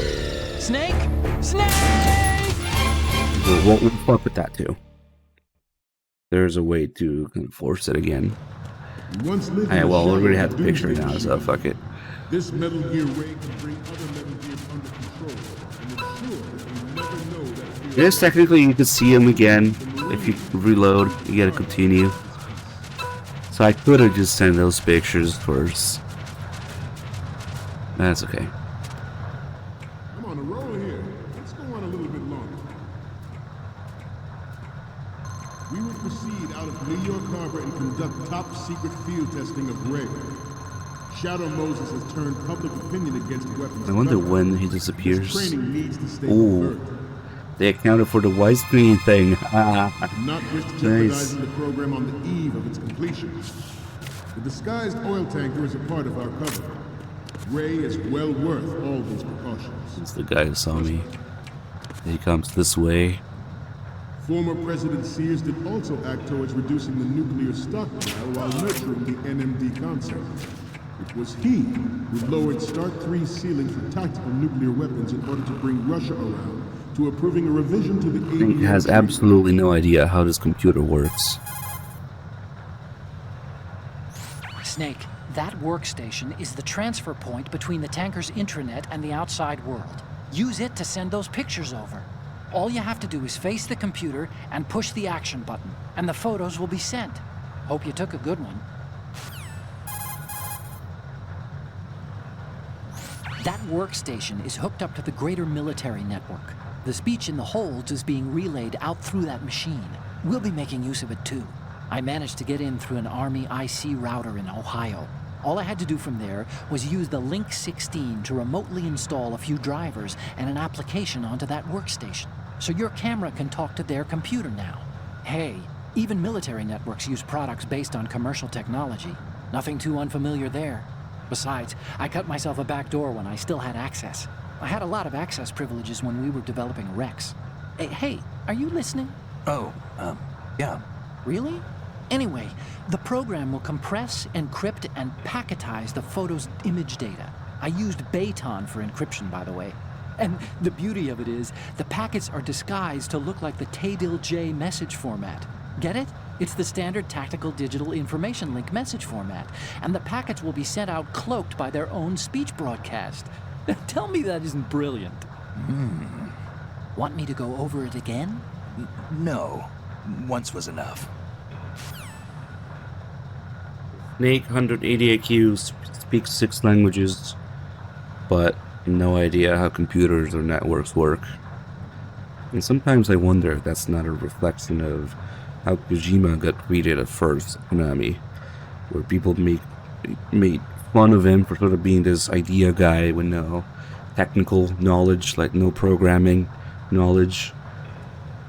And that's all he did at first. He was just like a writer and idea guy, and people would give him shit for it. So I wonder if Snake isn't like a little technologically behind as a reflection of that. Who knows? And he's supposed to be smart. Okay. Okay, we're finally there. So, this is the new Metal Gear. Yep, and we're gonna show the whole world its baby pictures. Get the prototype on camera. We need 4 images. One from the front right, the front, and the front left, and a close-up of the Marines marking on the prototype. Once you have the photos, use the workstation in the southeast end of the area to transmit them over to me. Send me something I can use. Once you've got the photos, use the workstation in the southeast end of that room to send them over to me. But if they aren't what we need, I'm gonna have to ask you to take another set. Okay, so this screen we got so many little references, little Easter eggs, and all the text here, Unix-like system loading. Starting MGX. We got Tokugawa, we got Police Knots, we got the login here, Ottocon's trying to brute force in a way. You can see that the correct password will have 6 characters. August 8th, Police Knot host name. 6 characters just like Fortune's name. Or, yeah, Vamp69. It could be Fortune's name, Helena. Good, it works. It's a nice little detail there.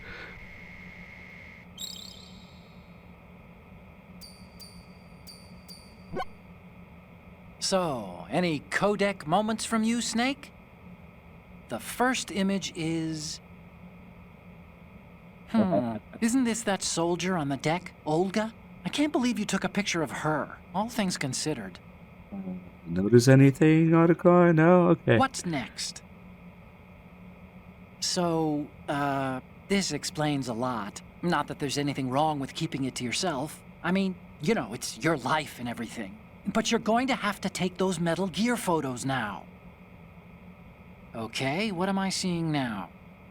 Just keep it to yourself. Don't send me creepy stuff like this. What if I get possessed or something? It pieces as a ghost. Sorry, but this doesn't work. I hate to ask, but can you try again? The next one's... This is hilarious! This rules. But we can't use it. Get the shots we need. I'll just make a backup of this one. The next image is... More of these? Is that all you think about? Hey, what you like is your business. Just get those Metal Gear pictures.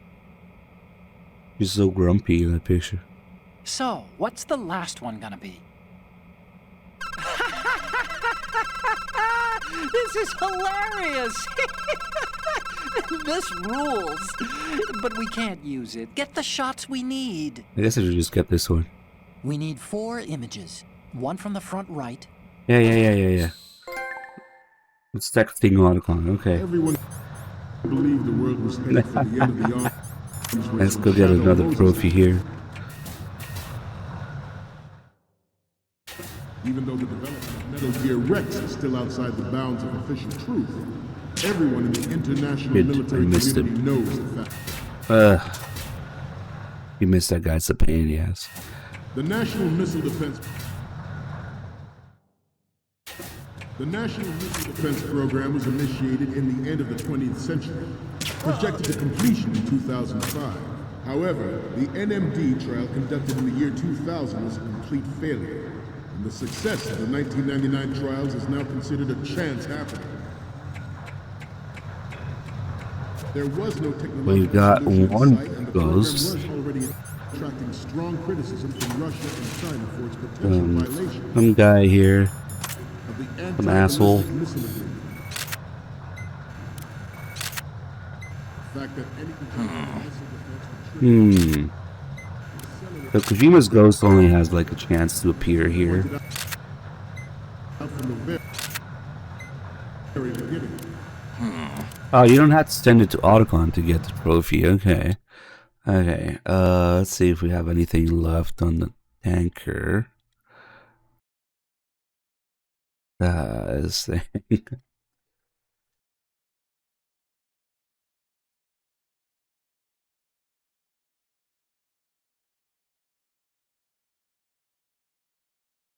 Blah, blah, blah.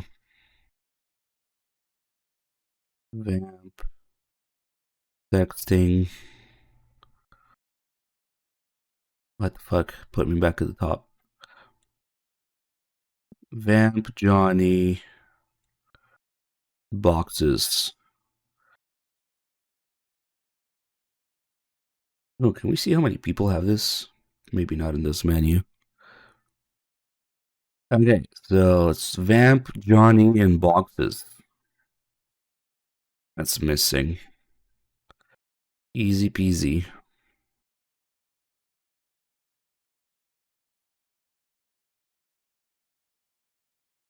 Yes, Neoletta, because I'm not like you. Hunting trophies. NMD proposal succeeded in deploying the program. Some say that Imagine reading. With plans for the $100 billion program budget that actually arranged the legislative approval. You're a shitter that only does things because of trophies. I'm looking at MGS trophies because I'm curious. It's quite different. I don't need a trophy to tell me what to do. The National Missile Defense Program was initiated in the end of the 20th century. Wait, no, actually, I think it was Raguchi that said that. Well, you're probably like that too anyway, so it's like, oh, something doesn't show me the trophy, I don't have any motivation to look at it, to do it. That's pathetic. You're a shitter. Don't even get me started. We got more things to do here.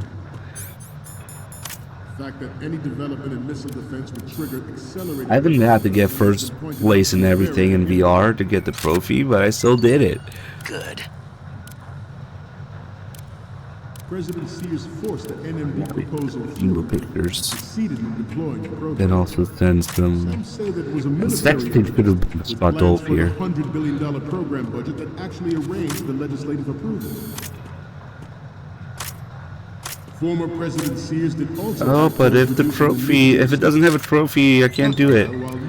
I'm not motivated to do it. God damn it, man. When there's a clear-cut challenge, it's something that is intended in the game itself. But it's not a trophy. Ugh.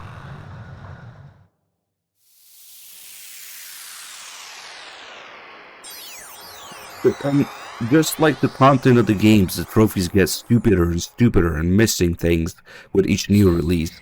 The Master Collection doesn't even have a trophy for doing all the VR, apparently. And I could swear, at some point it was one for getting first place, but it's only 50. Now. Let's take a look. It just gets dumber. Hey, this is the Marine Commandant. Are you a fan or something? This is a real sex thing.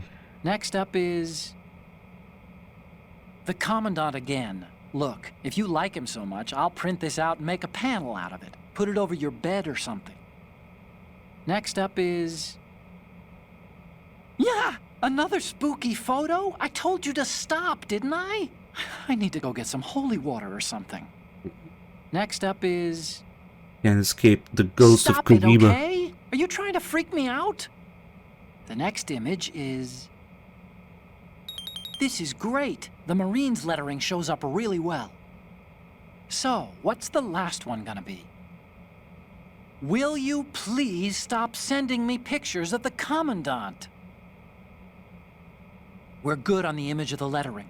3 left to go. Okay. Please. The nuclear weapons in order to bring Russia around. We send a bunch of pictures of random shit here.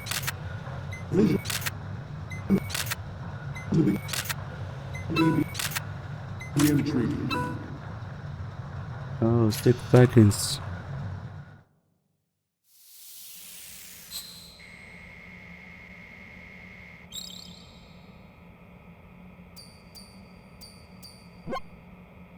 Okay, I'm receiving the images.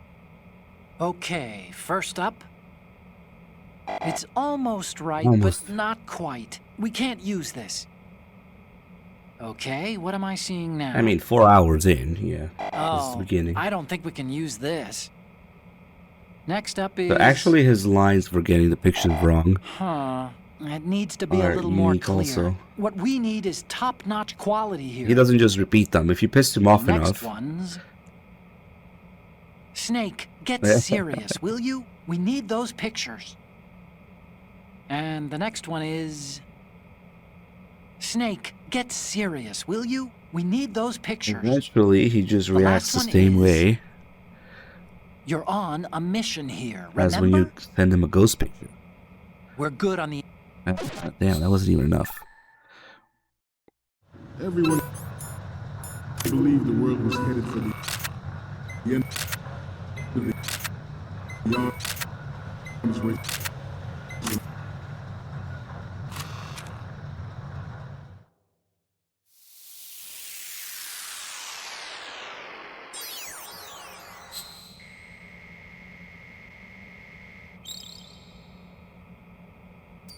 Yeah, but it's taking the challenges are already clearly in the game and dumbing them down for a trophy.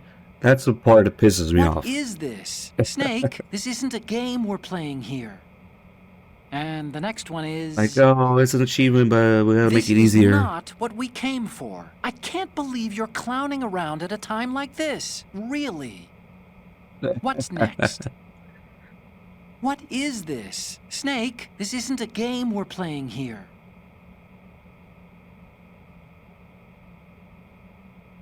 There we go. But eventually, he just reacts the same to everything. Stop it, okay? You're trying to freak me out? Which is interesting, because it's the same thing he says when you send him a picture of Ghost, right? But it's like, in that context, it's like, are you like scaring? Are you trying to scare me?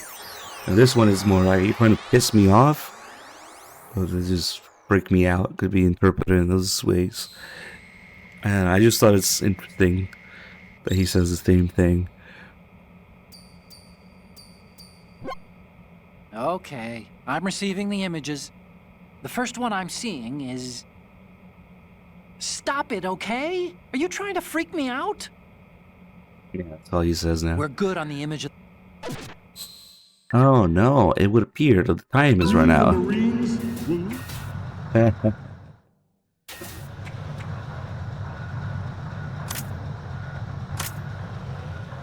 on a roll here.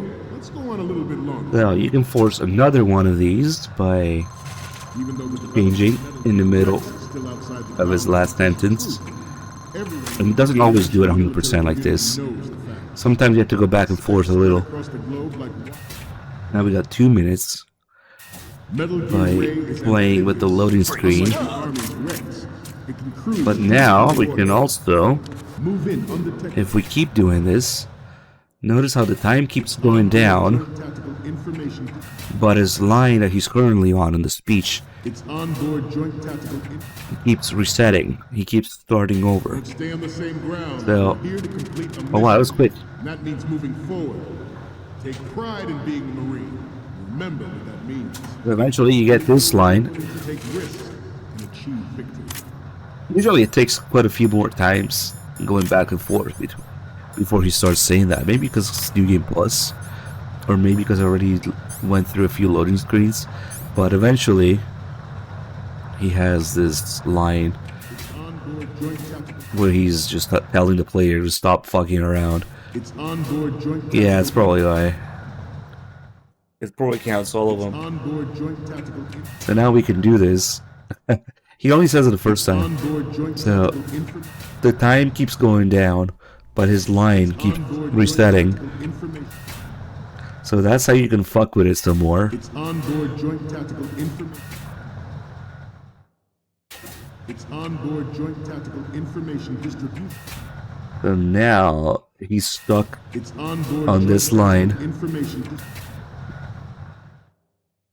It's onboard joint tactical information distribution.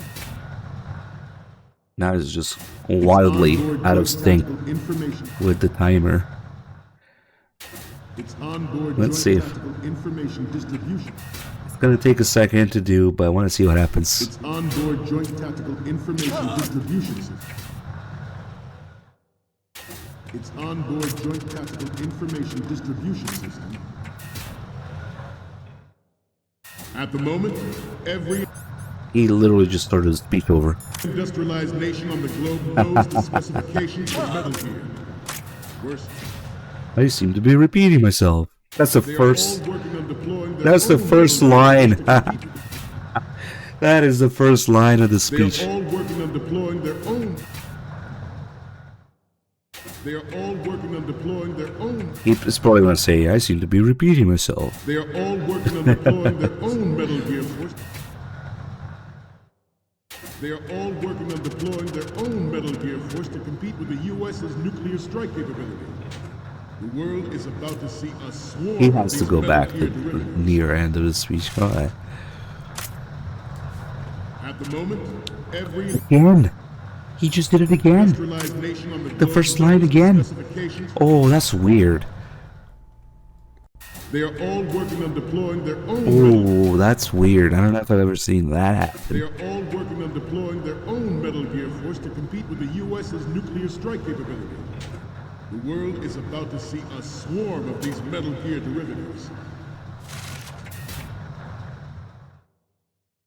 At the moment, Oh my God. every industrialized nation on the globe. He's just starting over everything. Yeah, we just completely fucked it. Every industrialized nation on the globe. At the moment, That's crazy. I didn't know he repeated the first line knows the specifications for Metal Gear. more than once or twice, I guess. They are all working on deploying their own. They are all working on deploying their own. I guess when it runs out of lines, or when it's very out of sync like this, They are all working on deploying he their just starts over with the first line again. They are all working on deploying their own Nice. Metal Gear Force to compete with the U.S.'s nuclear strike capability. And then he goes, "We the Marines." About to see a swarm of these Metal Gear. Does he literally go from the first line to the last? We the Marines. That's crazy.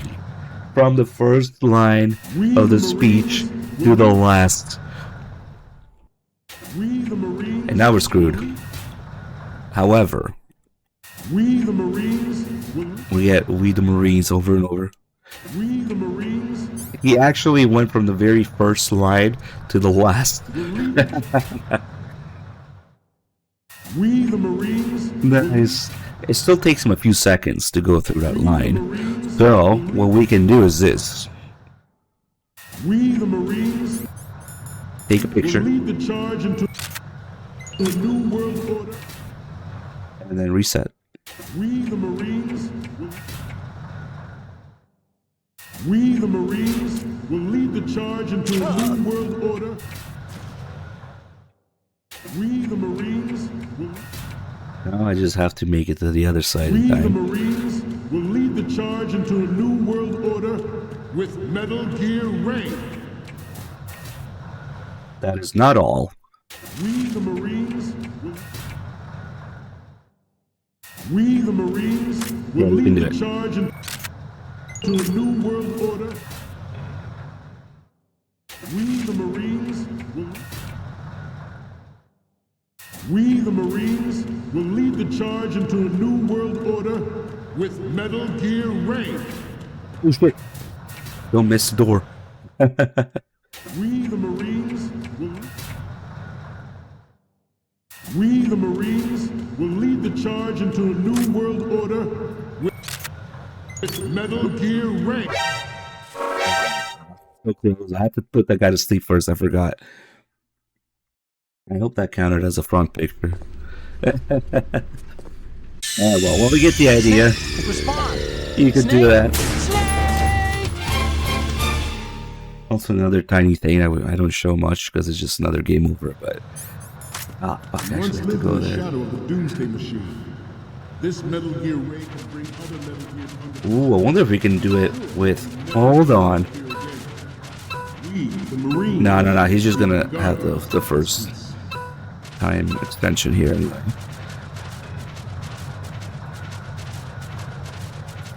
I'm on a roll here. Let's go on a little bit longer. We will proceed out of New York Harbor and conduct. So many We the Marines. Shadow Moses has turned public opinion against weapons development. This training needs to stay put. Hey, saw this one with 135. Damn, thank you so Not much, risk dude. jeopardizing the program on the eve of its completion. Wonder if that counted as a Disguised front oil picture. tanker is a part of our cover. Ray Yeah, is probably. well worth all these precautions. Trust me. Maybe? Let's see. Former President Sears did also act towards reducing the nuclear. This might be it.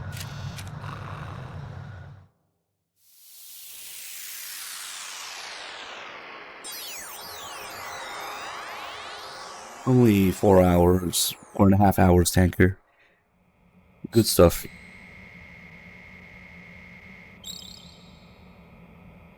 Oh, I forgot to do the thing I was gonna do. Let's just shoot him. Okay, I'm receiving the images. The first one I'm seeing And is... hopefully that will count as a side picture. Okay, that's good. The shot from the right is in the bag. Then I can go back and do it. The next image is... You're a pretty good photographer. We can definitely use this left shot. Okay, last one's coming up. Okay, this works. It's a great front view. Well, if you shoot the commandant, Okay, now he we just have all says, the photos. "Intruder in the back." Snake, the speech points is at about to Snake. wind up. Forget the photos and get out of there now. And then you just get caught again. There's just another little thing you can do with him. We, the Marines, will lead the I heard charge that into before. a new world order with Metal Gear Ray. That is all. Dismissed.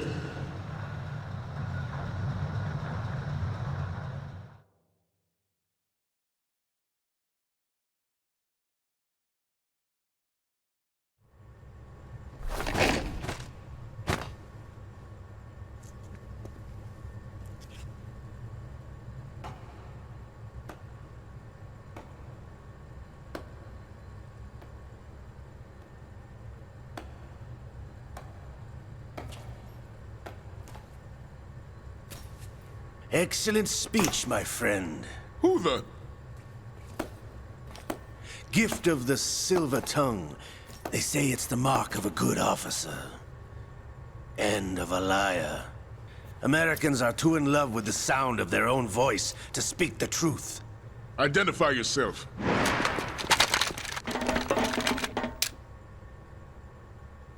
I am Shalashaska, also called Revolver Ocelot.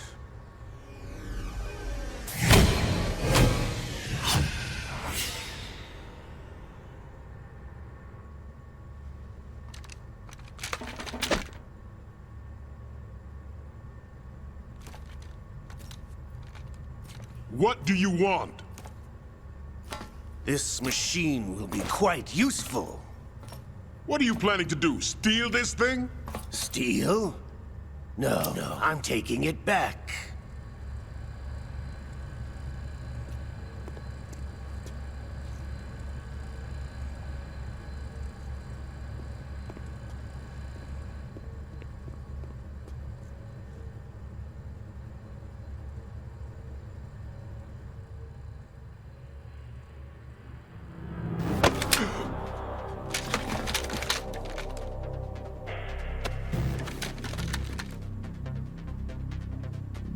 Gerlukovich.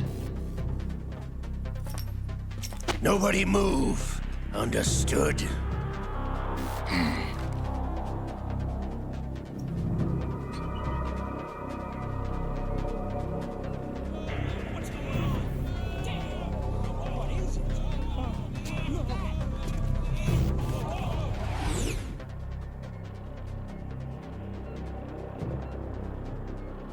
This ship now carries enough Simtex on its key structural points to blow it out of the water at the touch of this button. That's right. No one has to die needlessly.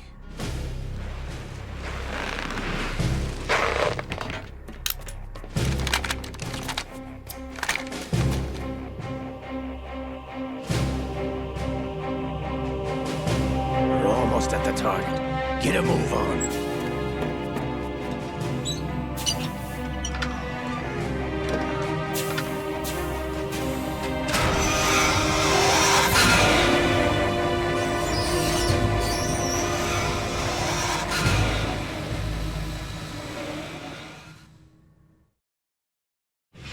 What do you intend to do with Gray? Sell it on the streets? I was raised in Snezinsk, formerly known as Chelyabinsk 70, the nuclear research outpost. What are you talking about? After the Cold War ended, my home was bought out by the Americans. Is there a point to this sad story? Not you would understand. Land, friends, dignity, all sold to the highest bidder, the United States of America. Even the technology that gave birth to these weapons is Russian, developed by us. What do you intend to do? Russia will rise again. And Ray is the key. I regret to inform you that I have no intention of selling Metal Gear. As I said, I came to take it back.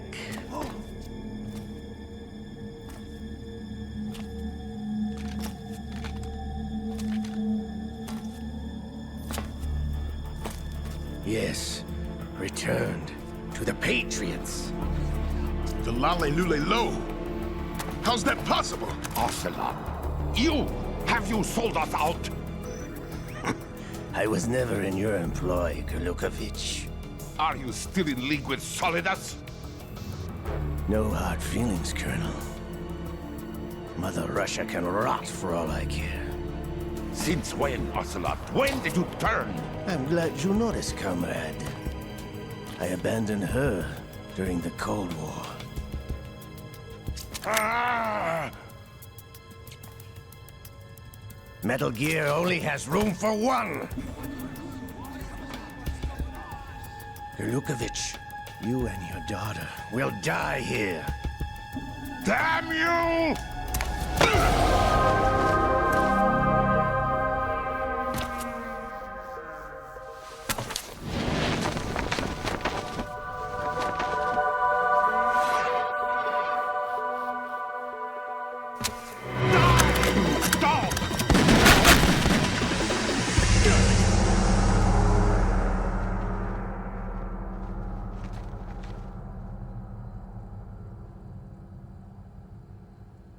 Oh, shit!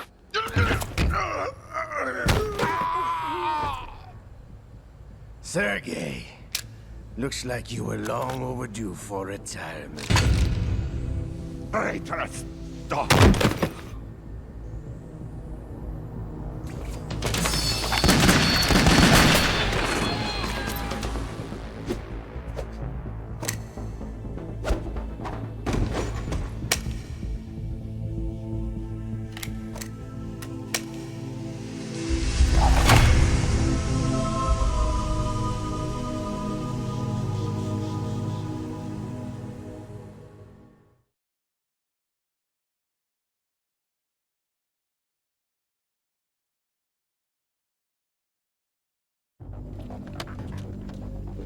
Show's over. If you wish to live, I suggest you run now. This ship is still in the lower New York harbor.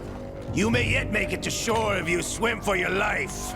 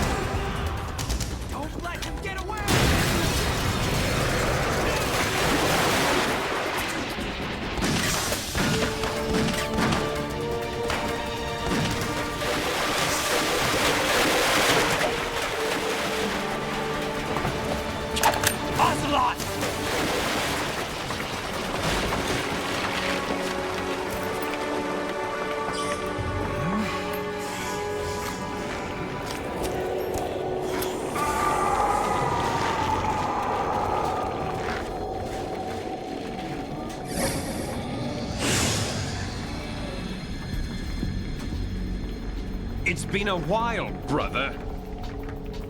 Who are you? You know who I am. Liquid? Not so young anymore, eh, Snake? You're drowning in time. I know what it's like, brother. No wonder Naomi passed you over for the Fox Dive program.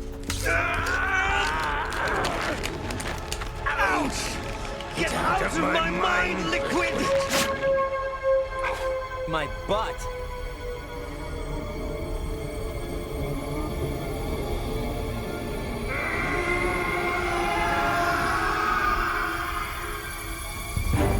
The price of physical prodigy. Few more years and you'll be another dead clone of the old man. Our raw materials are vintage, brother. Big Boss was in his late 50s when they created his copies. But I live on through this arm!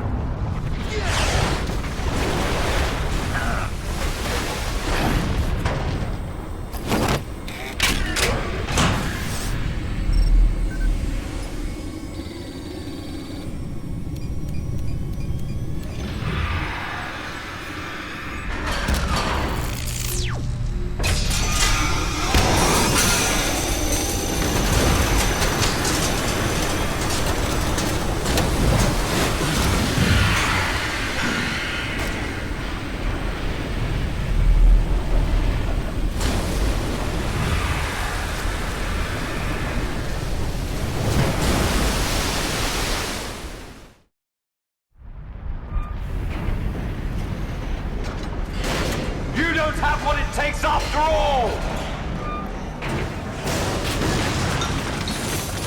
You're going down, Snake, with this tanker!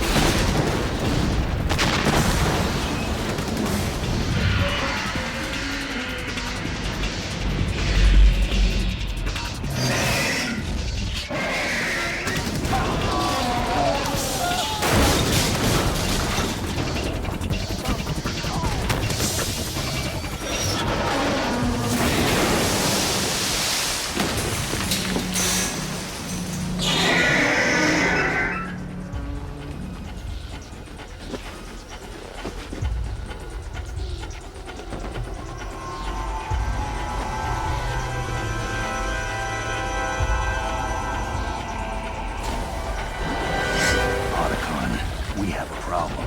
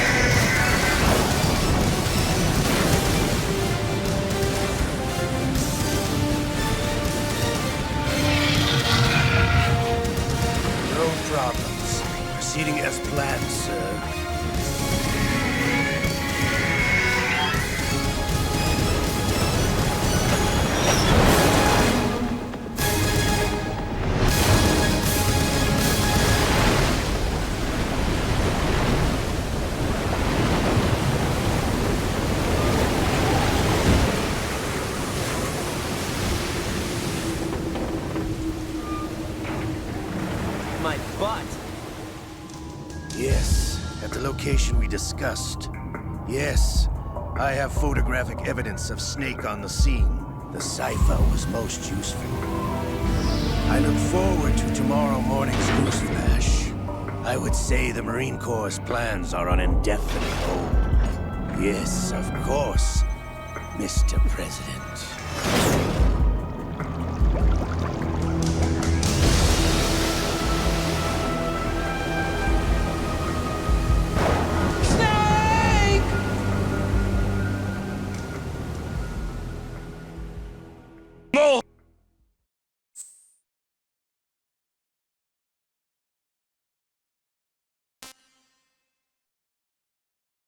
Nerd.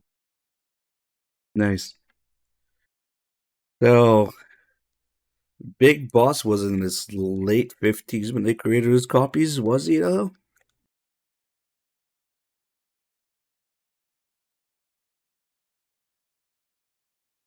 Well, this was before they retconned the shit out of Big Boss's background, age, and nationality, origin, past experiences, training, and all that. So, yeah, it just happened that way.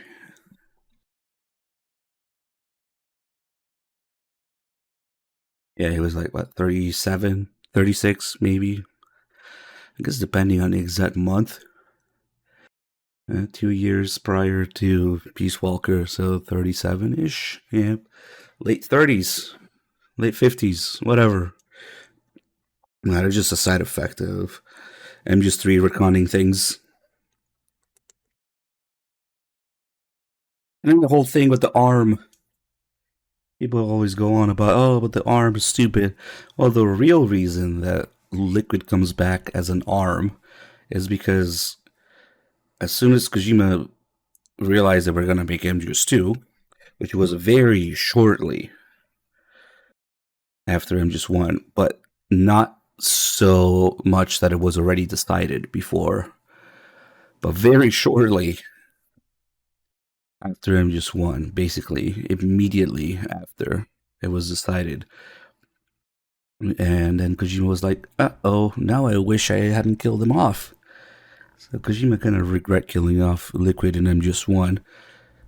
But I guess he didn't quite know MGS2 was going to be a thing. So now, in order to bring him back in some way, that's just the real-life, boring reason, the development reason as to why we got Liquid back in some form. But to me, it kind of adds to the whole craziness of the game.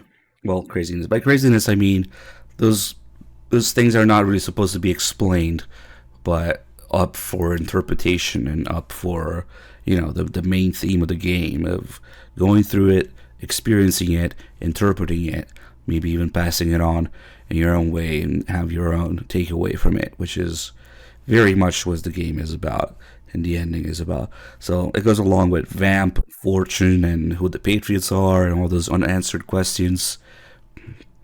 You know, how does Fortune stop the missiles later? How does Vamp keep coming back to life? Who are the Patriots really? And what's the deal with the arm? Although you could say that's a little different because the arm is here on the tanker first, while the other stuff is specifically made for Raiden. But there's always the fact that the player is going through it along with Raiden in a lot of ways. So I don't know. Because really, when it comes down to it, no matter what sort of crazy things they put in the games, there's more or less always a real life reason behind it. That's why it's just I don't know. To get to the real meat of it, you have to look beyond just the in-game explanations and in-game story canon sequence of events, but rather why did Kojima put this thing here as a development, real life development to the game reason. But anyway, we're about to see a few things here. Namely, one of the things that actually got changed or got fixed, modded back recently in the Master Collection. This intro here with the plant has the sky effects completely missing since basically forever, since the first substance appearance. Only in Sons of Liberty it was actually there. So now the skybox and the plant intro is missing a bunch of clouds and lighting effects, because Substance originally came out on Xbox, and the Xbox couldn't do that. And then every version after that got ported with those sky effects missing. So that's interesting that somebody recently fixed it. Now that won't be PS3, so we're not gonna see it.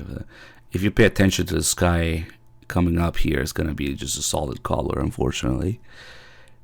And then, of course, we have Raiden having that exchange with the Colonel, kind of having it back and forth, kind of like they were on the same level, almost. You know, having this exchange as peers, almost, when he has his cool voice. Kind of like Snake did with the Colonel in MGS1. That's at the very beginning, when he's still called Snake. He has this different tone of voice and different back and forth with the Colonel. And then, of course, the voice change as soon as he's given the name Raiden. And then, of course, we have the other thing I wanted to point out, that the tanker might be done for MGS1 fanboys, but it's the intro to the plant specifically that is very much a recreation of MGS1. So even here we can see it. Of course, we have, you know, the Colonel, it sounds like Campbell. We have the swimming, the mask, the scuba gear, all that stuff. The binoculars. The two helicopters going in, just like the two F-16s and MGS1. And then the guy with the binoculars. It's not even Raiden looking through it, but you can see a guy with the binoculars, with the familiar binocular interface from MGS1. It all goes through that. And then once we actually get there, we'll go over Raiden and some of the calls there a little bit more. There's a lot going on here. This is focal point in the series. Decisions were made. Snake, do you remember the sinking of that tanker 2 years ago? Of course. Terrorists blow a hole in an oil tanker full of crude barely 20 miles off the shore of Manhattan. Your classic nightmare. It didn't take long for the government to put an oil fence around the whole mess. And then that massive offshore cleanup facility went up inside. The big shell. I hear the cleanup isn't quite over yet. It takes time. But in the meantime, the shell's become a landmark, a symbol of environmental protection. This cool guy voice. Alpha and Bravo. Deploy at the big shell as scheduled. Approximately 6 hours ago, the big shell was seized by an armed group. Do we have an ID? Former members of the Navy SEAL Special Anti-Terrorist Training Squad Dead Cell. Russian private army members may also be involved. It's a highly trained group, and they have the big shell under complete control.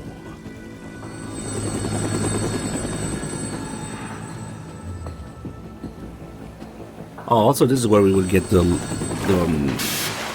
intro logo if we started at the plant.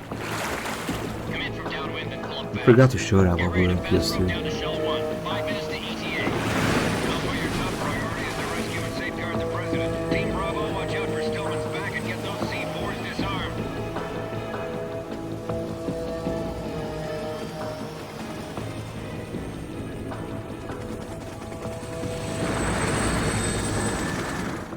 What are their demands? $30 billion. $30 billion? What makes them think they can get that much? There was a government-sponsored tour going on at the big shell that day. Hostages, huh? A VIP from one of the major conservation groups, and one from our own government.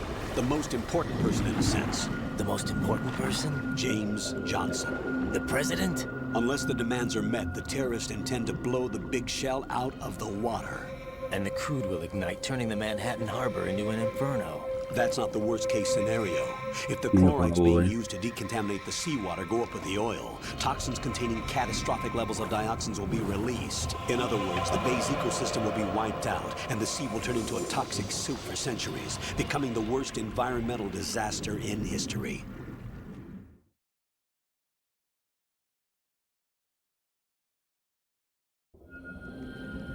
You have 2 mission objectives. 1, infiltrate the offshore decontamination facility Big Shell and safeguard the president and other hostages. And 2, disarm the terrorists by any means necessary.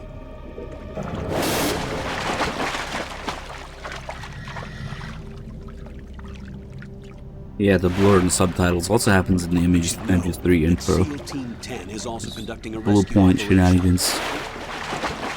Because of course the subtitles had the letterbox before. No. Foxhound remains a covert body. Don't alert them And to different your font and all presence. that. That is an order.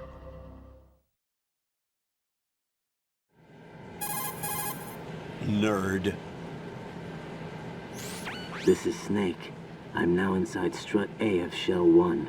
How are things? We're in luck. Looks like there are no sentries posted here. What's the visibility?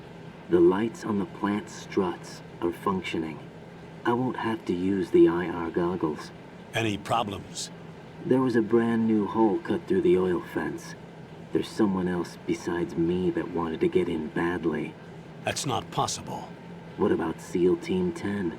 They landed on the roof of the Big Shell as planned. And by the way, Snake, we're changing your code name for all following communication.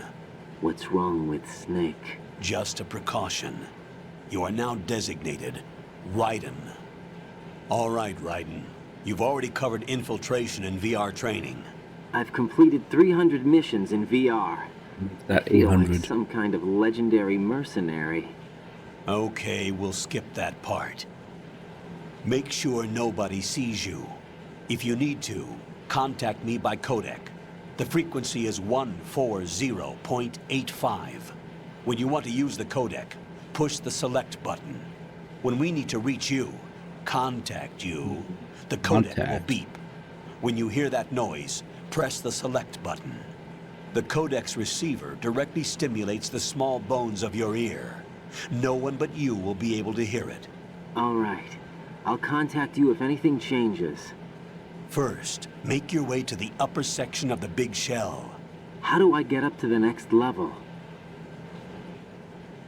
There's an elevator at the far end of that area. Use that. Sounds good.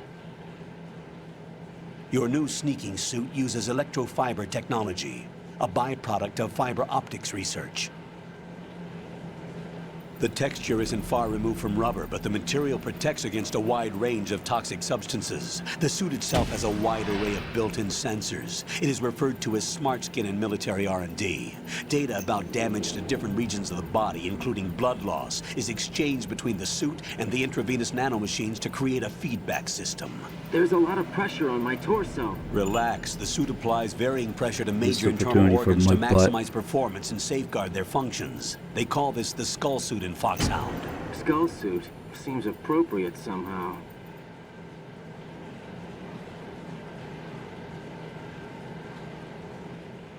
The hatch with a circular handle will open into the elevator area. Locate the hatch first. Copy that. Moving on to main mission objectives. Somebody needs to time my butt there. There's a lot of pressure on my butt. Alright, what the hell is this, Kojima? Why am I this guy now? You can see the shades poking out of the mask if you look carefully. Whoops. So instant voice change into his whinier voice as soon as he stripped of the name Snake and given the name Raiden, and they immediately start talking about VR. I've completed 300 missions in VR. I feel like some kind of legendary mercenary, which is of course Raiden talking about playing MGS1 VR missions, of which there are exactly 300 missions. And then multiple times throughout the game he will bring up specific missions from that game, but also from MGS1 itself, referring to the fact that he went through VR simulations of both MGS1 and the tanker, and well, I guess you could say VR missions are part of MGS1 as well. So Raiden is ripped all. Now we don't know anything about him. It's not until the end of the game that we learn about his background as a child soldier and all that. But for the majority of the game, he refuses to talk about it. The player doesn't know anything about his background. He's just like this empty shell for the player. He is just somebody who has played MGS1, played VR missions, and he's just familiar with those game mechanics and looks up to Snake, although he doesn't really know that much about him. So Raiden is the perfect, average, incompetent MGS1 enjoyer, your average player at the time. And then by not playing as Snake, well, you don't get to be Snake in this game because Kojima gets to be Snake. Literally, Kojima puts his name on Snake on Extreme in the dog tag. He has the Hideo Kojima dog tag because Snake, well, we were looking at the making of yesterday, and the way Kojima put it is that Snake is elevated in stature when you're looking at him from someone else's perspective, especially somebody like the rookie with no experience, or so he says, like an empty shell character like Raiden, who just looks up to Snake. So when Snake is on the screen, you're more likely to look at him in a different way and pay attention to what he does and what he says from a different perspective. He is elevated as a character in that way. But really, it's so that Snake can convey Kojima's message at the end of the game. Talking to the player, talking to Raiden. Or, in a way, I guess, talking to his team. Kojima talking to his team as well. So, yeah, right now we're just somebody who is familiar with MGS1 mechanics, MGS1 calls, MGS1 explanations of mechanics, the way the Colonel corrects himself there. Of course, going from when we need to reach you, contact you.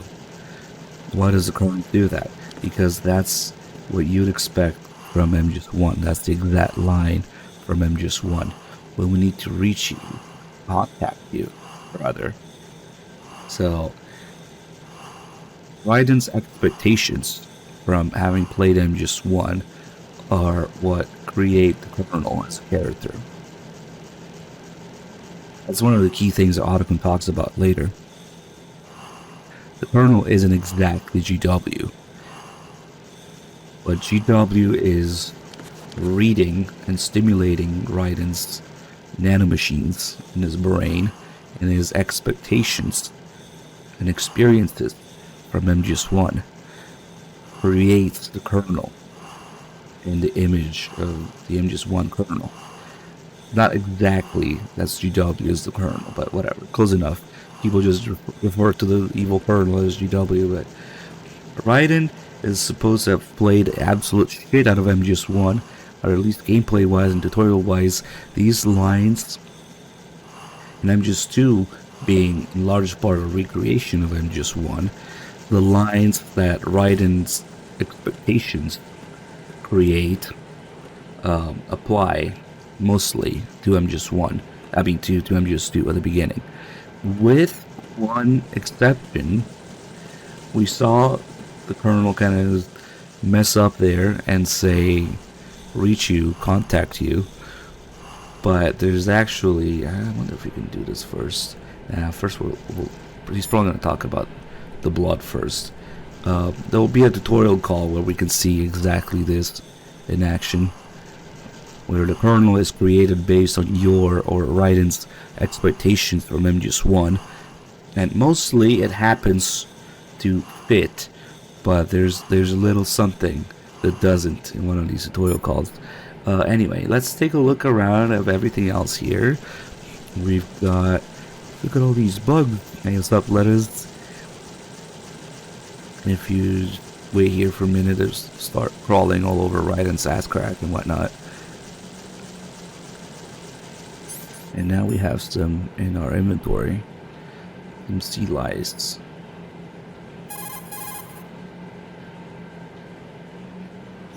Look at all these bugs. The seawater is polluted with crude oil, and yet they can still survive. It's an altered bug that can resolve crude oil. Altered? Yes, through genetic engineering. It was created in the lab to combat frequent oil spills. It doesn't exist naturally. The bug is genetically altered with DNA from a bacteria called Pseudomonas, which can decompose crude oil. It has an enzyme in its body that can break up oil, and was modified so it instinctively consumes any crude oil that it absorbs. One of the reasons the Big Shell has little oil pollution is because of this bug. It also helps in reducing costs and the number of spill maintenance workers. It's a form of bioremediation. It's for the most part innocuous, so no need to be worried. Those bugs have ravenous appetites. Be careful that they don't end up eating your rations. Shake your equipment to protect the items from sea lice. Shake your equipment, huh? He's also backsteering here if you wait too long. This also happens in MGS1 if you don't crawl through the pipe. Raiden, you should be used to the controls by now. Probably, yeah. Proceed with your mission. The clock is ticking. Get on the elevator on the... Take your equipment like this to get rid of this sea lice. Is there really no trophy for finishing the game with sea lice in your inventory? Damn, what a missed opportunity, man. Yeah, they're always dumb shit instead. Okay, so the bugs are artificial, they don't exist naturally. Okay, what about my blood? What about my nuts? Raiden, first get to the upper section of...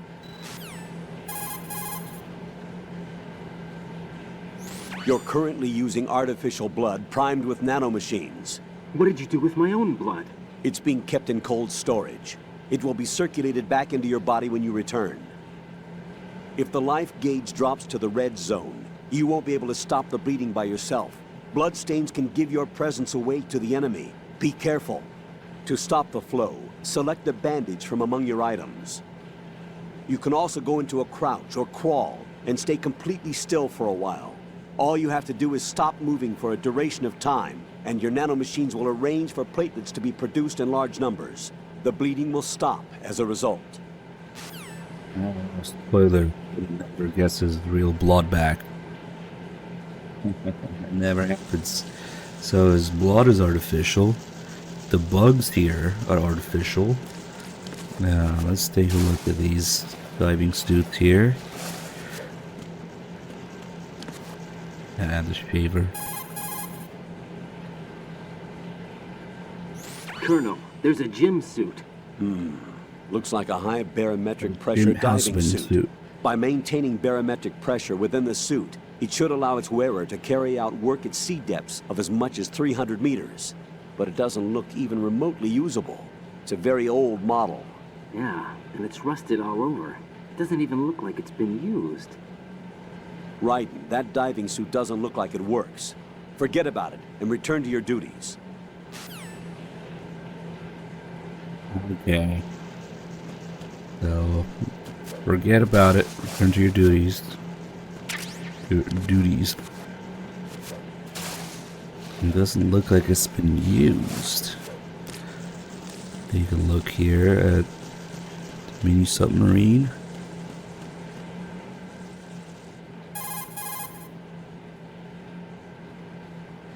Raiden, over there is the submarine for deep sea dives. It is apparently used in repairing submerged areas of the Big Shell and for studying deep sea ecosystems and changes in water quality. It can dive to depths of around 500 meters at a maximum speed of roughly 3 knots. In addition to its normal water-resistant lighting, it is also outfitted with lighting resistant to muddy water. I doubt that you'll get it to work, though. That submarine is not operational. It doesn't pose any threat. Forget about it and return to your duties. Again, we're told to forget about it and return to your duties. As long as it's not a threat. Yeah. So all these things around us from the very beginning are just there for show, or they're artificial or fake in some way. And the diving suits are rusty and never been used. The submarine is non-operational. The bugs are artificial. Raiden's blood is artificial. And also the place is called the Big Shell, although originally it was going to be called the Big Blue Apple, which is fucking weird if you ask me, but whatever. Even the name of the shell is a big shell for the project, hiding something under it. So from the very beginning, everything is in place as this sort of prop, fake, artificial stage. It's all staged for Raiden to go through as the player goes through it. The orchestrated recreation of Shadow Moses, as Ocelot calls it, but really the S3 plan. Also what Raiden said, I wonder how to use the IR goggles. He's talking about the thermals here. Got your feet wet? These are the basic controls Here's for some swimming. re-recorded lines. Stroke the water and move forward by pushing the punch button. Push it in rapid succession to swim faster. Listen to the voice. Change your heading with the left stick. Up will take you up, down takes you lower. Left and right to face those directions. The O2 gauge will appear under your life gauge while you're underwater. The gauge corresponds to the amount of air you can hold from a single deep breath. Once the O2 gauge falls to 0, the life gauge will start to drop. Yep. You need to be aware of that. Yeah. So every time they mentioned the left stick, the right stick, every time they had to say something related to the stick, the lines got re-recorded because analog stick is a proprietary Sony term. And now that we had to release games and everything, we had to re-record everything. So this was released like HD collection, what, 2011, 2012, so like 10 years after the original game. And then now they're probably gonna do it. They probably did something again for the Master Collection. They're probably gonna do something for Delta like that. So you know, the actors are 10 years older. The different equipment, different room, different studio. It's never gonna sound the same. So when you hear, pay attention to it. Every time you hear a voice that is re-recorded, they're talking about some analog stick. Left stick, right stick, move the stick, push the stick. It's always stick something.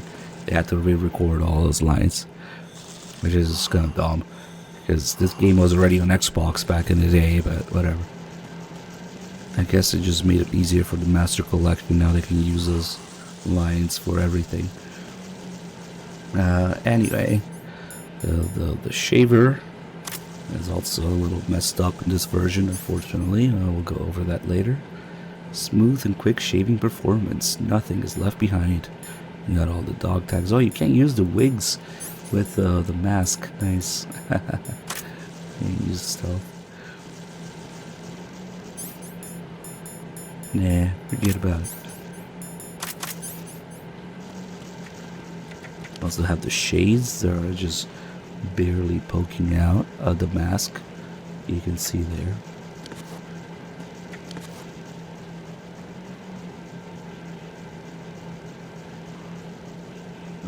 What was I talking about? I forgot what it was. Oh yeah, the big blue apple thing.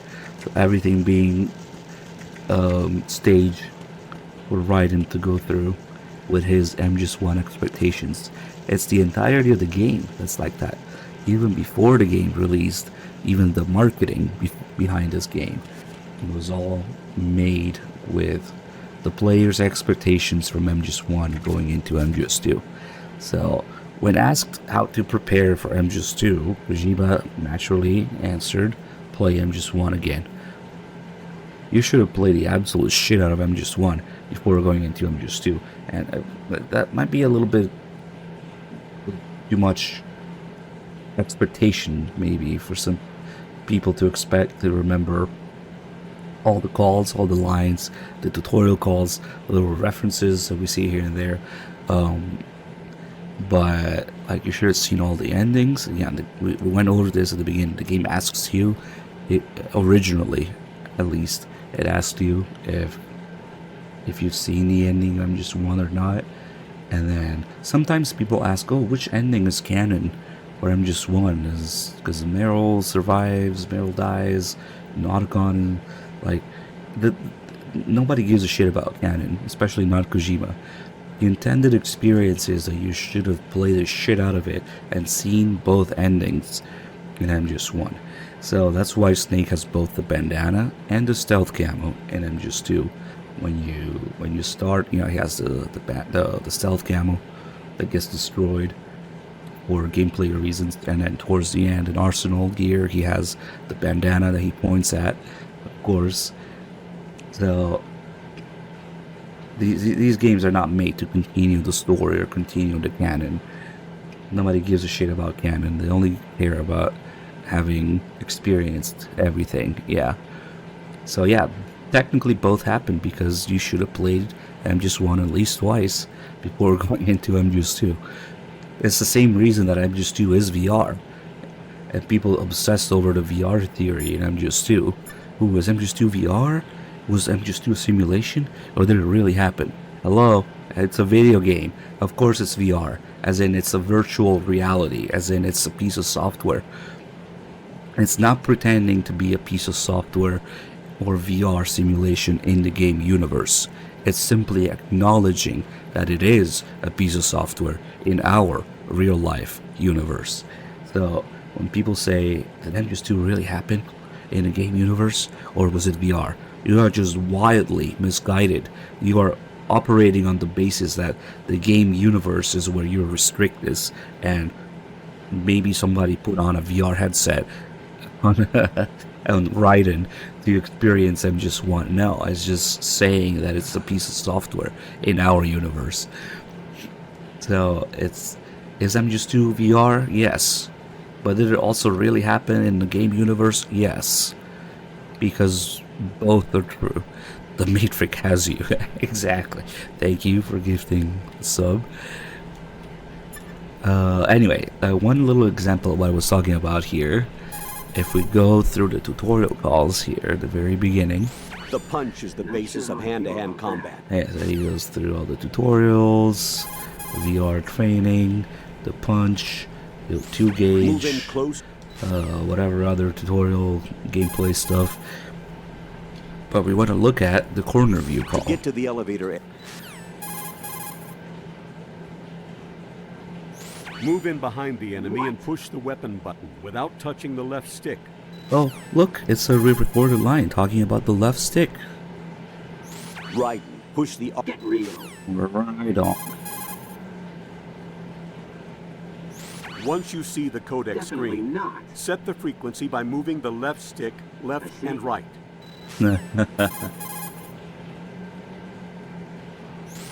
Right, when you're flattened against a corner, you have the ability to survey the scene behind you while staying concealed. This is called the corner view. Use it to find an opening in their surveillance and move ahead undiscovered. Strafing is allowed, unlike in VR training. Peek by using the L2 and R2 buttons, and make jump-out shots with the weapon button. Take advantage of the different options. So, for now, we're just going to focus on the fact that he says strafing is allowed, unlike VR training. VR training being the previous game, simply put.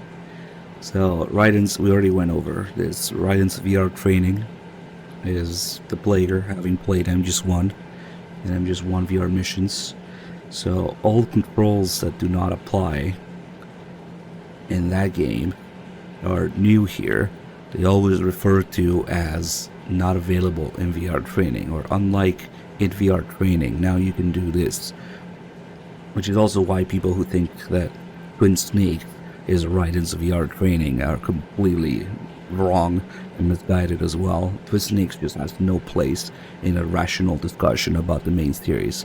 But anyway, just a little something there. And this also got inherited later on, although with all the context missing from it in MGS3 as well. They refer to controls that are different in MGS2 or missing from MGS2 as, oh, it was something unavailable in training.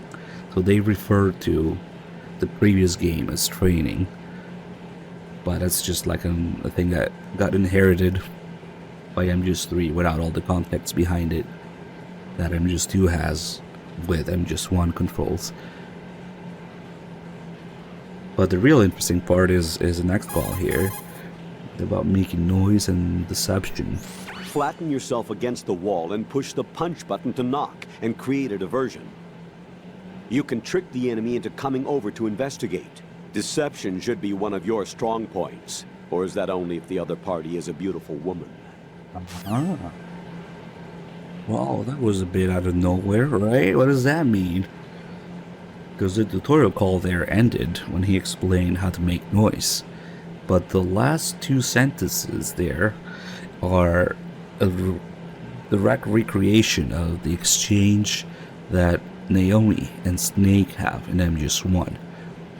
So when you do the exact same call in MGS1 about the current review and making noise, the tutorial call ends to tell you what button to press to do it, and then Naomi butts in and says, "You're good at tricking people, aren't you?" Which gets recreated here as deception should be one of your strong points. And then Snake uses that opportunity to answer, "Only beautiful women like yourself."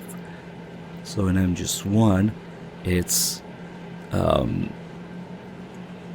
Naomi having a grudge against Snake, and Snake using that opportunity to float over her. And that exchange gets basically copy and pasted in block from MGS1 into MGS2. Now this has nothing to do with Rose. It has nothing to do with Rose. This is simply the AI copying and pasting the line from MGS1. Remember, your MGS1 expectations, your MGS1 experience shapes MGS2.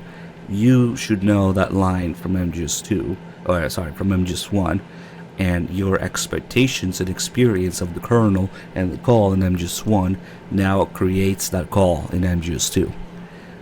So even though it has absolutely no context existing whatsoever for Raiden here, Raiden doesn't flirt with anybody, nobody's holding a grudge against him or anything here, it recreates that exact exchange word for word from MGS1 into MGS2 because it just got attached to the tail end of a tutorial call.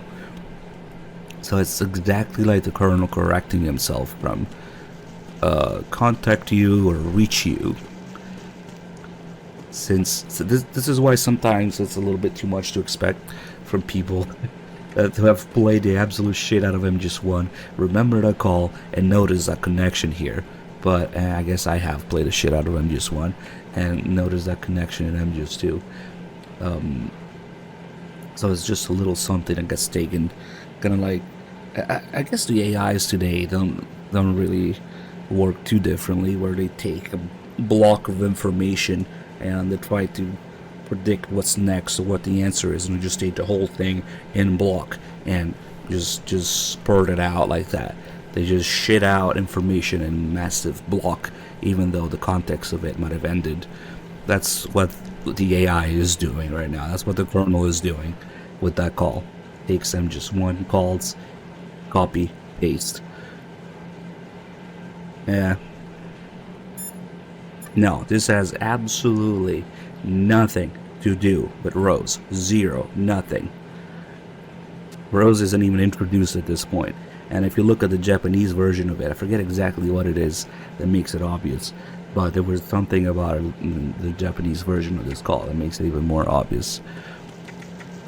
This has absolutely nothing to do with Rose. This is an exchange between Snake and Naomi in MGS1 that gets copy and pasted here because MGS1 lines. Anyway, another one that we have coming up is the radar explanation.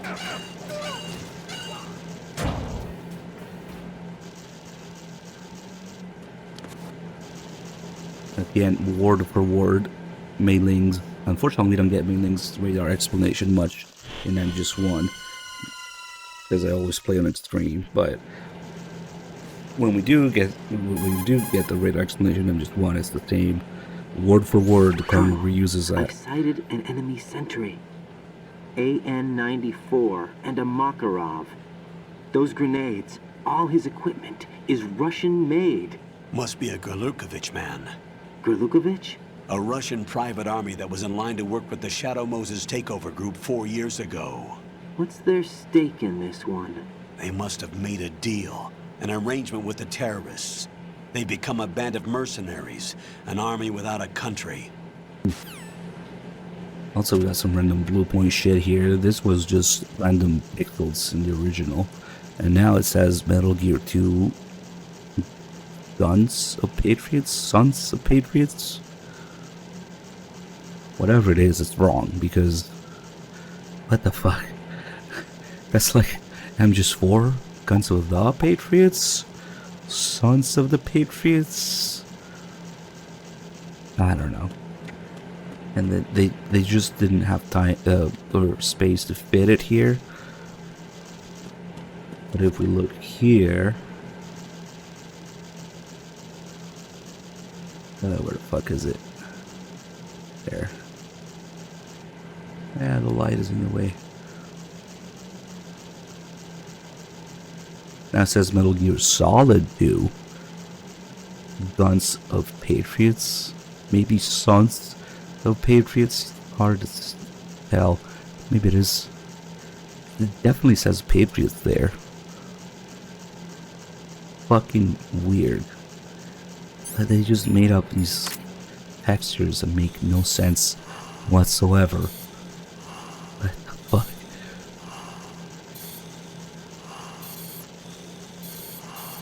Maybe we're just conditioned to look at it and see guns, because that's what MGS4 is.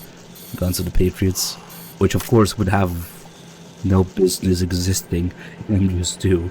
It wasn't written yet for years, so I don't know. It could be an ultra pixelated ass Sons Guns. And it kind of does look like an S, but so it makes even less sense. I don't know. And then they have something similar here where they have Metal Gear Solid Tank Hangar. Like, what? Metal Gear Solid Tank Hangar. Anyway, I wouldn't waste too much brain power figuring out what this means, because it simply didn't exist. It's just random shit, a blue point put there in the HD edition for some reason. Metal Gear 2. Damn, this looks more like a G than an S. Guns. Metal Gear 2 Guns of Patriots. What the fuck?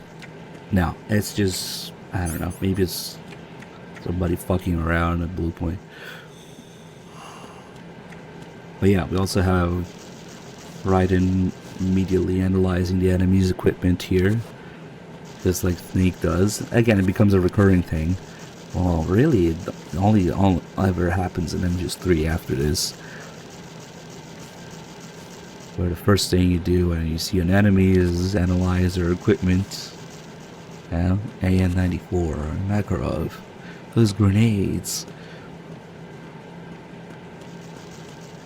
Yeah, Raiden is just the perfect MGS1 fanboy. Isekai'd into MGS2. This is the MGS1 player. We see an example, well, we see many more examples of it in here. And in MGS1, when you first get to the dock area, you see Liquid Snake go up the elevator. In MGS2, we see Solid Snake go up the elevator when we get here.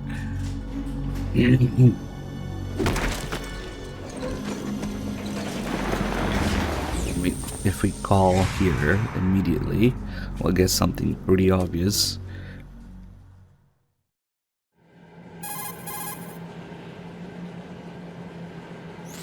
Colonel, there's definitely another intruder in here besides me. That's not a possibility. Not a team. Looks like a solo job. One man. We may not know who he is, but he managed to take care of every sentry in the area. They're all out cold. Whoever he is, he's got some skills. We need to get an ID. But for now, you can take advantage of the situation and get to work. There's a terminal in front of the elevator. A node. Did you say nerd? Not nerd. Node. Oh. Use the node to gain access to the Big Shell's facilities network. Then what? Pull up the map of the structure. That'll let you activate the Soliton radar. The Soliton radar? True. That radar came in useful during VR training. A radar system uses biological magnetic fields as input. These estimated enemy positions are projected onto a map according to reference points collected via GPS signals and field personnel reports. We need to get to the map through the Big Shell's node to put this data processing to practical use. The node unit is about 3 feet high, should be colored blue. Each area has at least one. How do I gain access? Just push the action button in front of the node. The nerd. The nanomachines in your body will take care of the security clearance and allow you access to the node. Complete the procedure before those sentries gain consciousness. If they spot you, you won't be able to gain access for a while. Stay on guard. Got it. So if we immediately call the Colonel again here without doing anything else. Something really strange. I remember this place. Of course you do. This is level 1 from the VR missions. You're right. I see it now. You may not have field experience, but you've been trained in the hyper-reality of simulated combat. Don't give in to fear. Just do as you were trained and everything will be all right. Level 1 of VR training. If you start the most basic sneaking mission in MGS1 VR training, it starts you off just like this. At the bottom left, then you turn and you go up, and then even these little corners where you can hide are the same, and then there will be a guard at the corner, and then past the guard, the goal. In this case, the nerd. So it has this shape to it. And yeah, there's a bunch of other shit on the other side of the room, but that's because they changed or they added to it later. The original design for this area was even closer to level 1 sneaking mission. And you start at the bottom left, and you go up, guard, and goal on the right. So when they're talking about it being level 1 VR mission, it's literally sneaking mission level 1. But also, in a lot of ways, it's also the starting area of MGS1, of course, with the dock, the crates, the forklift, and the 2 guards, the elevator, the snake going up the elevator, the diving gear, what have you. All the things that make it the starting area, the dock area of MGS1. And then if we try to go near an enemy here,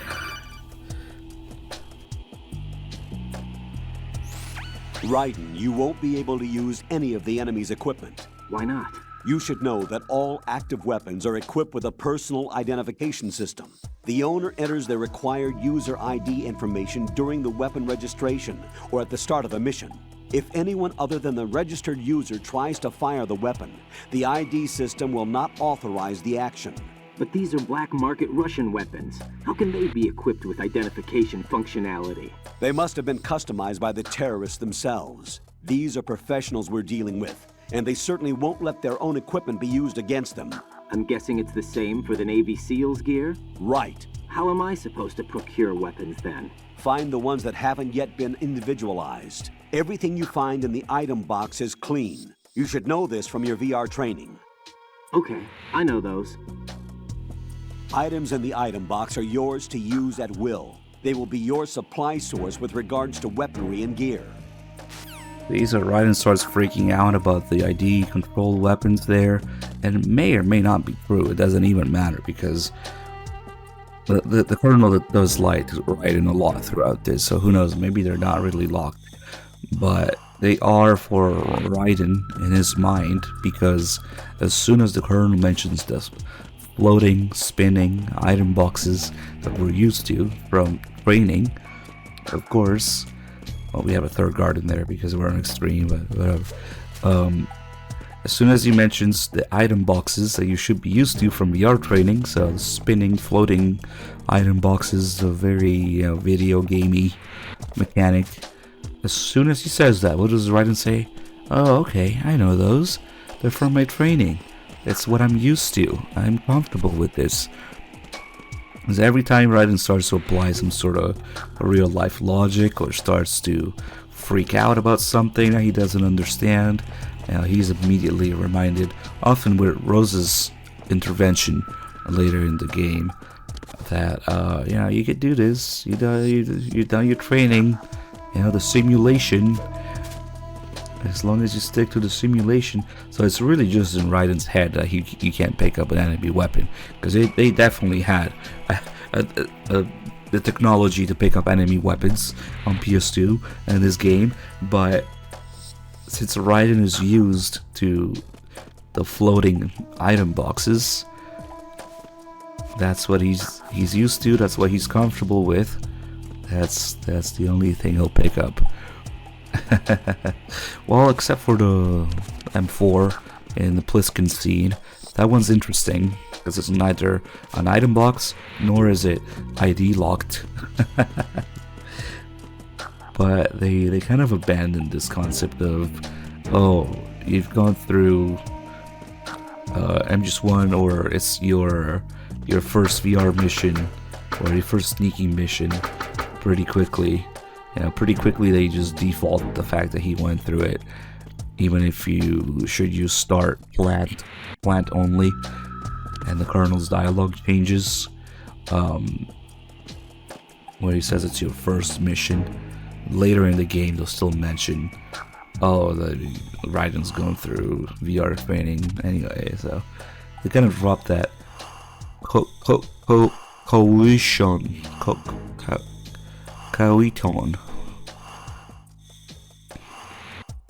They misspell caution.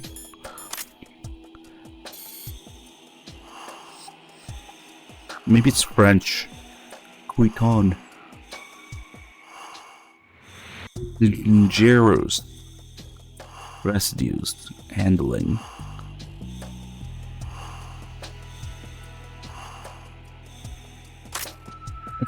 I wonder if it's like that on PS2, if you can even read it, or if it's more blue point nonsense, misspelling, caution. Wait a second, this one has it. The thing right next to it has caution spelled right. Nice. I gotta look at those textures in the original. Yeah, Koshima's just been remaking the same game over and over.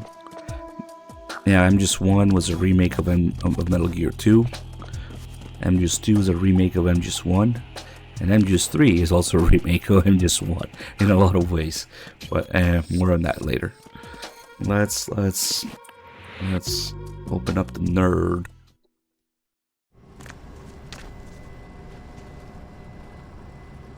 Make revenge.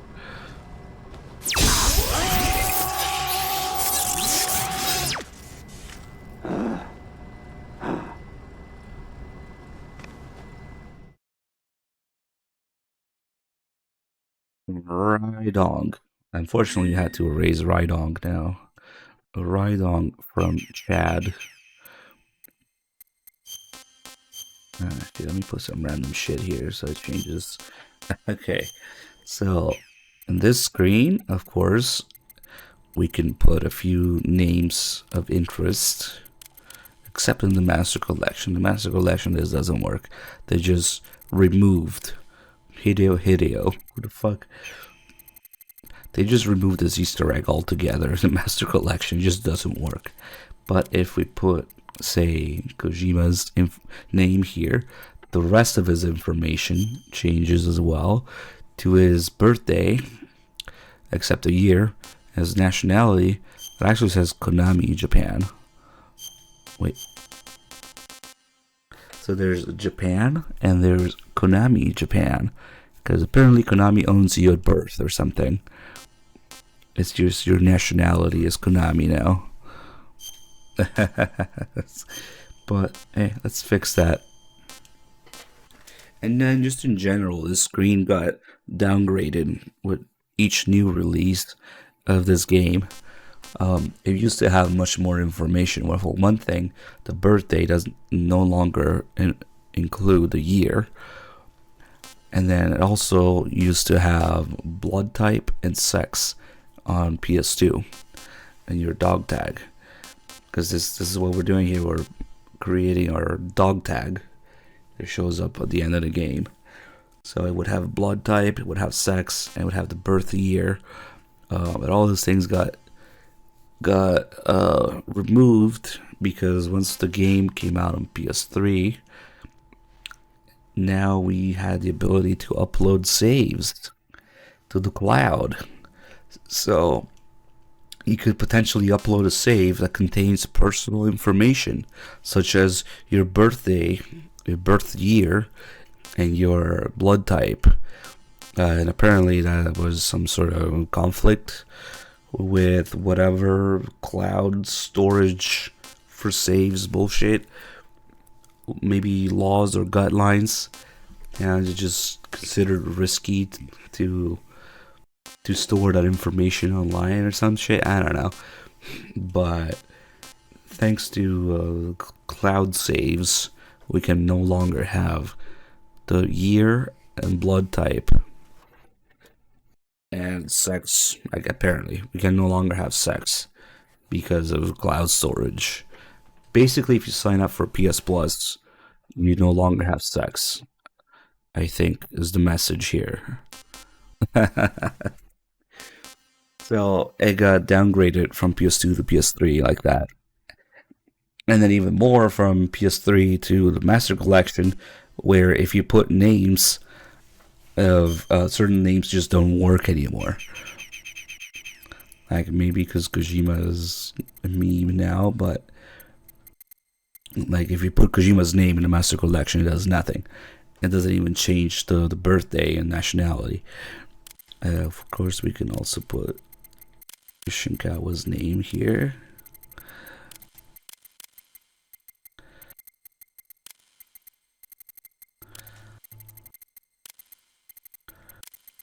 And he was born on Christmas. Apparently. Maybe that's why he's so good. Nationality also Konami Japan. Yeah, let me fix that. And there's a few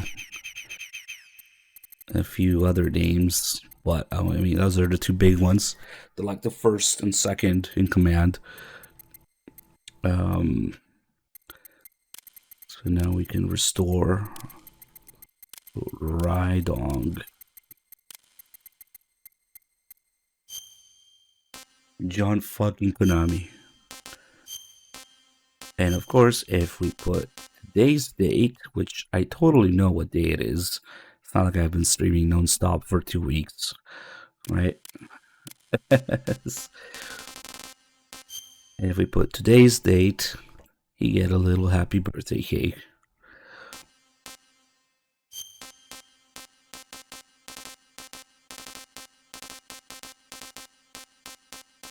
I guess Liberia is canon.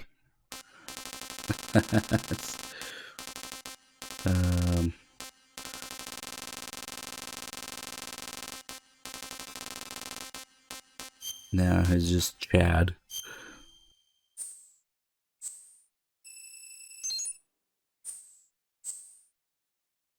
Another thing, which again got removed and downgraded, since we no longer have the birth year. On PS2, you could put birth year, and if you put it so that you would be under 18 at the time, in the next screen here, the blood would be automatically set to off.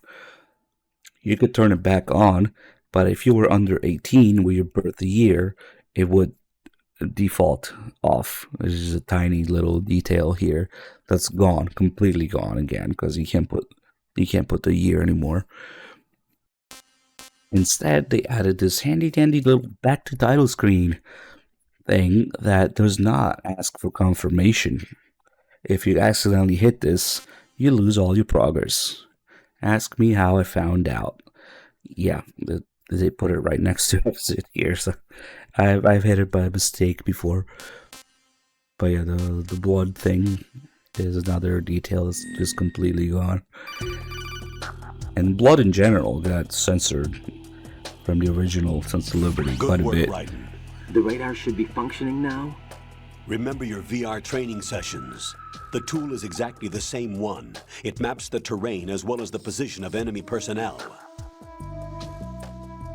The bright dot in the middle is you, Raiden. The red dots are your enemies, and the blue cone shape represents their field of vision. Your radar isn't affected by the weather, but if you're discovered by an enemy, you won't be able to use it. Okay, Link's radar explanation. It's all made from currently existing technology. You won't be able to use it in an area with strong harmonic resonance, so be careful. The Big Shell's layout map should now be available after touching the Start button. How do I save the mission data? I've set aside a proprietary frequency for saves, and an analyst to work on the data too. Jack, is everything all right? What are you doing here? Jack, can you hear me? Rose, you're not supposed to be involved. What's going on? Jack, I'm a part of this mission. Colonel, what the hell is going on? Raiden, meet the mission analyst. She'll be overseeing the data saving and support. Why her? The Foxhound analyst that was supposed to take part in this mission was in an accident. Rosemary was brought in as a replacement. An accident? And according to the files, she knows you better than anybody else. Rose may be in the service, but an intelligence analyst is no field officer. Not to worry. She has our technical staff at her disposal. She's never been a part of a field mission. This is insane. I have my own reasons for selecting her for this mission, soldier. Colonel, I fail to see... I know your VR training performance in and out, but sometimes that's not enough. You're familiar with the Shadow Moses incident? You know I covered it in VR. If there's a crucial tactical detail that case taught us, it was the power of the operative's will to survive. I was trained to fight. My personal feelings have no place in a mission. We've learned that it doesn't work that way. And on the field, you need all the help you can get. Jack, you're stuck with me whether you like it or not. Rose. You need someone to watch your back. But I have conditions that need to be met, Colonel. What is it? I'll perform my duties and save that mission data, but I'm aware that technically I'm not part of the mission control team. After all, I'm just a normal girl who's worried about Jack. But that means, Colonel, that I am not required to follow your orders outside of my immediate duties. Jack is not simply a field personnel for me to track. His safety comes first to me, not the mission. And because of that, I will be monitoring and keeping a record of every communication you have with him, Colonel. Given the circumstances, you're free to do what you see fit. Hey, I prefer this to being kept in the dark waiting. I'd like to make a request, if I may. Of course. His handle is Raiden. For the duration of the mission, could you call him that? Yes, sir. All right, Raiden. Let me know when you're ready to turn in a save. The proprietary save frequency is 140.96. I just switched frequencies. Jack? What? Do you know what day it is tomorrow? April 30th. Is there something special about it? Isn't there? I can't remember. I'm sorry. Oh well. I'll keep trying till I hear the answer. I'm gonna let you go now, Jack. Take care. I'm not sure if they changed some of the cutscenes Dolby sound. What I do know is that those are the only cutscenes where you can change, where you can do the casting theater and change the models. They pick those scenes because they have Dolby sound. The enemy sentry is regaining consciousness. Be careful, Jack. Find somewhere to hide until the Yeah, she elevator keeps calling arrives. Jack. You must stay out of sight. There's another call we can do in a bit where the Colonel keeps trying to remind Rose. fire. Secure the Stay on the lookout. Yeah, most noticeably though, the cutscene where Vamp appears is much bloodier in the original. Oh, why? Oh, because it's regular extreme. He didn't see him. In European extreme, he would have seen that guy. And also, this guy would notice me here in European extreme. Hello? Okay, I have to get closer.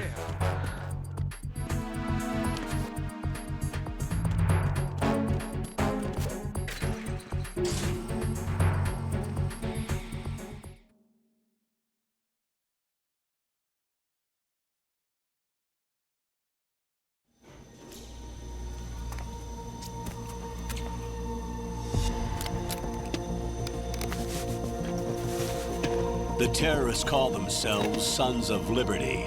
Sons of Liberty? The name of their leader is Solid Snake. The hero of Shadow Moses? So that's why you changed my code name. Right, but he can't be the Solid Snake. He died 2 years ago on that tanker after he blew it sky high. Could he have survived? Not a chance.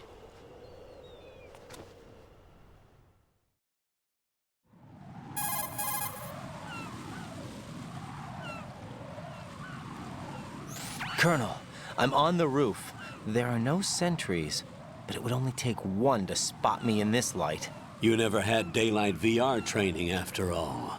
Stay extra sharp until you can find a node to log in from. What about the commandos? SEAL Team 10 has landed on struts B and C. And the president? Seems he was spotted on strut B. Strut B?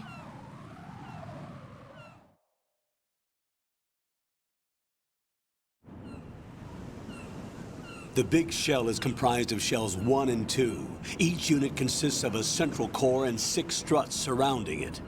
So the whole thing is shaped like 2 hexagons connected end on end. Exactly. And you're on the roof of strut A, shell 1 at the moment.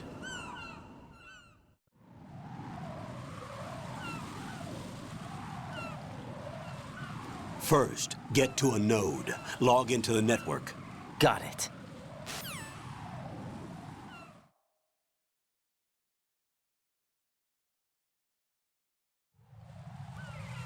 Alright, we got quite a few calls to do here. But first, let's pick some birds. Another little reference there. You never have VR training in daylight after all. You know how there's no daylight in MGS1 VR, and almost the entirety of MGS1 takes place at night, with the exception of the very end. And yeah, those birds are quick to retaliate. So the story about the bird shit is that, wait, we have a bird shit command. Quick, somebody use a bird shit command. The artist in charge of the bird shit waited a week for the perfect bird shit to hit his car to take inspiration. That's why it looks so convincing in texture and color. Yep, the story behind MGS2's bird shit.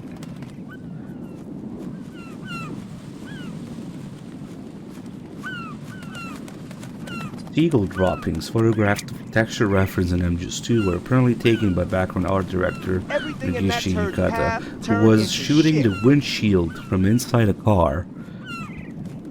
But apparently droppings didn't come out for a week. Very, very important bird shit lore. That's the kind of dedication that went into this.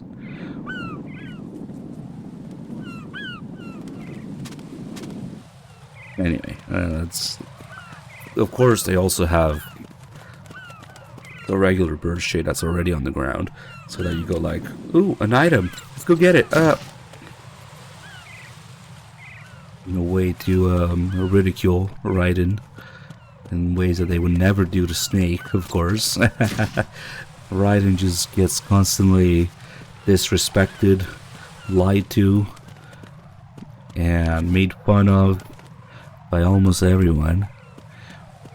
Of course, later on they had to make Snake do the same thing. There was actually a story in MGS1 that they had an animation for Snake to slip and fall like in the blast furnace, but they didn't end up putting it in the game because they just didn't want to.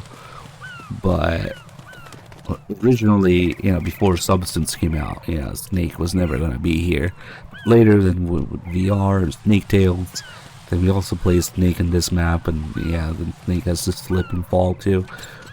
But originally, this would be reserved for Raiden. It's very easy to forget.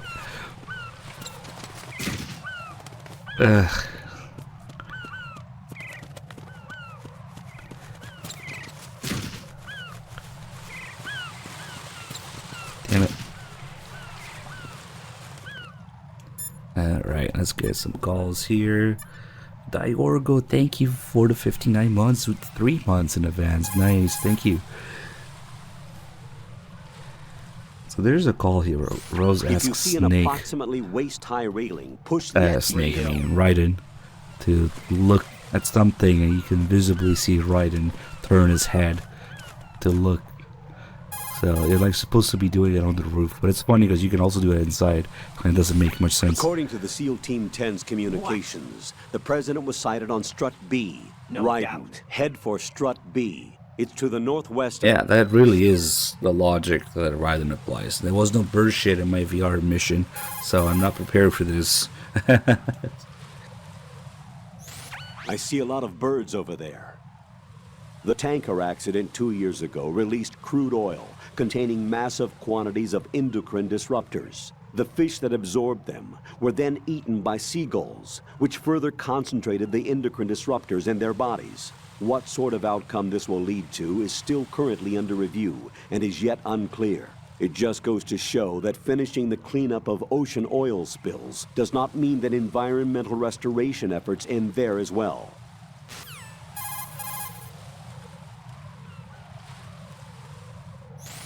Colonel, do you think the terrorist ringleader is really Solid Snake? Yes, I do. But during the Shadow Moses incident, Snake was a hero? Yeah. Certainly. You went through VR training, but it is not as if the simulation is faithful to every It probably fact. does, It because you can changes see. people. You too, Colonel? Raiden, focus on the task at hand. Solid Snake is the terrorist kingpin. He is an opponent you can't underestimate. Understood? You kind of get a sense of passage of time when,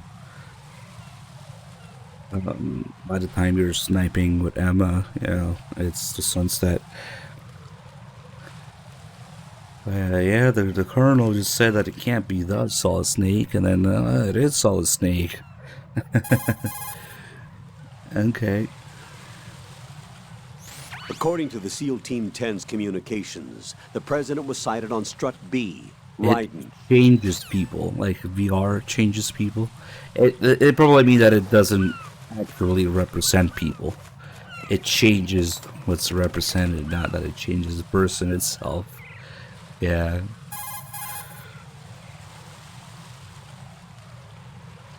Raiden, the elevator's gone down. There's no need for you to return to the deep sea dock. Proceed with the mission. Just like I'm just one, can't go back down to the dock. Well, not yet, at least. It changes people. Okay. According to the SEAL Team 10... Oh, come on. That tanker accident that happened over there 2 years ago. The tanker sank and... I know. I went through it in VR training. The tanker didn't sink because of Snake, though. Raiden, VR training does not exactly simulate everything with absolute fidelity. What do you mean? Okay, listen. Here are the facts. Known terrorist Solid Snake sank that tanker loaded with crude oil. The end result being severe environmental pollution in Manhattan Bay. Put any misperceptions of Snake as some kind of hero behind you. He is a terrorist, and that's that. So Raiden does know that Snake didn't sink the tanker from his VR training, so I mean it's pretty much confirmed later on too, but the tanker that we played is the tanker that happened according to all sources except the Colonel. It keeps lying to Raiden like, oh, your VR mission was inaccurate. But Raiden does know that it wasn't Snake's fault sinking the tanker. If you find an item box,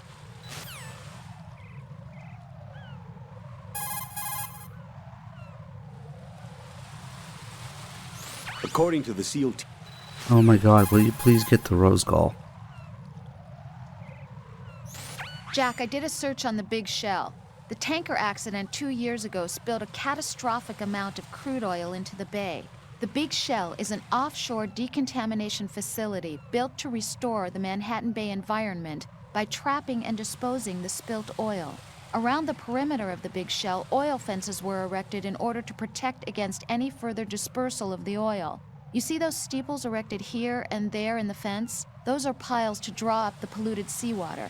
Gathered seawater is carried to the pump room in Strut A first, and all of the larger garbage is collected in sediment pool number 1 of Strut D. This is followed by a 2-step purification process in the Shell 2 core water reserve, in which oil is removed by microbes. Then it is sent to Strut L and sterilized, and finally once again carried to the surface piles and flushed back into the bay. Did the military database include information on the marine filtration facility structure as well? No, I didn't use the database. Huh? I used a brochure. Because the military database would be probably under control or connected to the Patriots and contain the real information that none of that is actually happening at the Big Shell. There's not much cleaning up going on, but the brochure distributed to the general public, of course, would have all that information, the fake information about the cleanup that doesn't quite happen. Okay, so that should be the last goal. I don't know, actually. Let's see. According to the sea... Not sure how I feel about that.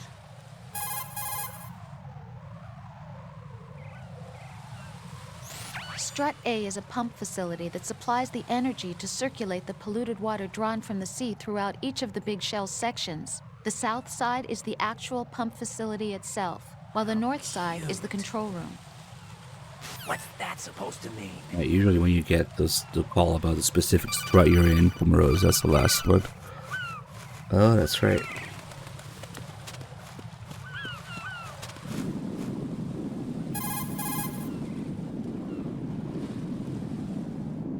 According to the SEAL Team 10... Oh, for fuck's sake. Maybe that's just his birth call, no matter what, here.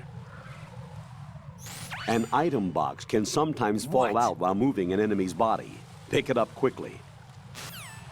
Damn, I missed the call about the hole in the fence. Once you put a choke... That's wrong. Oh well. And let's try to open the gate here.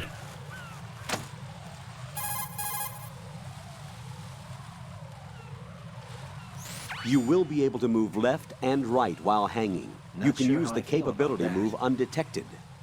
Press the action... Why am I talking about it? And maybe because I already ran through the fence. Nerd. That's probably why. Raiden, that door is locked. You most likely won't be able to get through. Yeah. Find another way in. That's not it. Though we keep being told that Snake is not part of the simulation, but if it weren't for Snake, we wouldn't even be able to... Wow. That was quick. We wouldn't even be able to get in at all. In both times. So maybe the Colonel saying that Snake isn't part of the simulation is part of the simulation. I mean, clearly it is because it's in the game. It's programmed in the game by the developers. It's written and programmed and implemented in the game. That in itself is a simulation. So, yes, it is part of it. Raiden, SEAL Team 10 is in. Do we really have no line of communication with the SEALs? They don't know a thing about us. You know we work in the dark, and this mission is no exception. Only a few people know about your presence here. There's no need for concern. This operation is under Pentagon's direct command, and the NSDD came from the Vice President and the Secretary of Defense. Your mission may be top secret, but it's gone through the usual channels.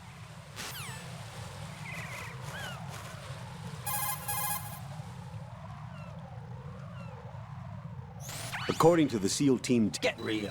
I am so tired of this call. Keep in mind, Raiden, that this is a covert mission. There's a lot of them and only one of you. You'll be surrounded in no time if they discover your presence. That's exactly it. Right there.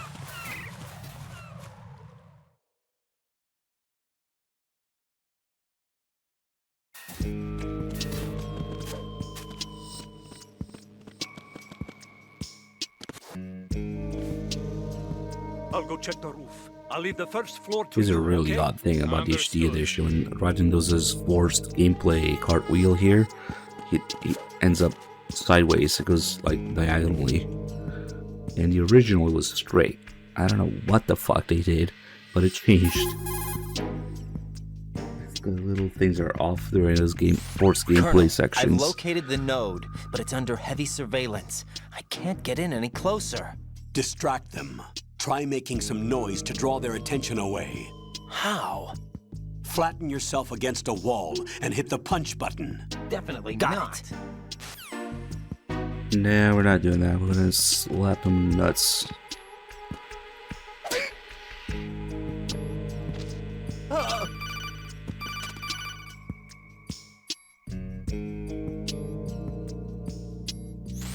Got one, I see. Don't leave him lying around. Hide the body as soon as possible. When his comrades come back from the roof, you don't want him being found.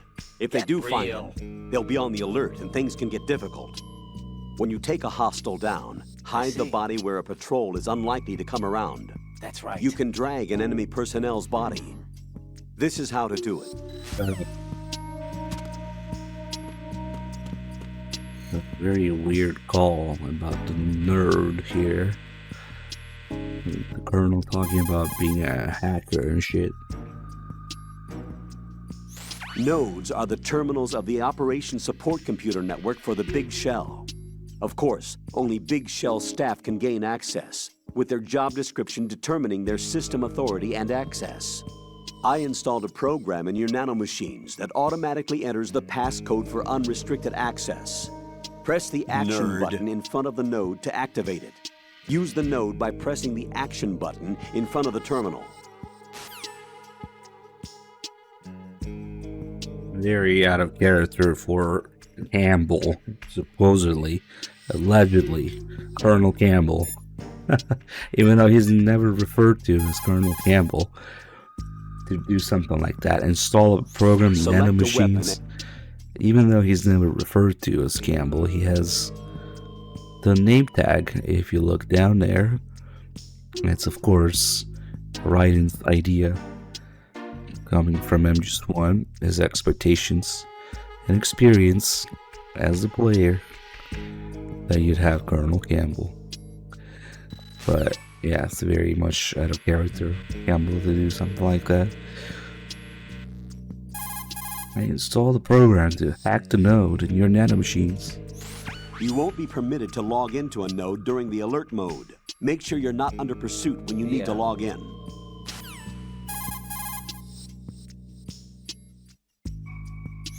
You can strafe. Whatever. Alright, fuck it, let's go get the M9. Another pretty interesting call there.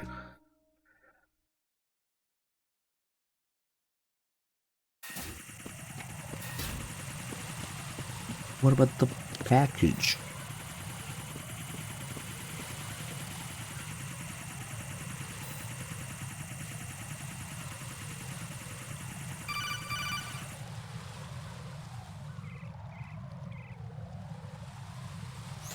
Raiden, watch your back. That's a cipher, a type of UAV. If it spots you, it will alert enemy personnel. Exercise extreme caution. But you can use chaff to set up an interference field. That'll knock its sensors offline for a while. Try to locate some chaff. You can also destroy the engine or the camera. Some of the UAVs may be armed. Be careful. Copy that. Wait a second. I just intercepted new intelligence on the operation being executed by SEAL Team 10. Intercepted? As I said before, they need to be kept in the dark about our presence. So we just listen in. I'm patching it through. This is Alpha Zero. We have the president. Is he safe? He is safe. What about the package? Tell the guys upstairs that we've secured the package. Easy money. Good work. Your retrieval is on the way. Come on home. Roger that. Holy! Alpha Zero, report. Damn it, cover the president! Come in, Alpha Zero. This is Alpha Zero. We're under attack. This is crazy. Is that... Alpha Zero, respond. All Alpha, respond. Raiden, the president's life is in danger. Head to Strut B now. Why don't you do it? We're just gonna start off here. So not only makes it a little bit easier to pick up the M9 early in here, There's also a pretty interesting call about finding a weapon.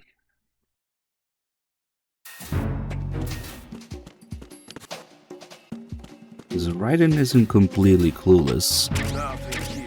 There's a couple times in the game where he will get suspicious about what's going on, but they always tell him to, yeah, calm down. You're thinking too much. You're tired. Raiden, didn't you hear what... There's no time for armchair theories. Raiden, I see you found a weapon. Why are there weapons here of all places? The big shell is supposed to be just a facility for marine filtration, right? The terrorists probably brought it in with them. Dunno. Looks like it's been here from before them. What are you saying? Raiden, there is no time for armchair theories. Concentrate on the task at hand. Roger that. These things might be a setup. Hey, DFGC, thank you for the 16 months. Oh wait, we have other shit to do here, that's right. Of course, we have a lot more shit to do here. First, we gotta get born. Nothing here.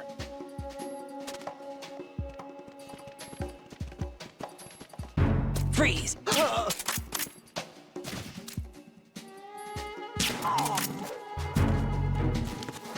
This is the earliest porn you can get, and the porn you need to get the masturbation ball, of course. And then the other interesting thing we can do in here is if you escape an alert this early in the game, you get a call about Rose being worried and stuff. But it's very exact conditions. You have to get an alert, you have to take damage, a certain amount of damage during the alert, and then you have to escape the alert, but into an evasion and then into a caution while there's still guards around.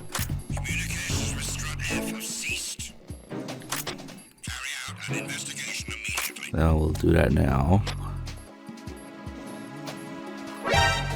We gotta take some damage. We gotta have these guys, at least one of them, still around. And we just gotta naturally lose the alert. Not just by knocking them out. Come on, stop missing. I wonder if it probably goes into the bleeding. Okay, here we go. Now we gotta lose the alert without taking them down. So that is a little bit involved to do. Then it goes into evasion. And we're gonna follow the blood. And then as soon as it goes into caution, we'll get a call here.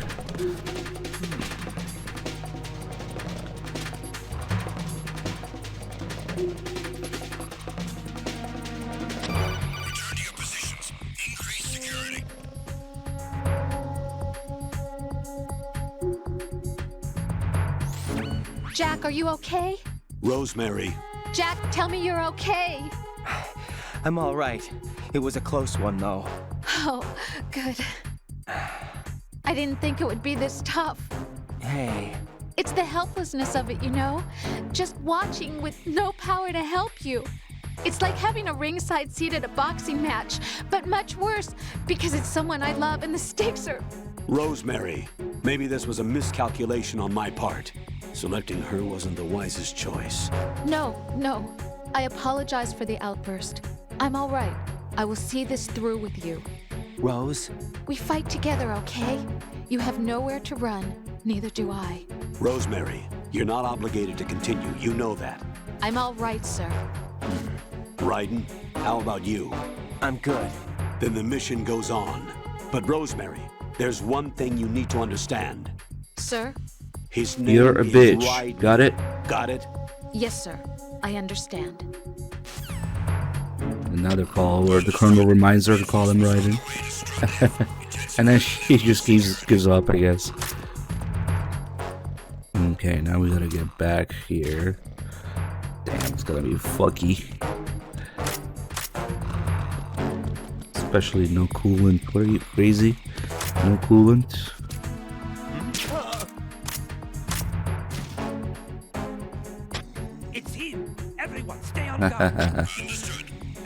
Damn.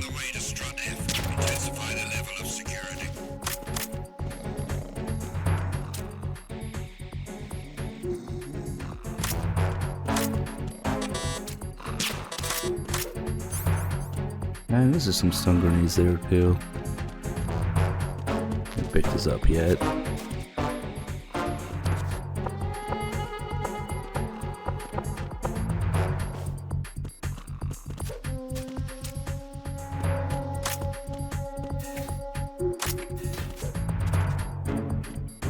I don't want to go in there with the caution on.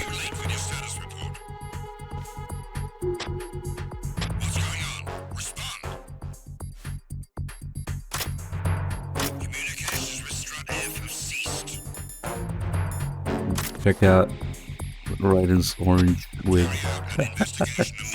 Matches the shades now. Oh shit, of course these guys come back now. Oh man.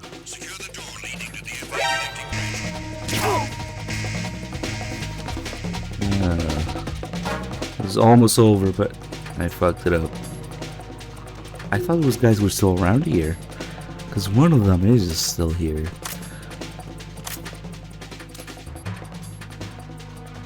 Oh well, fuck it. Nah, we'll just wait. Return to your positions. Increase security. Understood. Reinforcements are on their way to Strut F. Intensify the level of They might have items, so extremely high. They should have one item. But it's an extremely low. There we go. Chance. With them dropping it.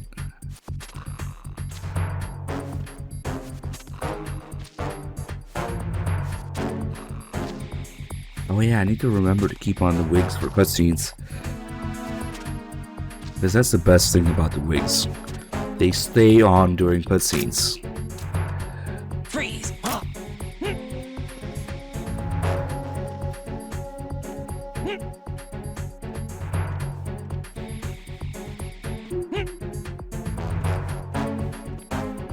Wake up now. Yeah, he's up.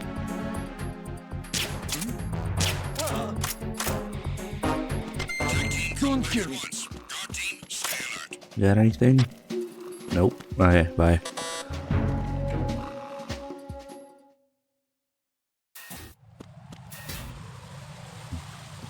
Forgot to do a strut F call, but I'll try and get the calls in order. The important thing is we got the call and the porn. And, well, the M9, I guess.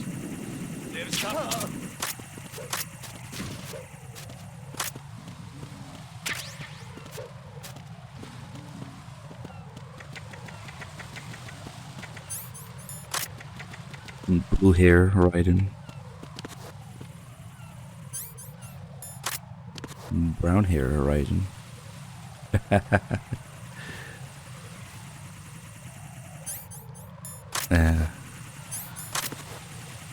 This one just matches the shades. And also matches a big shell. Like the game wasn't orange enough already.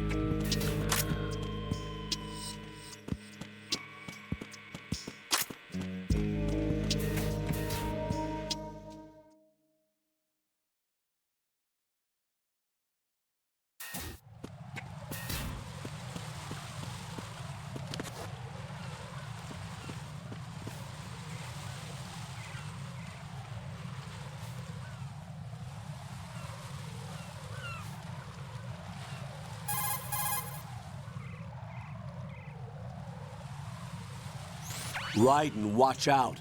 There are sentries posted on the connecting bridge. They will spot you if you continue on course. Any recommendations? Use the hanging mode. Hanging? Face any waist-high railing and push the action button to clear the railing and hang over the side. Once there, you can move sideways while keeping out of enemy sight. All right, I'm giving it a try.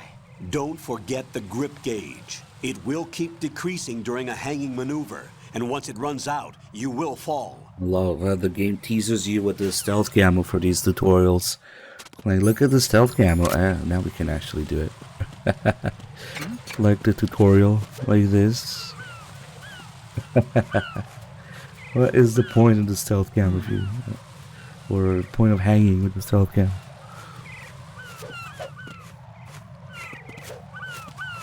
So I have the stealth camera because I have all these dog tags, but you don't need all of them for the stealth camera. Only a certain amount. I forget exactly what.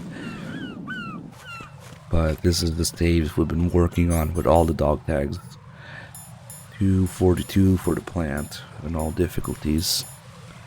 But that's how you get all these special items: stealth, infinite ammo wig, infinite grip wig, infinite O2 gauge. So yeah, actually it doesn't even tell you. The orange wig so it just says equip to wear. But the orange grip is infinite hanging, infinite grip gauge. Let's see. Yep, doesn't go down. Can even work out like this now. And well, I guess we already got level 3 thing on Snake, so we don't need to here.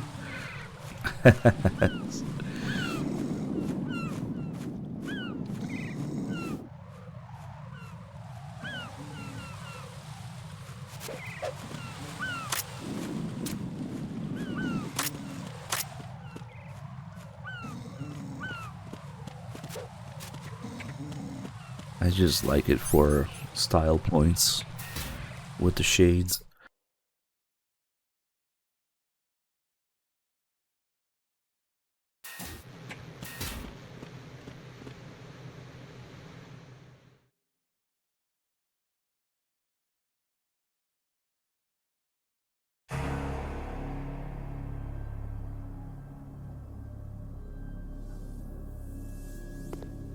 Doesn't matter if you can't play the game. Tell them to mod the controls.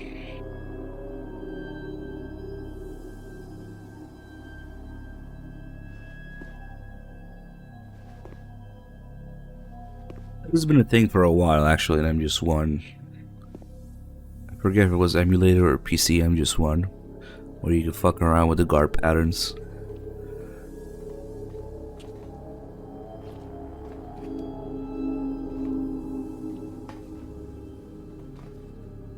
Also, hopefully they'll bring it to real PC substance. That one's actually playable.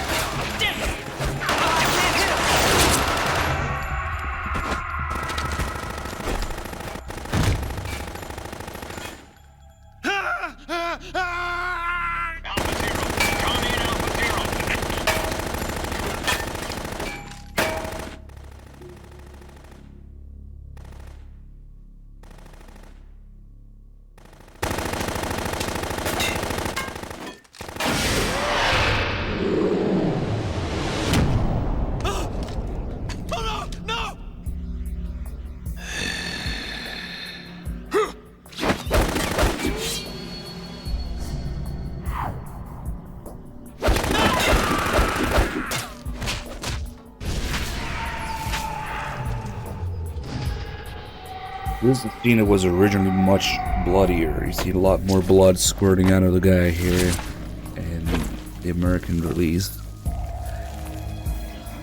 They turned down the blood quite a bit.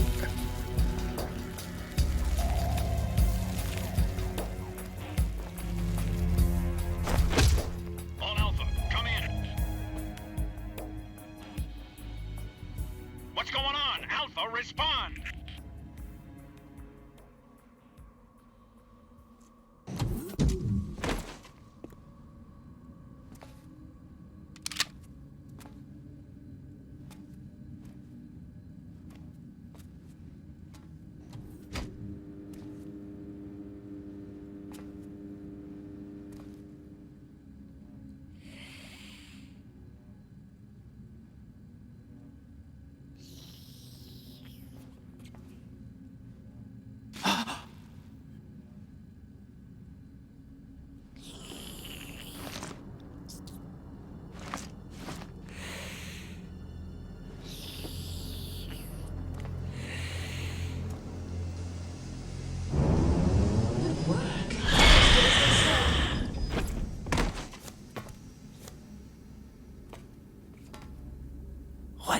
are you?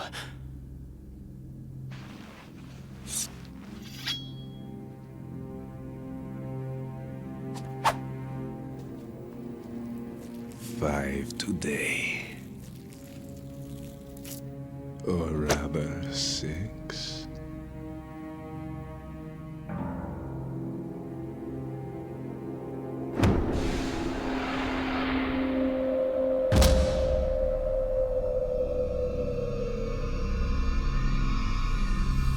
Get down!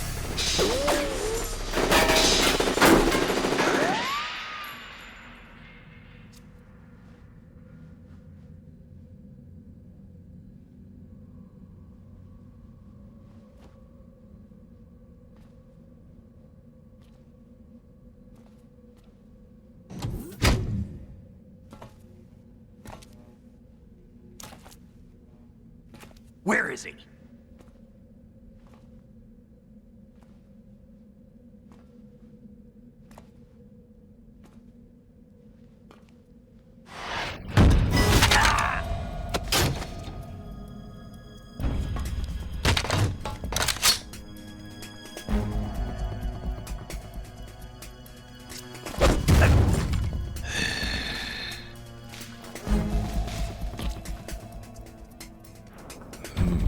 Strange smell.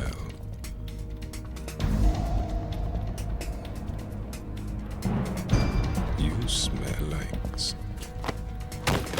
Are you? It has to be. Shoot him! What are you waiting for?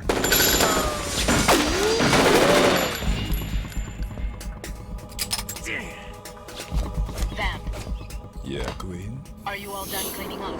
Yes, but wait till I tell you what I found. Something interesting? I'll tell you in person. Where are you? In the central unit with the president. Be right there.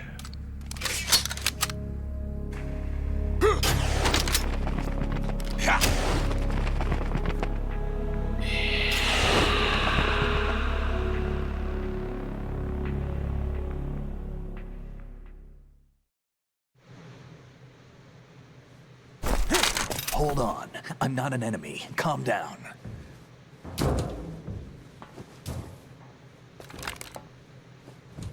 My name is Pliskin. Iroquois Pliskin. Lieutenant Junior Grade.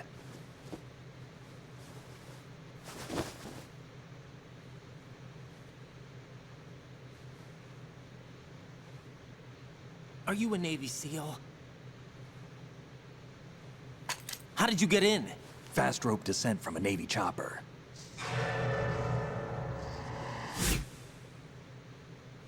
Have I seen you before? That suit. Are you Foxhound? That's right. Foxhound was disbanded. Huh? Where were you before Foxhound? Delta Force? I was part of the Army's Force 21 trials. Force 21? That's about tactical IT deployment, right? Any field experience? No, not really. So this is your first.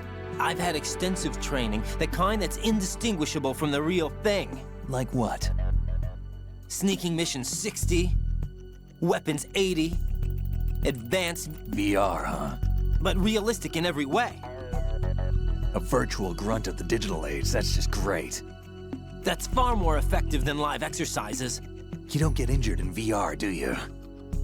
Every year, a few soldiers die in field exercises. There's pain sensation in VR and even a sense of reality and urgency. The only difference is it isn't actually happening. That's the way they want you to think, to remove you from the fear that goes with battle situations. War is a video game. What better way to raise the ultimate soldier?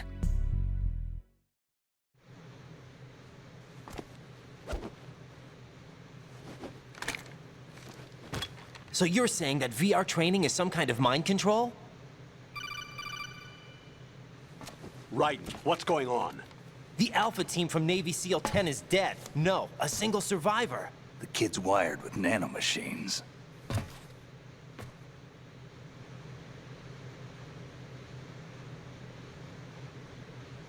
What about the president? Looks like they took him somewhere else. I see. You said there was a survivor from SEAL Team 10. Yeah. Lieutenant J.G. Pliskin. Has he seen your face? What? This is a top secret mission. No one can know that we're involved. It's a little too late for that. What's up? Take a look.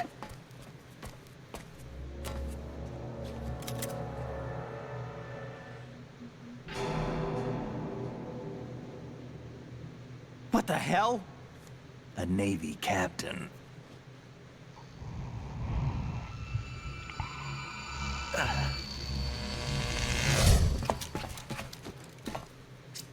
You all right? Give me a few minutes. Must have lost a few more pints than I thought.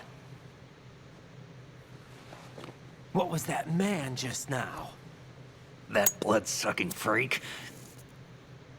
That was Vamp. He's Romanian, a wizard with knives, as you saw. The way he moved didn't seem human. You won't see that in VR, I guarantee. What is he? One of the members of Dead Cell. Dead Cell? Him? A special forces unit created by ex-President George Sears. The name was originally intended to reflect its anti-terrorist functions. George The unit Sears. would launch unannounced assaults on government complexes for the ultimate terrorism simulation. They were needed to show VR troopers like you how to deal with the real thing. But around the time their original leader died in prison, the unit began to unravel. They were always close to the edge, but they became more and more extreme, began to go after US allies, even civilians. We estimate that no fewer than 100 people died as a result of accidents the Dead Cell arranged on their own. They were out of control, and it all came to a head 6 months ago. What happened? The unit was devastated. There are only 3 left now, and you just saw one of them. Why would they go after the big shell? How should I know? I told you they were on the lunatic fringe. What about their leader? He says he's Solid Snake. Snake died 2 years ago. You mean the incident that made this big shell necessary in the first place? Right, and he was the one that sank that tanker. But he's a legend. Legends are usually bad news. There's not a lot of difference between heroes and madmen. You're saying Snake is still alive and pulled another one? No, he's not involved in this one. His body was positively ID'd 2 years ago. Snake is dead. And buried. What about the other soldiers? I saw Russian equipment too. Former Soviet military. They're probably mercenaries. The big shell is too much ground for just Dead Cell members to hold down. You weren't briefed on any of this? And you came in alone to boot? Why? What are you really doing here? Can't tell me, huh? Fine with me. I don't smoke. Keep it anyway. May come in handy.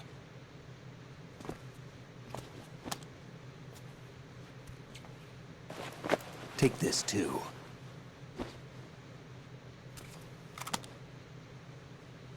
Here, take this.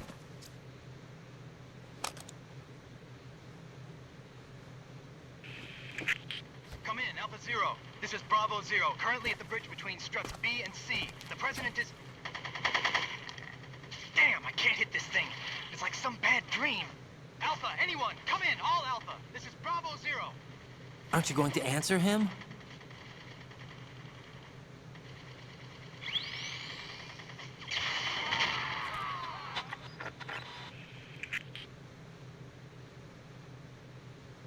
The BC connecting bridge.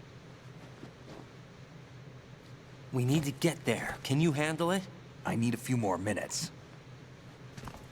Remember my frequency. It's 141.80. 141.80. Got it. I've been briefed on this plant's layout. If you need information on the place or about Dead Cell, contact me. You're using nano communication, right? Yeah, but I can patch into your frequency.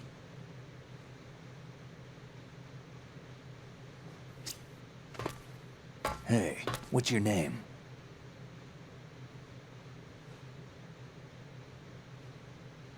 Raiden. Raiden? Strange code name. Makes up for the boring one my parents gave me. Maybe I'll find out someday.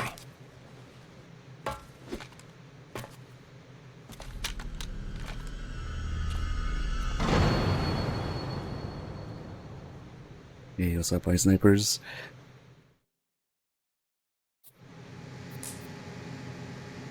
So we got a few things going on in this scene when Vamp says, "You smell like..." Think you can shoot that thing? He's about to say, "You smell like Solidus." That, or he just smells like shit, I don't know. The Vamp, I guess he has a keen sense of smell, so coming in contact with Snake here, I mean Bliskin, he can sense that they're somewhat related, that they smell similar. So he realizes that it's Snake, and that's why he takes off. He tells Fortune, and he takes off to go tell her in person. Also, when he says that he needs a few more minutes here because he lost more blood than he thought, I think in the script it says there's a note that that's not really the case. It's more like he doesn't fully trust Raiden yet. He doesn't want to go with him right away. And then you have the sea lice that shows up from underneath. When he says how he got in, he's lying, of course. He didn't get in from the helicopter. He actually went in the same way we did. So we saw those bugs on the way in, and we also see the bug here indicating that he also went in the same way. Those holes in the fence, the elevator, all that stuff. You smell like sea lice. And then you have Raiden talking about VR in this scene, where he says sneaking mission 60, weapons 80, advanced, VR, huh? Well, it's a slight mistranslation due to Japanese sentence structure. He's supposed to be saying 80 sneaking missions, 60 weapon missions, and so it says sneaking 80, weapon 60. Because if you go in MGS1 VR, there's exactly 80 sneaking missions and 60 weapon missions. So he's referring to those. What are you trying to do, kid? Hey, let's not mess with him just yet. Instead, let's take a look at the blue point laser that magically sees through textures. If you look at the laser attachment on the M9, it has the power to see through the texture somehow. You can see Pliskin on it. I don't know what the hell is going on with that, but some blue point nonsense. The M4 doesn't render though. He's got nothing in his hands. Yeah, and throughout the game, especially when you're outdoors, the laser will often glitch, like the texture on it becomes all white, like it's missing or see-through. Just some HD edition nonsense. And then since we pick up the shaver, when he gives you the SOCOM, Raiden gives him the shaver. Which means that later on, when Snake shows up on Arsenal gear, he should be clean shaven, but again, Bluepoint broke it, and he only ends up being shaven in the codec screen, but not in gameplay. That's another little something that's broken in this version, unfortunately. Yep. But we'll mess with it when the time comes, and see also how his beard grows back when enough time has passed. So we'll change the system time on the PS3, just like how the end dies of old age in MGS3 when enough time passes. So does Snake's beard grow back based on the same principle. It was already a thing in MGS2 with Snake's beard.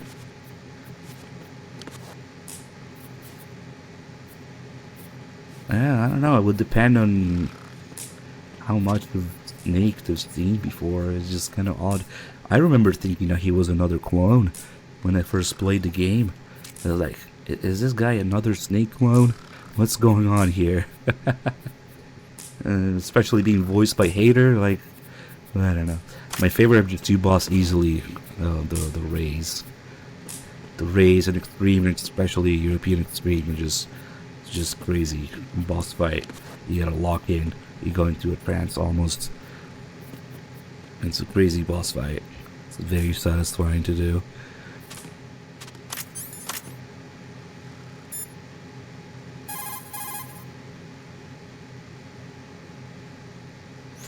Raiden, SEAL Team 10 has engaged someone on the BC connecting bridge. The President is most likely there as well. The BC connecting bridge is on the north side of Strut B. The President is in danger. Go now. Don't forget to log into the node in Strut B. The node for Strut B is on the south side of the transformer room. It's to the west of where you found the Navy captain.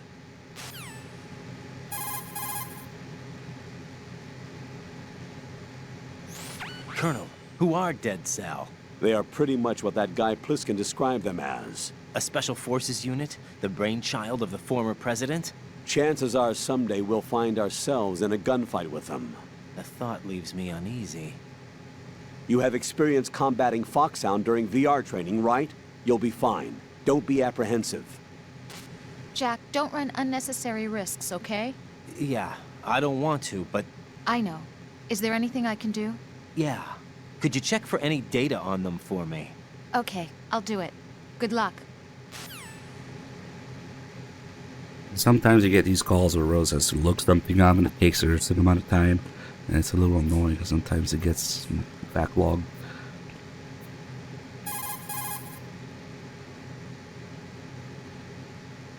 Handguns are aimed by pushing down the weapon button. But if you release... Come on, you get the call about the actual events. Someone mentioned the name Vamp. Do you have any more info shit on him? for her to look Wait up. a moment, I'll look.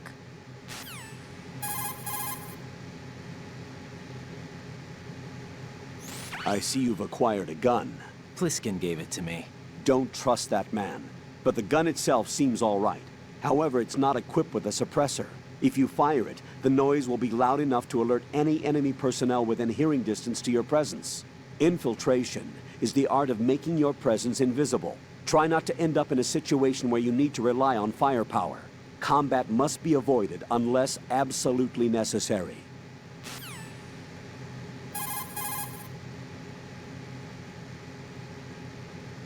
Raiden, don't dwell on what Pliskin said.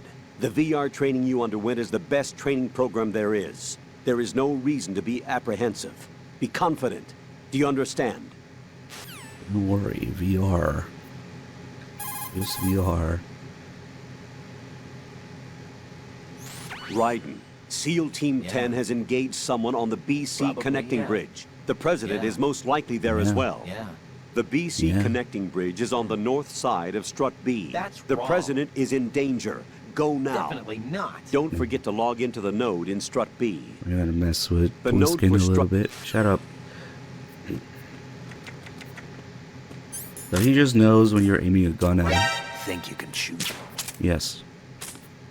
And of course, he's got the mentor / hidden identity frequency 141.80.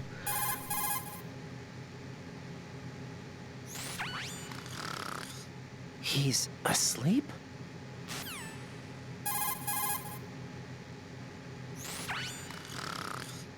How much longer is this guy gonna sleep?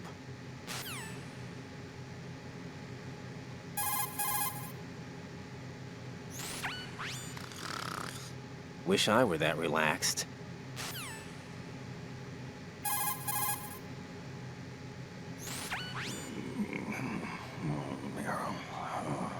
He's still sleeping. Pulling Meryl's name in his sleep.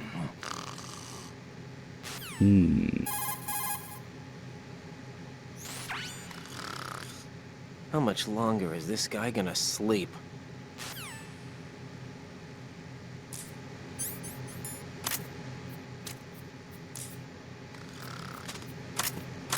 I also have a separate set of calls specifically for his grunts when you hit him. If you call him exactly as you slap him,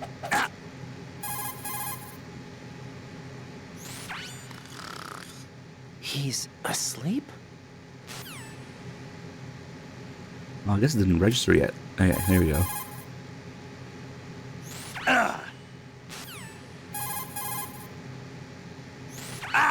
Exactly.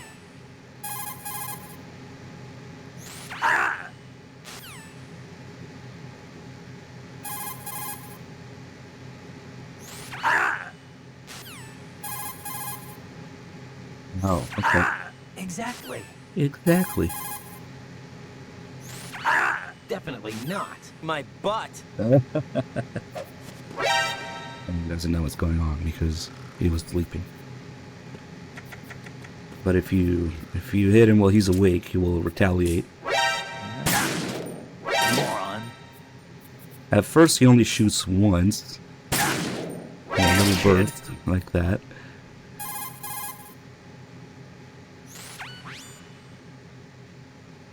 Just stare. And if you keep doing it, though, you can really piss him off. See, now he's shooting those longer bursts, and he keeps shooting on sight. Now the call changes. One of a few times you can get this call with him. Raiden, I'm on your side. On your side. Changing sides? I don't recall saying I was on yours. But he actually says that a few times. If you do optional stuff like this. Oh shit. That's right, it's shooting on sight. Unless you put him back to sleep. Calm down. Let's see if Rose has looked up the things she was gonna look up. What's up, Jack? Wait, the first save call is always gonna be the same here. There's no point. Hang in there. It's the same call that we get by stepping out. Then, yeah. Jack, it's me. Everything okay, Rose? Don't you need to save the mission data? Whatever. Oh, Everything yeah. in that Thanks turd's for the path reminder. turned into shit. We'll save. You also gotta do all the drama calls.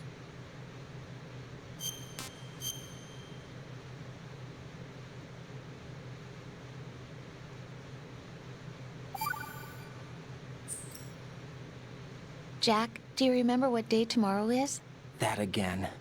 I'm sorry, but I still don't have a clue. That's okay. What is it, Rose? Talk to me. I'd rather you figure it out. It's important. How important? Important enough? And we'll talk about it tomorrow. Why not now? Tomorrow seems more appropriate. I need all the help I can get so that I won't chicken out anyway. Is that the reason you decided to be part of this mission? Okay. I'm gonna finish this thing by tomorrow no matter what. You know I'll do everything I can to help you. Rose, there's something I need you to do as an analyst. What is it? It has to do with Solid Snake. The leader of this takeover incident is claiming that he's Snake himself. The legendary mercenary? I need as much data on him as possible. Everything they have on him after the Shadow Moses incident. He's dead now, isn't he? Yes. Should be a burial record somewhere, too. You should be able to request top-level security clearance from the Colonel. That should get us into the most classified material. I'm on it. I'll contact you as soon as I find out something.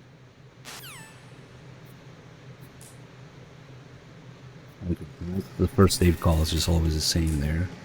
So now we can see if she has the other stuff ready. Jack, do you need to save?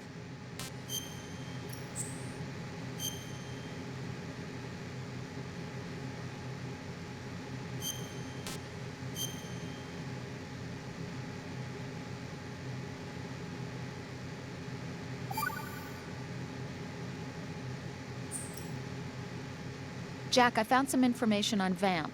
He's been a member of Dead Cell since it was first founded, and like Lieutenant J.G. Pliskin said, he's a master with knives. He's originally from Romania.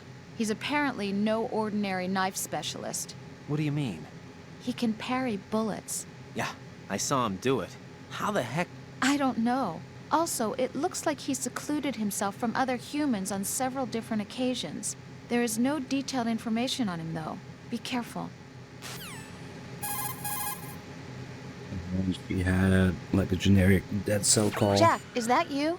I wonder that one's ready. Unfortunately, I keep saving every time.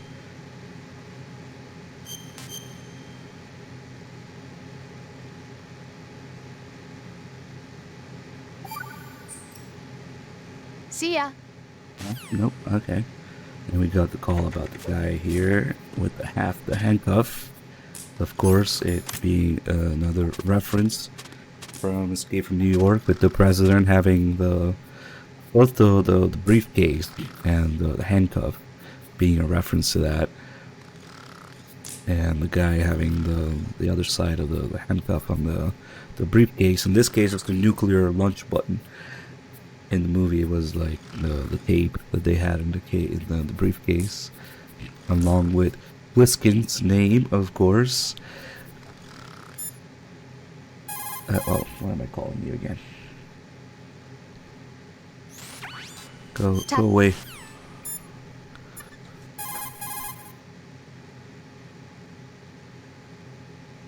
A Navy captain and the president. Unbelievable. Raiden, get to the president. Head for the BC connecting bridge. Whatever. Later, there was a call when Snake reveals himself, where Raiden says, "Anyway, I get the Pliskin part, but what about Iroquois?" So there's a call explaining that part. But apparently Raiden knows about Escape from New York. He gets the Pliskin part of his name.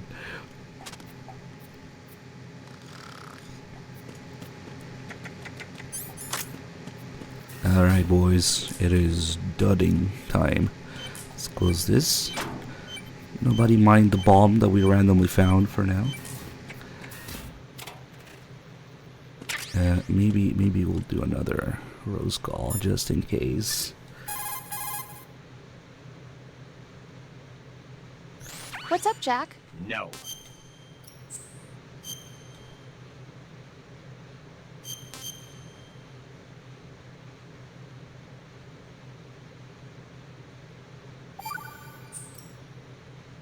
Rose, are you okay? Yes, thank you. It really scared me at first, but I think I've gotten used to it.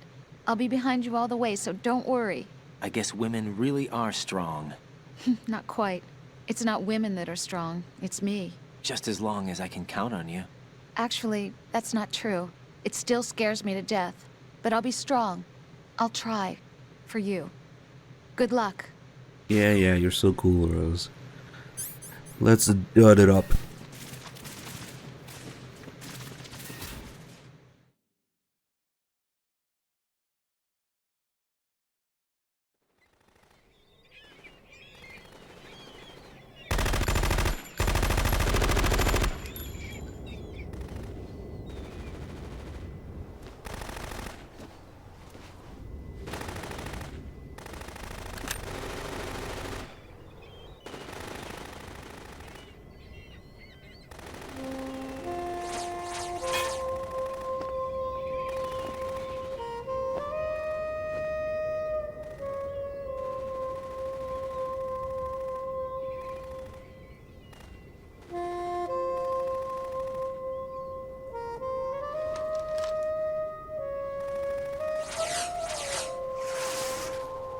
What the hell is that?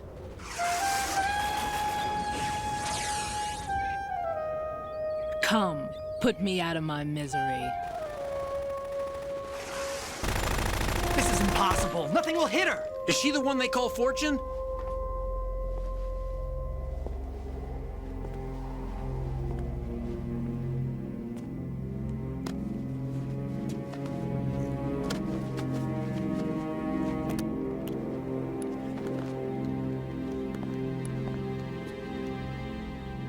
Queen.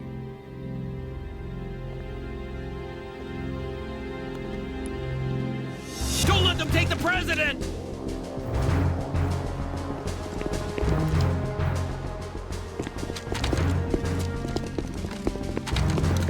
Ready grenades!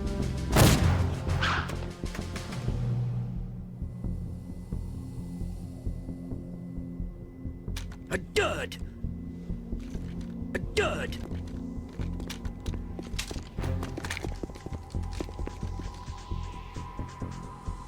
Dud! A dud! A dud! Today is another bad day. A dud! Is there anyone here that can give me happiness?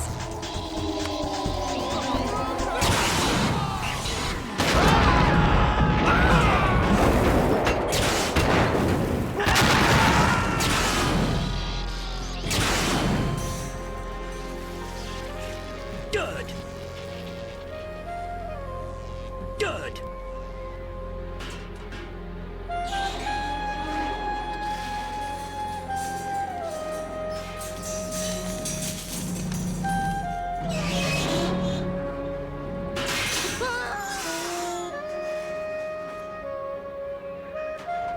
Dud!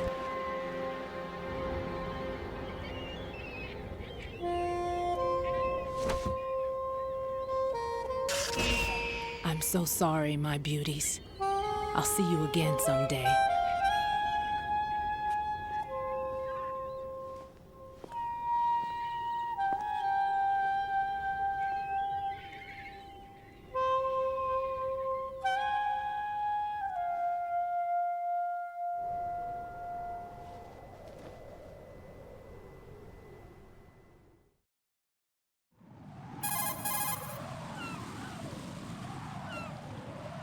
Colonel, SEAL Team 10's Bravo team was wiped out. I see. What happened to the cargo choppers? Both of them are at the bottom of the harbor. Looks like your new hosts have a Harrier too. A Harrier? What is this? Calm down. It just means they anticipated the attack. What? Besides, since the SEALs drew their fire, your infiltration went off without a hitch. On top of that, we know their defensive capabilities. Are you saying this was all a feint? Raiden, get a hold of yourself. The entire mission is in your hands now. Do you understand? But... There's no time for questions. They could decide to retaliate for that failed assault. You mean the hostages? They could be in danger, yes. But we need to consider the possibility that they'll blow the whole shell. If that toxic spell does take place, it'll devastate not only the harbor, but poison the coastline for generations. Raiden, we've had to adjust the mission objectives. The priority is now on removing those C4s that the terrorists wired over the big shell. The President can wait, but this can't. Colonel, you know I'm no bomb disposal expert. That's not a problem. The Bravo team brought an explosives pro in with them. He was supposed to stand by on Strut C according to their mission plan. You should find him there. Is this according to simulation too? What are you talking about? Get to Strut C and find him. Understood. But I need to ask you something before I go. Make it quick. Who are they? Dead Cell, I mean. They couldn't hit her no matter how hard they tried. And that vampire too, it's like being in a nightmare you can't wake up from. Jack, snap out of it. And you, Rose, I can't believe you're on this mission. I keep thinking I'll wake up. Raiden, this is real. And that's why you won't wake up. But nothing seems real. I've made up my mind to stay with you. Whether this is real or a bad dream, I'll keep watching you till it's over. Thank you, Rose. And I won't let you be just a dream. Are you two done? Raiden, you're needed on Strut C. Somebody gives this man an Oscar, an Emmy or something, I don't know. And I won't let you be just a dream. So when Raiden asks the Colonel, is this according to simulation too? When talking about finding Stillman and defusing the C4s, the Colonel says, what are you talking about? Because none of this bomb disposal stuff is part of the simulation, as in it wasn't part of MGS1. So this is actually a completely separate idea that came from, we saw it yesterday in the making of, it came from the idea notebook that they were passing around the development team at the time. So just a purely new gameplay idea to have the player find these bombs and freeze them. So when Raiden says, is this according to simulation? The Colonel has no idea what Raiden's talking about because it was not part of MGS1. And instead, they just put it there as kind of a gameplay thing and as a test for Raiden. Having Fat Man work for the Patriots, they wanted to get his revenge in Stillman, and that's the only reason that he helped the Patriots. And then they use that as a test before letting the exercise proper begin, as Ocelot puts it. So when we defeat Fat Man later, the first thing that we hear is "You pass with flying colors" from the ninja,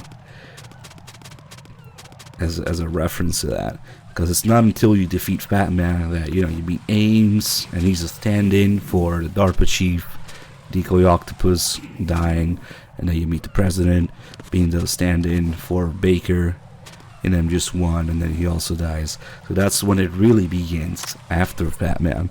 Totally sane. Thank you so much for the 17 months. Evil Design, thank you for the gift of sub earlier. Let's go back to Strut B for a second, because I forgot to get the call about it there. I just want to do it in order.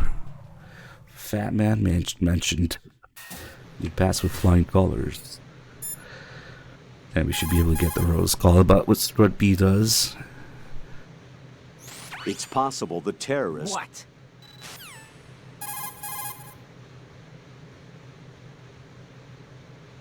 Colonel, do the terrorists have a Harrier? Yes, an AV-8B Harrier II designed for the Marines. It is a VSTOL attack aircraft outfitted with a 25mm gun, air-to-air missiles, and anti-ground rockets. It's not something you want to try to take on in a SEAL helicopter.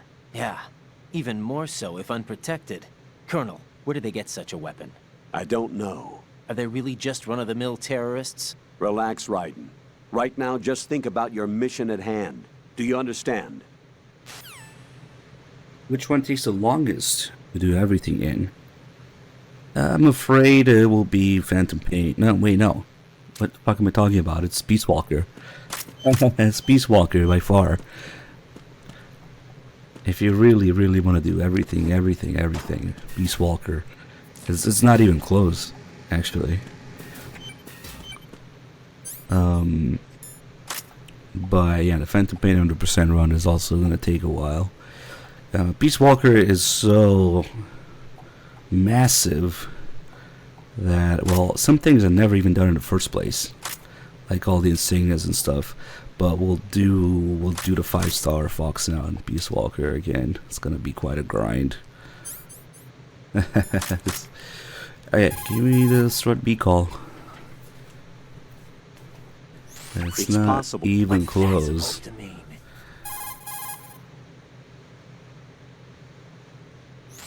Colonel, who exactly is that woman? Her name is Fortune. She leads Dead Cell. Hang on a moment. I'll look her up for you. Damn it.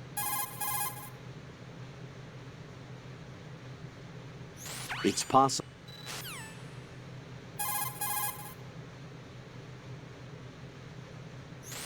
Strut B is a generator facility that generates electricity for the big shell. The first floor is its substation. That's it? Okay. So now she has more shit to look up. Okay. I'm not sure if it's actual, like, real lifetime that has to pass, or a certain amount of maybe calls, or maybe loading screens in between, in-game time. It's a combination of some of those that eventually lets Rose have the call, whatever she was looking up.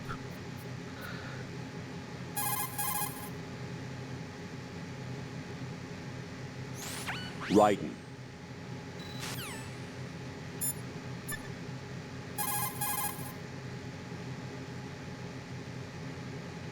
Jack, is that you? What?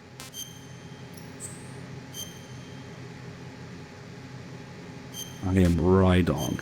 Jack is no more.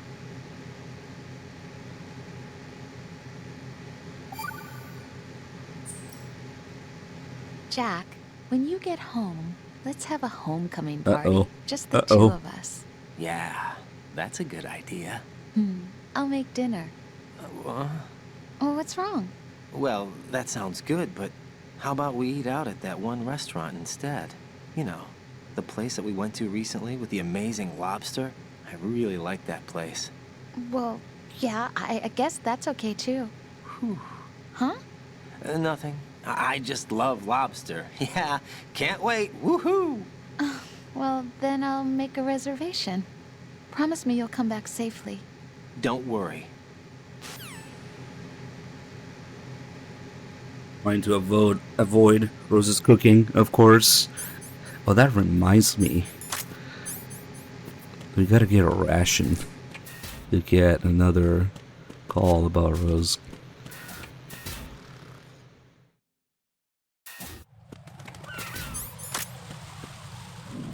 So this guy has a ration, but since we're on extreme, well, also just in general the way MGS2 works, freeze. Even when they do have an item, it takes them quite a few attempts to drop it. Who's there? Ah, shit. Okay. Freeze. Hold on. You go to sleep. Now, hold on. I know for a fact this guy has a ration. This is gonna be a bit of a pain in the ass to search him. Make him drop it. Maybe we'll get lucky. Nope, nothing. So we just keep doing this until he drops it.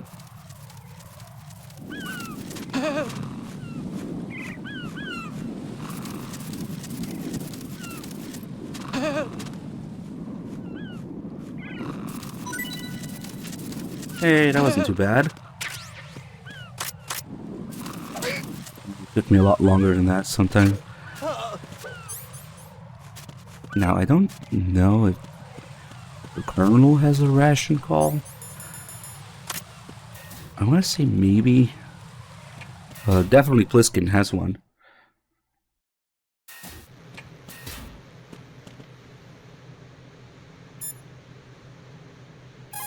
But Pliskin won't be available until after we meet Stillman.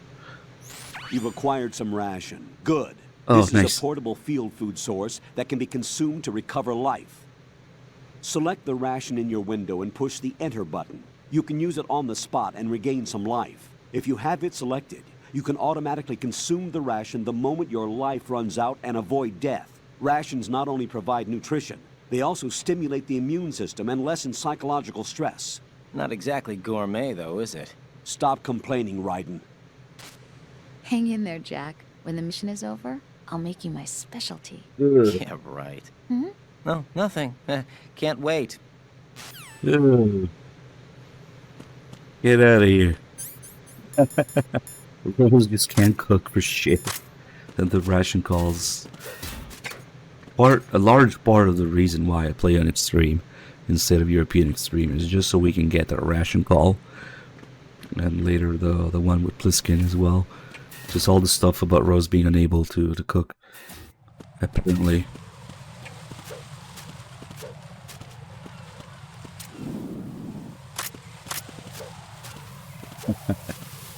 My specialty. Yeah, right.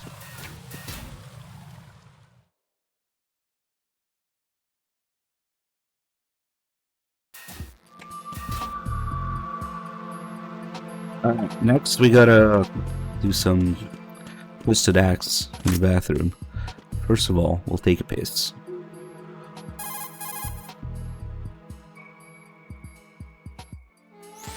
Raiden, what are you looking at? Oh, I see. Rosemary. What? Could you excuse him for a moment? Huh? You know, so he can... Ah, I get it. Jack, let me know when you're done, okay? But looking at the urinal means we're taking a piss right now. And Rose has to look away. But then if we crouch down and we're sniffing it, it gets more complicated. Raiden, I didn't know you had such weird interests. Not that there's anything wrong with that, though. How do you know that? Just that, well, it's a Don't even little say weird. it. Jack, I think You're that's really a little selfish, weird. you know. I can't even sniff my piss and peas. Alright. Now we can masturbate in here. If we go in the bathroom stall with the porn equipped, Also, there's this handy poster here.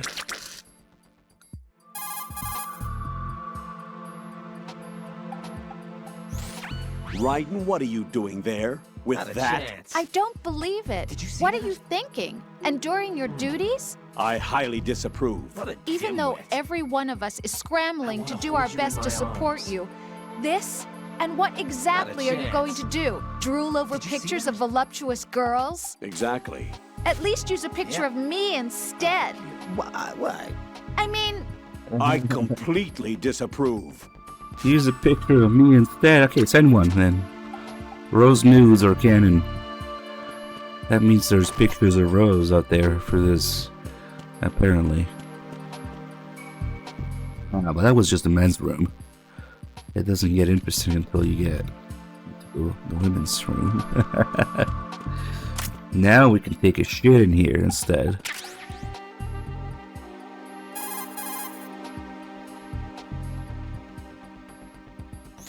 A Raiden? Jack, give it a rest. I can't bear watching you do that. I disapprove. Return to your duties. That's what I feel like saying, but I'm beginning to feel like putting you in charge was not such a good idea. But what if I start sniffing it?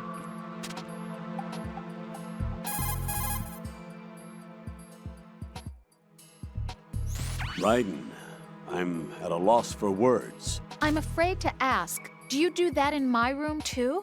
Did you see that?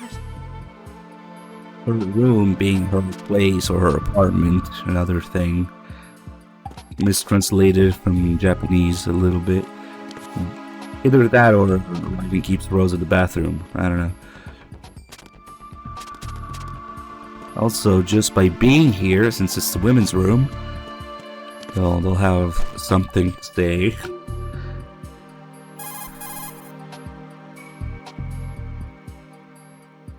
Handguns and automatic rifle. Get real.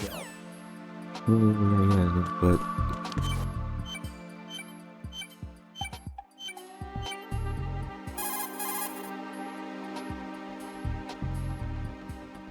It's possible the terrorists...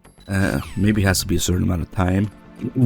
The game actually has a flag, a check, for whether the player has been in here and then all these calls, and later it will, much later in the game, there will be a call with the crazy colonel talking about it. Someone has performed all those twisted acts, got this far.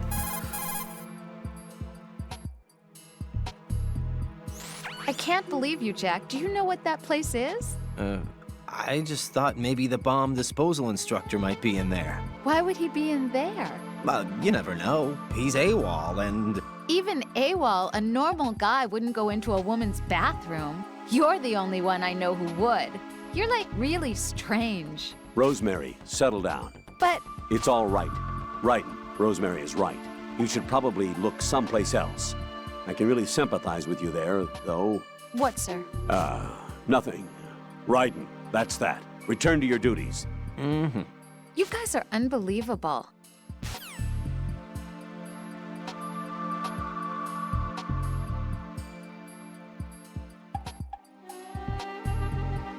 Actually, there's another check. Right after meeting Stillman, he also checks whether you've been in here or not. In his call, where he's fucking around and just giving you a hint of where to find the bomb. Like, ooh, it looks like you were in there already. My. Okay, there's 2 calls actually for being in here. You just gotta spend a little bit more time in here.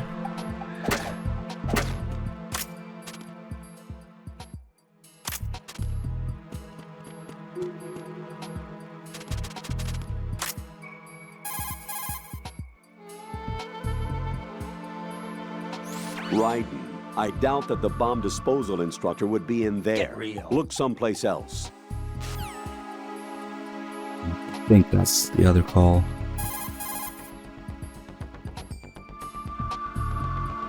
Raiden, Get real. This stuff's all just aced.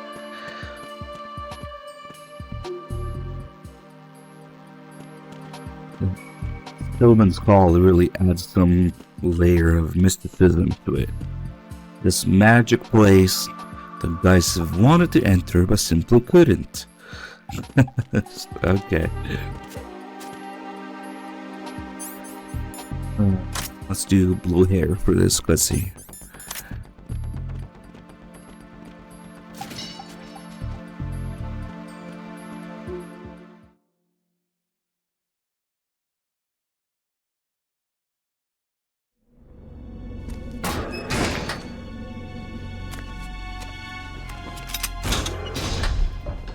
Freeze!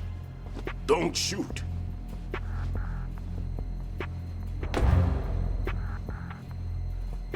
You a cop? I'm not NYPD. I came in with the Bravo team. Who are you with? And what happened to SEAL Team 10?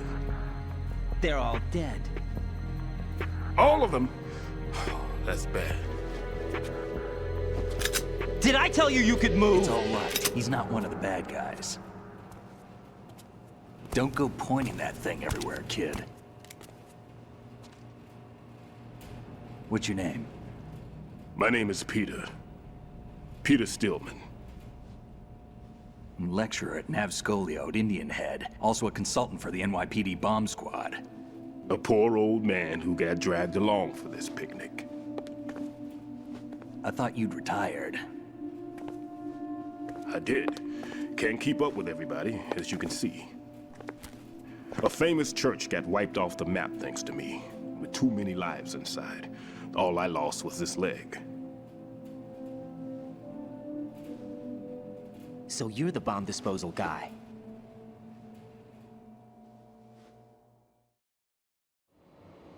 Kid, this is the bomb disposal guy.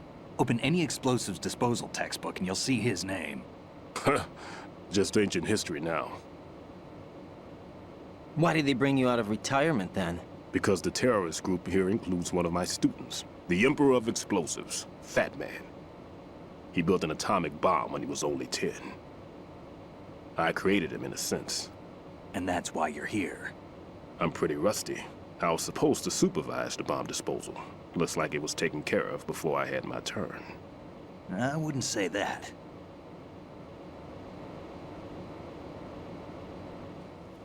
There are at least 2 people here who can claim to be experts at bomb disposal. Are you two with SEAL Team 10? I didn't see you at the mission briefing. Oh, we're with another squad. My name is Pliskin, Lieutenant Junior Grade. Honored to meet you, sir. Mr. Pliskin, do you have any experience with explosives disposal? Don't worry about me. And he looks young, but he can do it. But we need more manpower. I'm, What's your name? Raiden. That's an odd name. Any other survivors? There was also an engineer with me. An engineer? A skinny guy. He went in with us.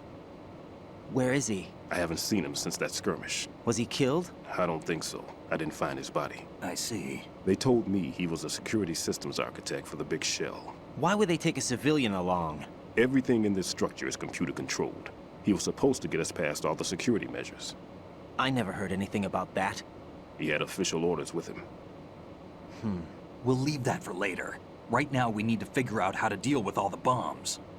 But there's no one left from the SEAL's EOD squad. Yup, so we have to do it ourselves. But I've never defused a bomb before. Hold on a sec. Off to confer with the CO again?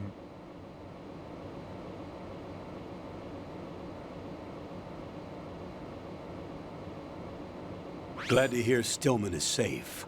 Assist him in any way possible to clear the C4 from the structure.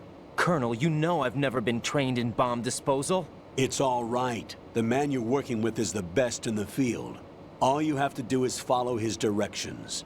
You will, of course, keep your identity and mission objectives to yourself. Is it true that an engineer came in with Stillman? I wasn't informed of that. It's probably something the SEALs decided on their own. There are more important issues at hand, Raiden.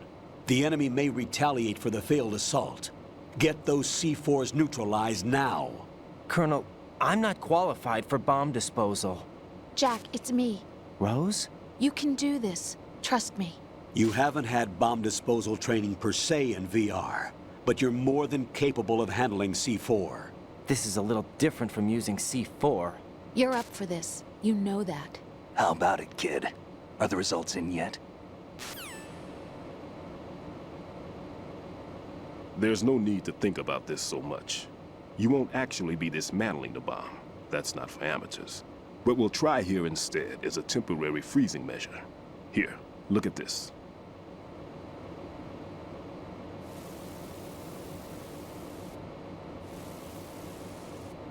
This is a C4 bomb.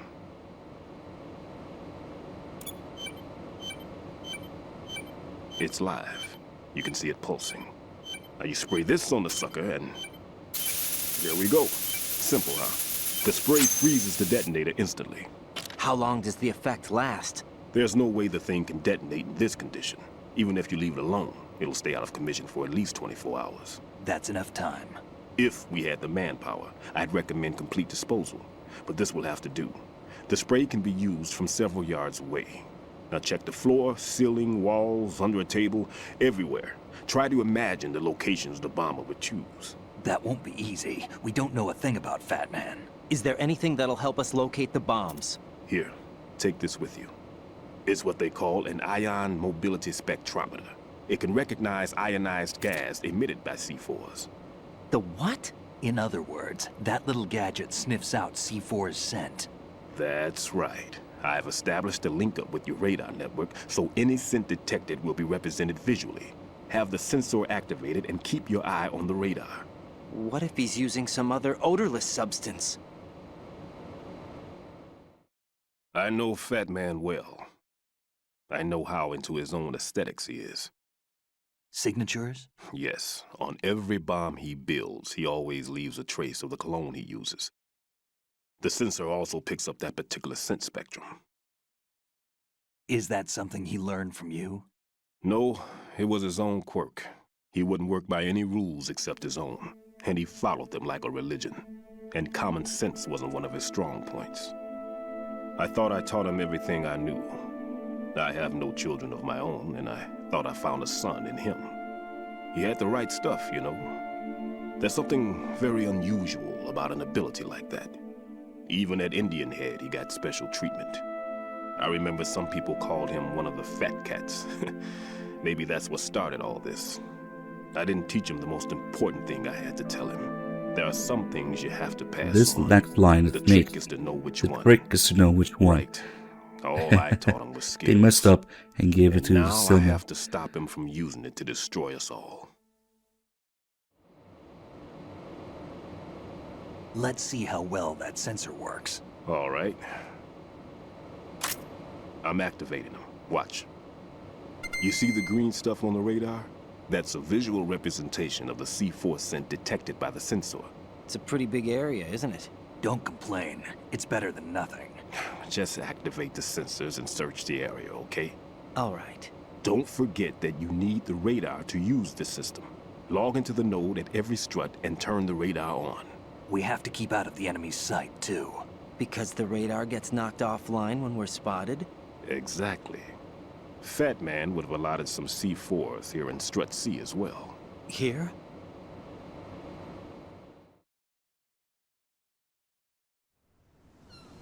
I know the structure of this facility, and if he wants to take out the plant, where he would target.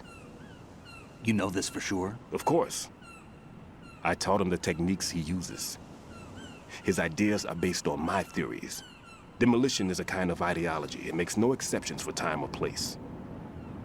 Big shell consists of 2 hexagons joined end on end, north to south. There should be packets of C4s on each of the vertices, or the struts in this case. You need at least that to take a building of this integrity out. 6 on shell 1, another 6 on shell 2. A total of 12 bombs at least. Considering the shell's architecture and composition from an engineering standpoint, that's my conclusion, and it's exactly what he would have decided as well.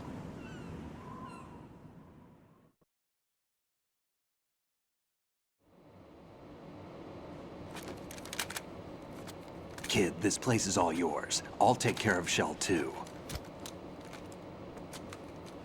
Take this.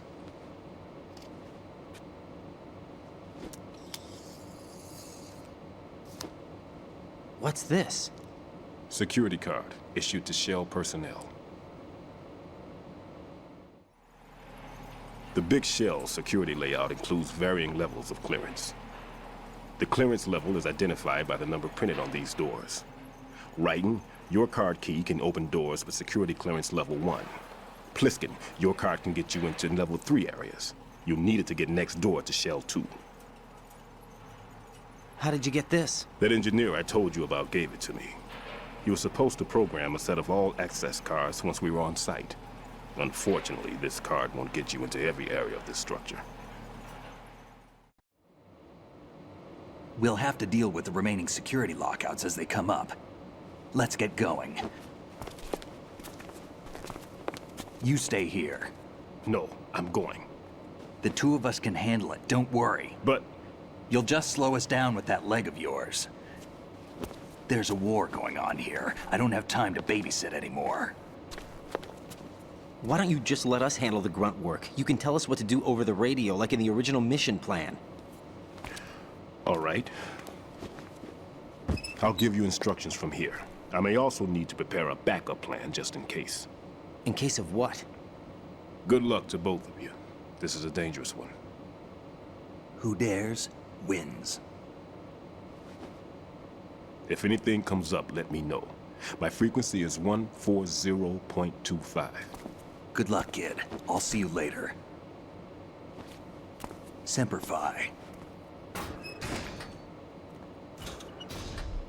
That man's no SEAL. I don't even think he's a Navy man. What? Semper Fi. Marine Corps talk.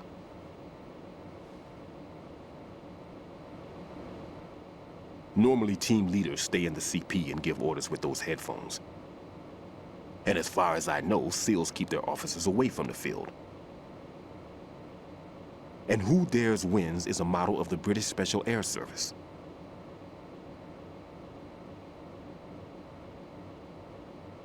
Is he one of the terrorists, then? No, somehow I don't think so. If there's someone to suspect, I'd put my money on you.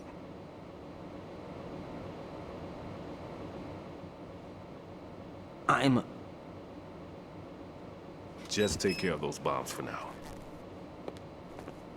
What about you? They could be back in this area soon.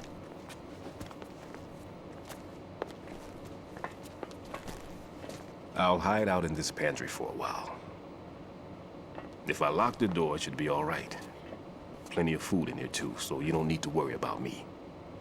I'll give you instructions by codec from here. Good luck, kid.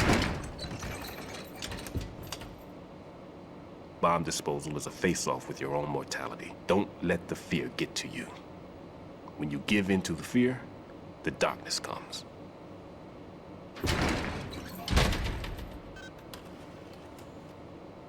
Yeah, Snake using different models there. He's definitely doing that on purpose. He's kind of throwing hints at Stillman that he's not who he says he is. That's why Stillman talks about it here. But in a way that Raiden wouldn't pick up on. At least that's my interpretation of it. Freeze! He's letting Stillman know that he's someone else, that he can be trusted, without letting Raiden know necessarily. Also, that line where it looks like it sounds like Stillman's talking to himself. There are some things you have to pass on. The quickest to know which ones. In the Japanese version, that's Snake's line. They just completely messed up. Something went kind of horribly wrong, and somehow Stillman ended with Snake's line there. So now he sounds like he's talking to himself. Right. What should we do? Oh. We should run out here first thing. If you don't take too long, hopefully I didn't.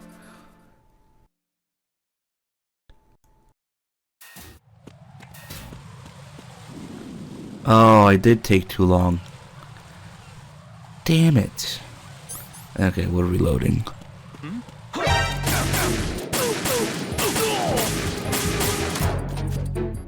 Didge. Maybe space and distance. Not time. Jack, what's going on? Answer me! Jack? Jack! If you go too far into, or I guess the previous area, close to the exit to the previous area, probably that's what triggers it. Now that's a pretty big thing you can see here, so that's unacceptable to miss it. We'll just reload real quick.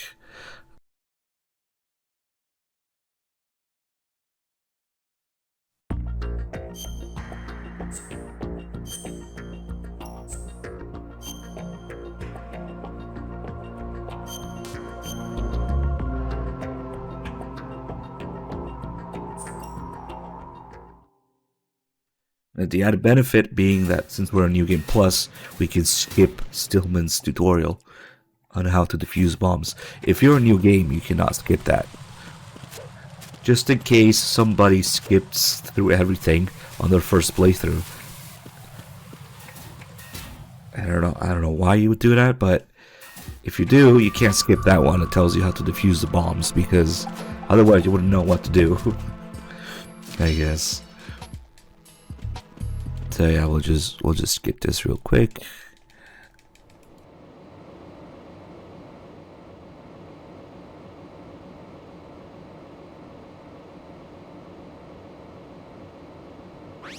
Yeah, it's probably because he got too close to the door, to the south part of this strut.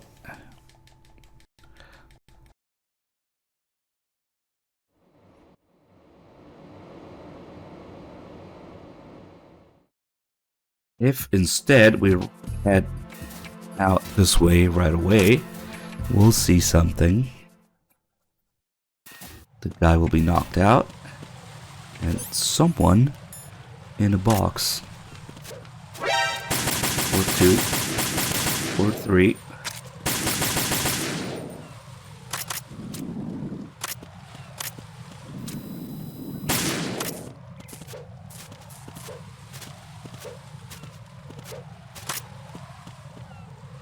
So if you're quick, since this is the way that Pliskin leaves, you can catch him there. Freeze! And the guy he knocked out. Now you can ask everyone about the man in the box, but unfortunately all the other calls take priority. So it's gonna be a while before Raiden starts asking. First, namely, we'll have all the calls about Dead Cell and Stillman and all that stuff first. So we'll do those real quick. And he just has infinite layers of boxes, which reminds me, actually, I gotta get all the boxes. He's got all the different boxes. There's 5 boxes you can get. 6 if you count the wet one. Alright, let's start asking about Dead Cell. Raiden, don't get yourself worked Get up. real. It's safer to take out the enemy first, Definitely. then look for the bomb. What's that Don't supposed even to mean? think about. Tell me a little more about Dead Cell. Dead Cell was a shadow unit within the SEALs organization. Right. They handled surprise raids on vital government facilities, didn't they? Yes. They were originally put together to check the nation's military security system. The unit was the brainchild of ex-President George Sears. Dead Cell was a secret unit positioned at the opposite end of anti-terrorist outfits such as Delta Force and SEALs. Were they always a group of madmen? Yeah. No.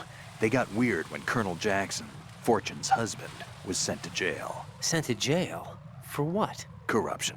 He misappropriated government funds. Sounds like he deserved it. That's what everybody else thought, except for the members of Dead Cell. They felt the colonel was falsely accused. Fact is, they took the case to the powers that be, but they never managed to reopen the case. Was there any truth to their claim? Who knows? Whatever the situation is, Dead Cell's name was tainted. And Colonel Jackson? He was being held at Leavenworth. Was? Meaning he's been released? Well, in a manner of speaking, the colonel's dead. Oh. Apparently, he lost the will to live and died in prison. The members of Dead Cell snapped with the loss of their leader. They underwent a radical change and became uncontrollable. And that's why they undertook this terrorist operation. Seems as good a reason as any. Yeah, of course, Dead Cell being based on the real life Red Cell. That's an interesting thing to. It's an interesting rabbit hole to go down. Also about the shades that we get on the third playthrough and every odd playthrough after that. So I think this is the fifth. That's why we have the shades. Fifth or seventh. But either way, every odd playthrough you get all the, well, not all. You just get the shades on Raiden, Snake, and Bliskin. Snake actually has like 2 or 3 different pairs of shades depending on when he shows up.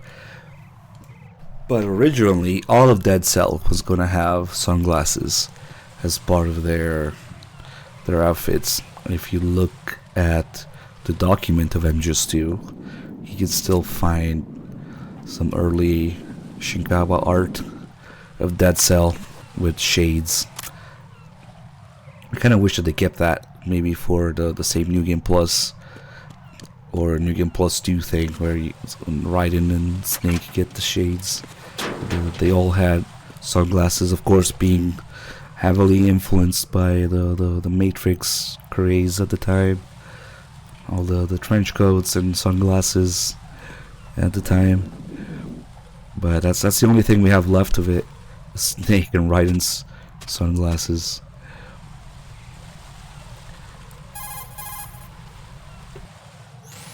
That pistol you have is a SOCOM. It's a .45 caliber offensive handgun designed for the American Special Ops Command. With 12 rounds of 45 ACPs, it has outstanding stopping power. The SOCOM has a minimum service life, averaging over 6,000 rounds, and has a 5-round group capacity that extends within a 1.4-inch radius. It's a bit large, but the SOCOM is a gun you can trust. It also comes equipped with a laser aiming module. A suppressor can be attached to the SOCOM to silence gunshots. You should try to find one. Close enough. That's weird. He talks about equipment before he's done with his story calls. Looks like the enemy sentries have the defensive perimeters of each strut covered. You'll be safe as long... Vamp is a member of Dead Cell. Here we go. Born in Romania, his specialty is knives.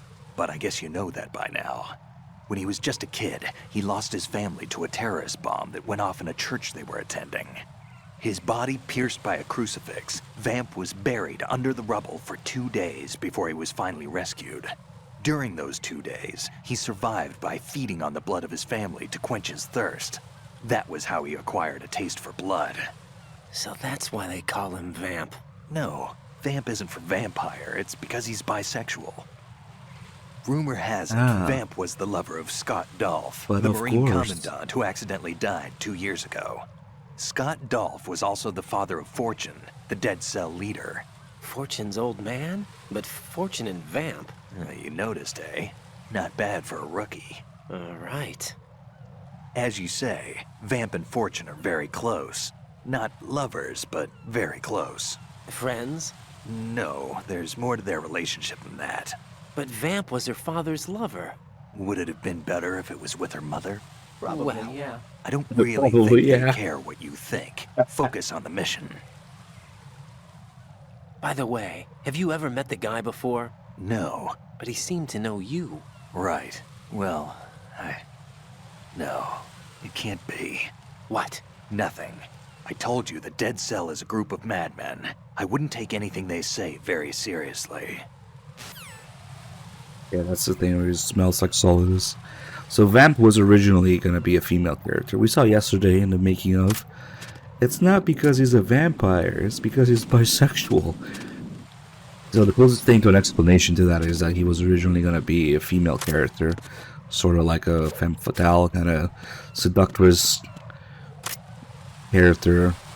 And even if you look up the term vamp, apparently, supposedly, in like movies and literature, it's used to refer to that kind of character. But I mean, even Shinkawa straight up calls him a vampire in the making of we watched yesterday. So now, once they introduced Fortune, Vamp was changed into a male character. And, well, I guess he still has to do... Because he kind of does that. He kind of seduces Scott Dolph. He seduces Fortune. You know, like, I guess it's as close as it gets to an explanation that Vamp now has to do all this stuff. So he's bisexual. I don't know. Yeah, he's seductive with Fortune and her dad. Would have been a bit better if it was with her mother. Probably, yeah. Raiden is actually visibly troubled by Vamp's sexuality, which is the absolute irony of people calling Raiden gay back in the day, and some still do to this day. When Raiden is deeply troubled by Vamp's sexuality, he doesn't care.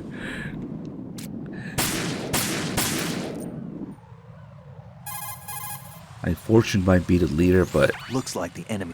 Vamp is effectively like, seducing her. What do you know about that strange woman? You mean Fortune? She's the Dead Cell leader. Her real name is Helena Dolph Jackson, known to her friends as Lady Luck. Yeah, why do you think that emote exists? Yeah, she got the name because bullets seem to veer away from her in battle. People have heard her say that her fortune in battle was payback for the lousy Which one do you luck think she's came had in first?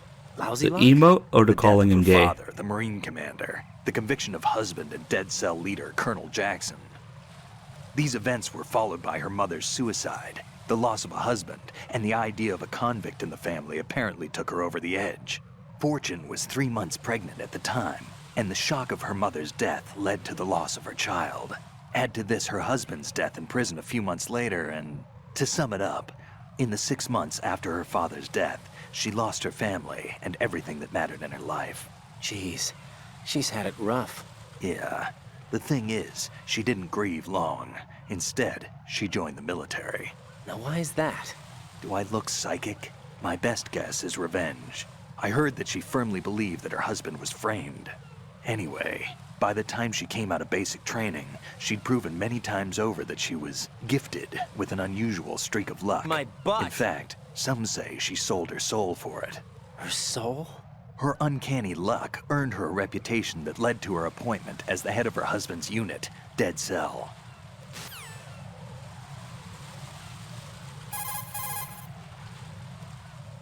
Looks like the enemy sentry. Get real. But who's the guy in the box? Fat Man. There's still Fat Man. Supposedly he's nicknamed after an atomic bomb, but to me, he's just a fat man. That's Something right. straight out of a sideshow. If he even has a bit of spare time, he spends it disassembling and assembling his Glock over and over again. He can't stand to have his hands still. He's extremely vain about his hands, keeps his fingers as slender and soft as a woman's. He also gets vote They say kicks he's all the always time. looking at his hands, giving himself manicures. They say he's always getting vote cakes in this chat. Yeah. The fat shaming. It's in the Snake Tales too. That Snake Tale about Ames wanting to kill Fat Man. His disgustingly fat body. But to me, he's just a fat man. Like, damn.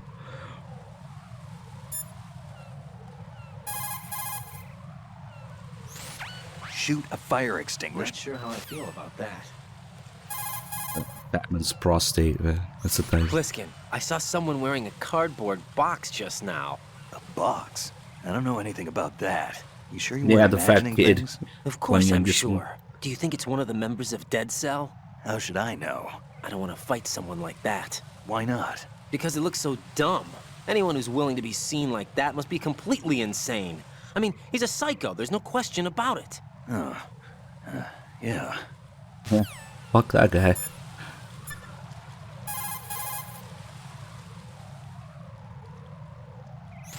Raiden, Stillman is a Why top-notch don't you do explosives it? technician. Follow his orders and disarm the explosives. Okay, but exactly who is Peter Stillman? Gotcha. I'll look him up. Hold on a moment. How much shit do you have? How much shit do you have lined up?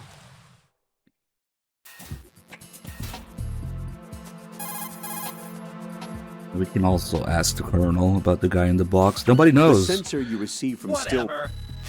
Nobody knows who the guy in the box might be in this world of MGS1 expectations. Make doubly sure. Come on.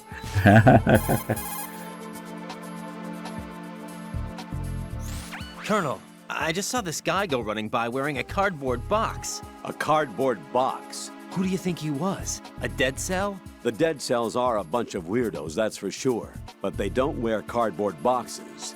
I'll look into it. I'm counting on you. Oh, it's another thing for her to look up. Damn it. Okay, let's just...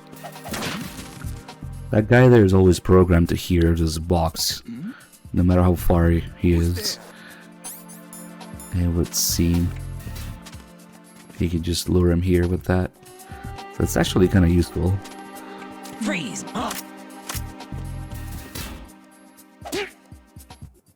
Oh, let me see if I can get the call about Rose being messy here.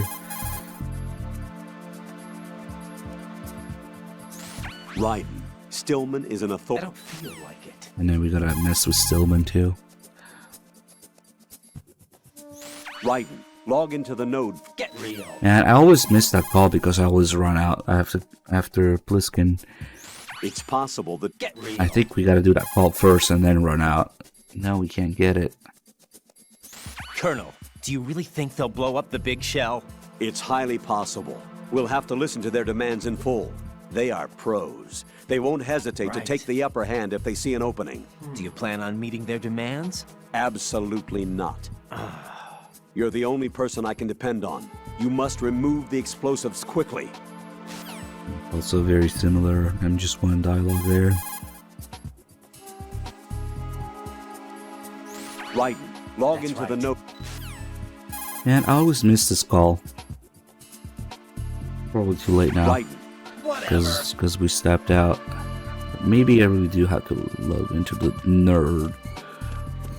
Not that it matters or whatever.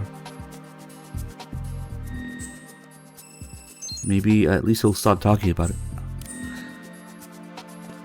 Very useful. Let's go now.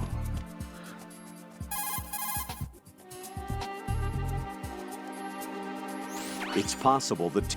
Come on. Make doubly sure you... Huh?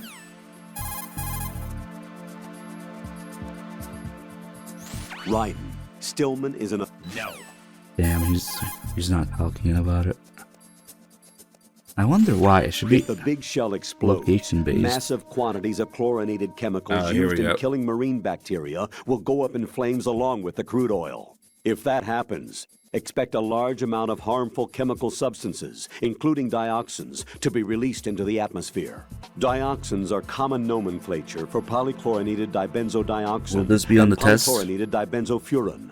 They are organic chloride compounds that are highly acute and toxic, and are powerful chemicals that can cause cancer, genetic disorders, and birth defects. On top of that, they do not decompose easily, nor dissolve in water, making it easy for them to accumulate within the bodies of living organisms. The environmental impact on the bay and coastal area ecosystem would be unfathomable. Environmental restoration would likely require several generations. That is why we cannot allow them to blow up the big shell. Raiden, you must disarm the C4. The colonel is just well versed in biology. I don't know. Yeah, there's also the other parallel that Stillman's leg, just like Ottocon's leg, yeah, they can't quite walk properly at first. Freeze! For different reasons. Freeze!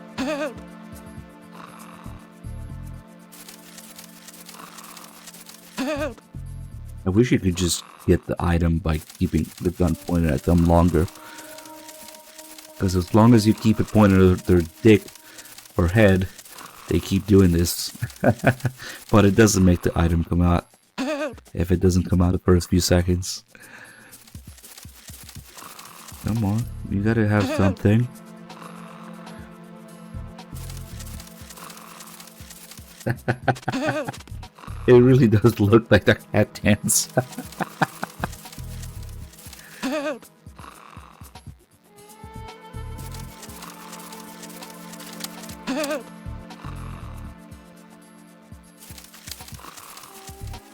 Hold on. Let me see if I can match the angle.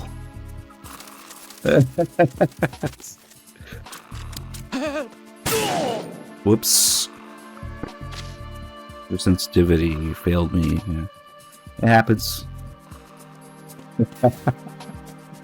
And Steve Rose is ready now. At last, my finger might have slipped. What's up, Jack?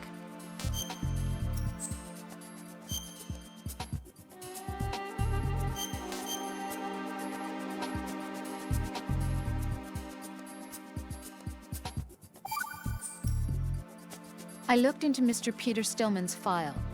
Full name is Peter Stillman, known as Peg Leg Peter. He is a legendary bomb disposal technician.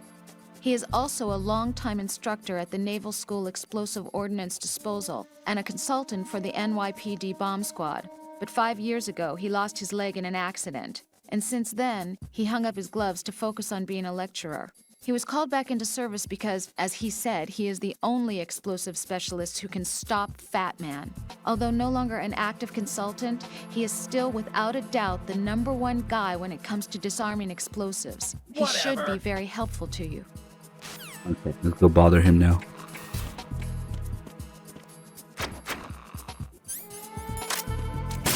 If you need to talk to me, use the codec.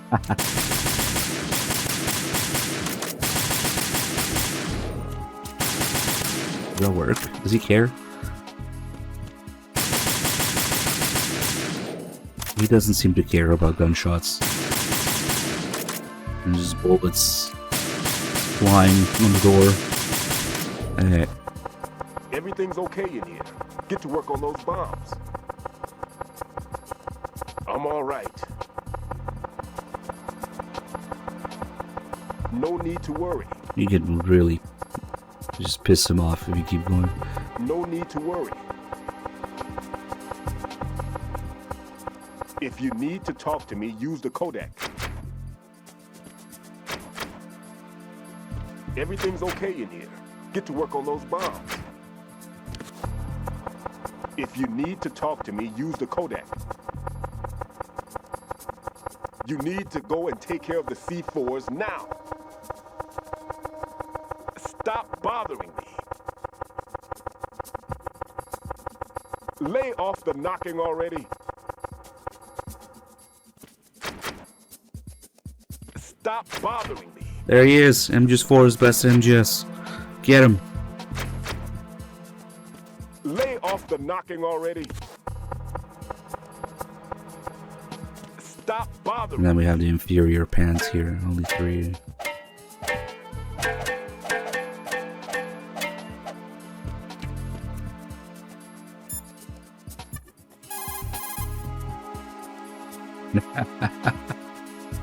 Make doubly sure. Get real. Let's see. Rose has some shit lined up right now. Jack, is that you? What's that supposed to mean?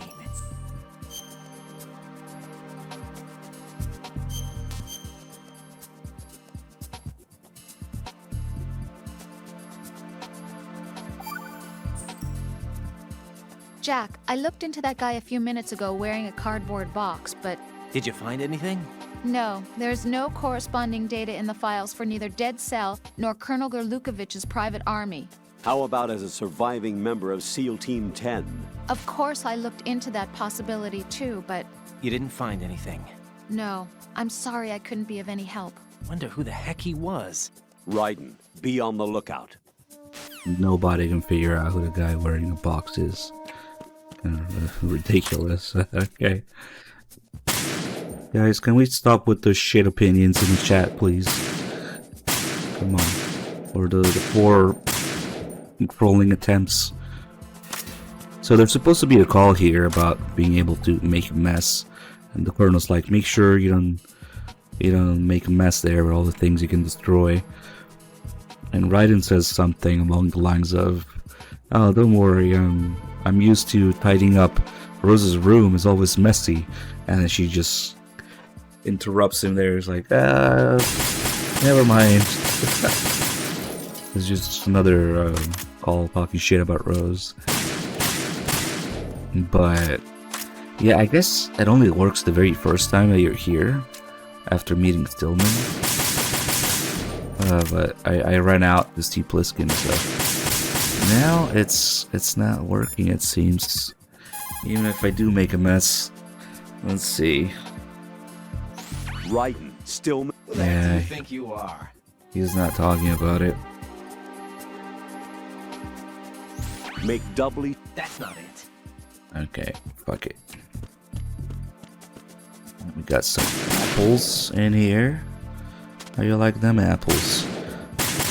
They're actually really detailed apples. They have the stem and the core and the seeds and all that stuff in there. And you shoot them. Look at that. Look at those PS2 apples.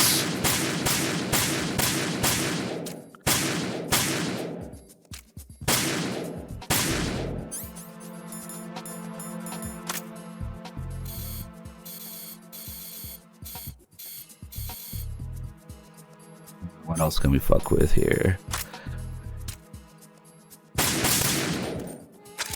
Glasses and the plates, the watermelon.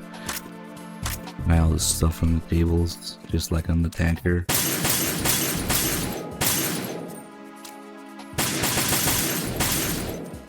Oh yeah, that pile of boxes here. Whenever you see a pile of boxes like this in one of the struts, it lets you know that that's the box that will take you to this strut. If you take the conveyor belt in strut E. So if we want to come back here to strut C from strut E, we take the orange box and it drops you off right next to it here. That's why there's these piles of boxes in different struts. Alright, let's go save out here. Now actually we'll do the bomb disposal that way, so I like to leave this bomb for last, because then when you come back here with sensor B, there's no guards around. It also puts you a little bit closer to the exit when the timer starts. Not that it matters, because it's plenty of time. We also have a very similar layout to what the kitchen and bathroom areas look like in Metal Gear 2 in Zanzibar land. You have the same color scheme, you have the bushes, the plants in the same position pretty much. Men's room on the left, ladies' room on the right. It's very much the same layout, color scheme, and items in here. It's probably on purpose.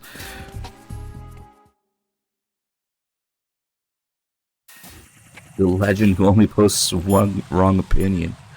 Now you have to commit. That has to be the only thing you ever say from now on, ever again.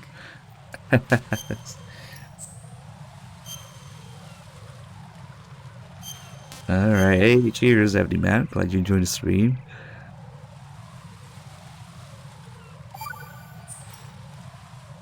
Rose, no comment? About? I've killed someone. Jack, it's a battlefield. My opponents are living, breathing human beings. This isn't like the VR training. They have bodies. They have had lives. I took all that away from them. But you've got no choice if you want to survive. And yet, maybe because of the VR training, I can't help but try and block out that reality. It's the only way I can manage to fight. Jack. What? I don't care what it takes, just as long as you come back alive. Do whatever it takes, please. Just come back in one piece. Okay. Enjoying this game. Alright boys, that'll be it for today. We did a big chunk.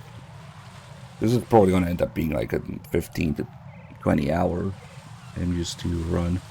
So we're taking it really slowly, going over everything. I'm trying to keep it around 8 hours a day right now because I'm still kind of recovering. We'll see if maybe tomorrow, feel a little better, and we'll do a little bit of a longer session. So thank you all for watching. I hope you guys enjoyed the stream. I hope you guys learned something new about MGS2. There's always so many little details and things to show in this game that people might not have seen before. And yeah, we'll keep going tomorrow. I'm just gonna get some rest now.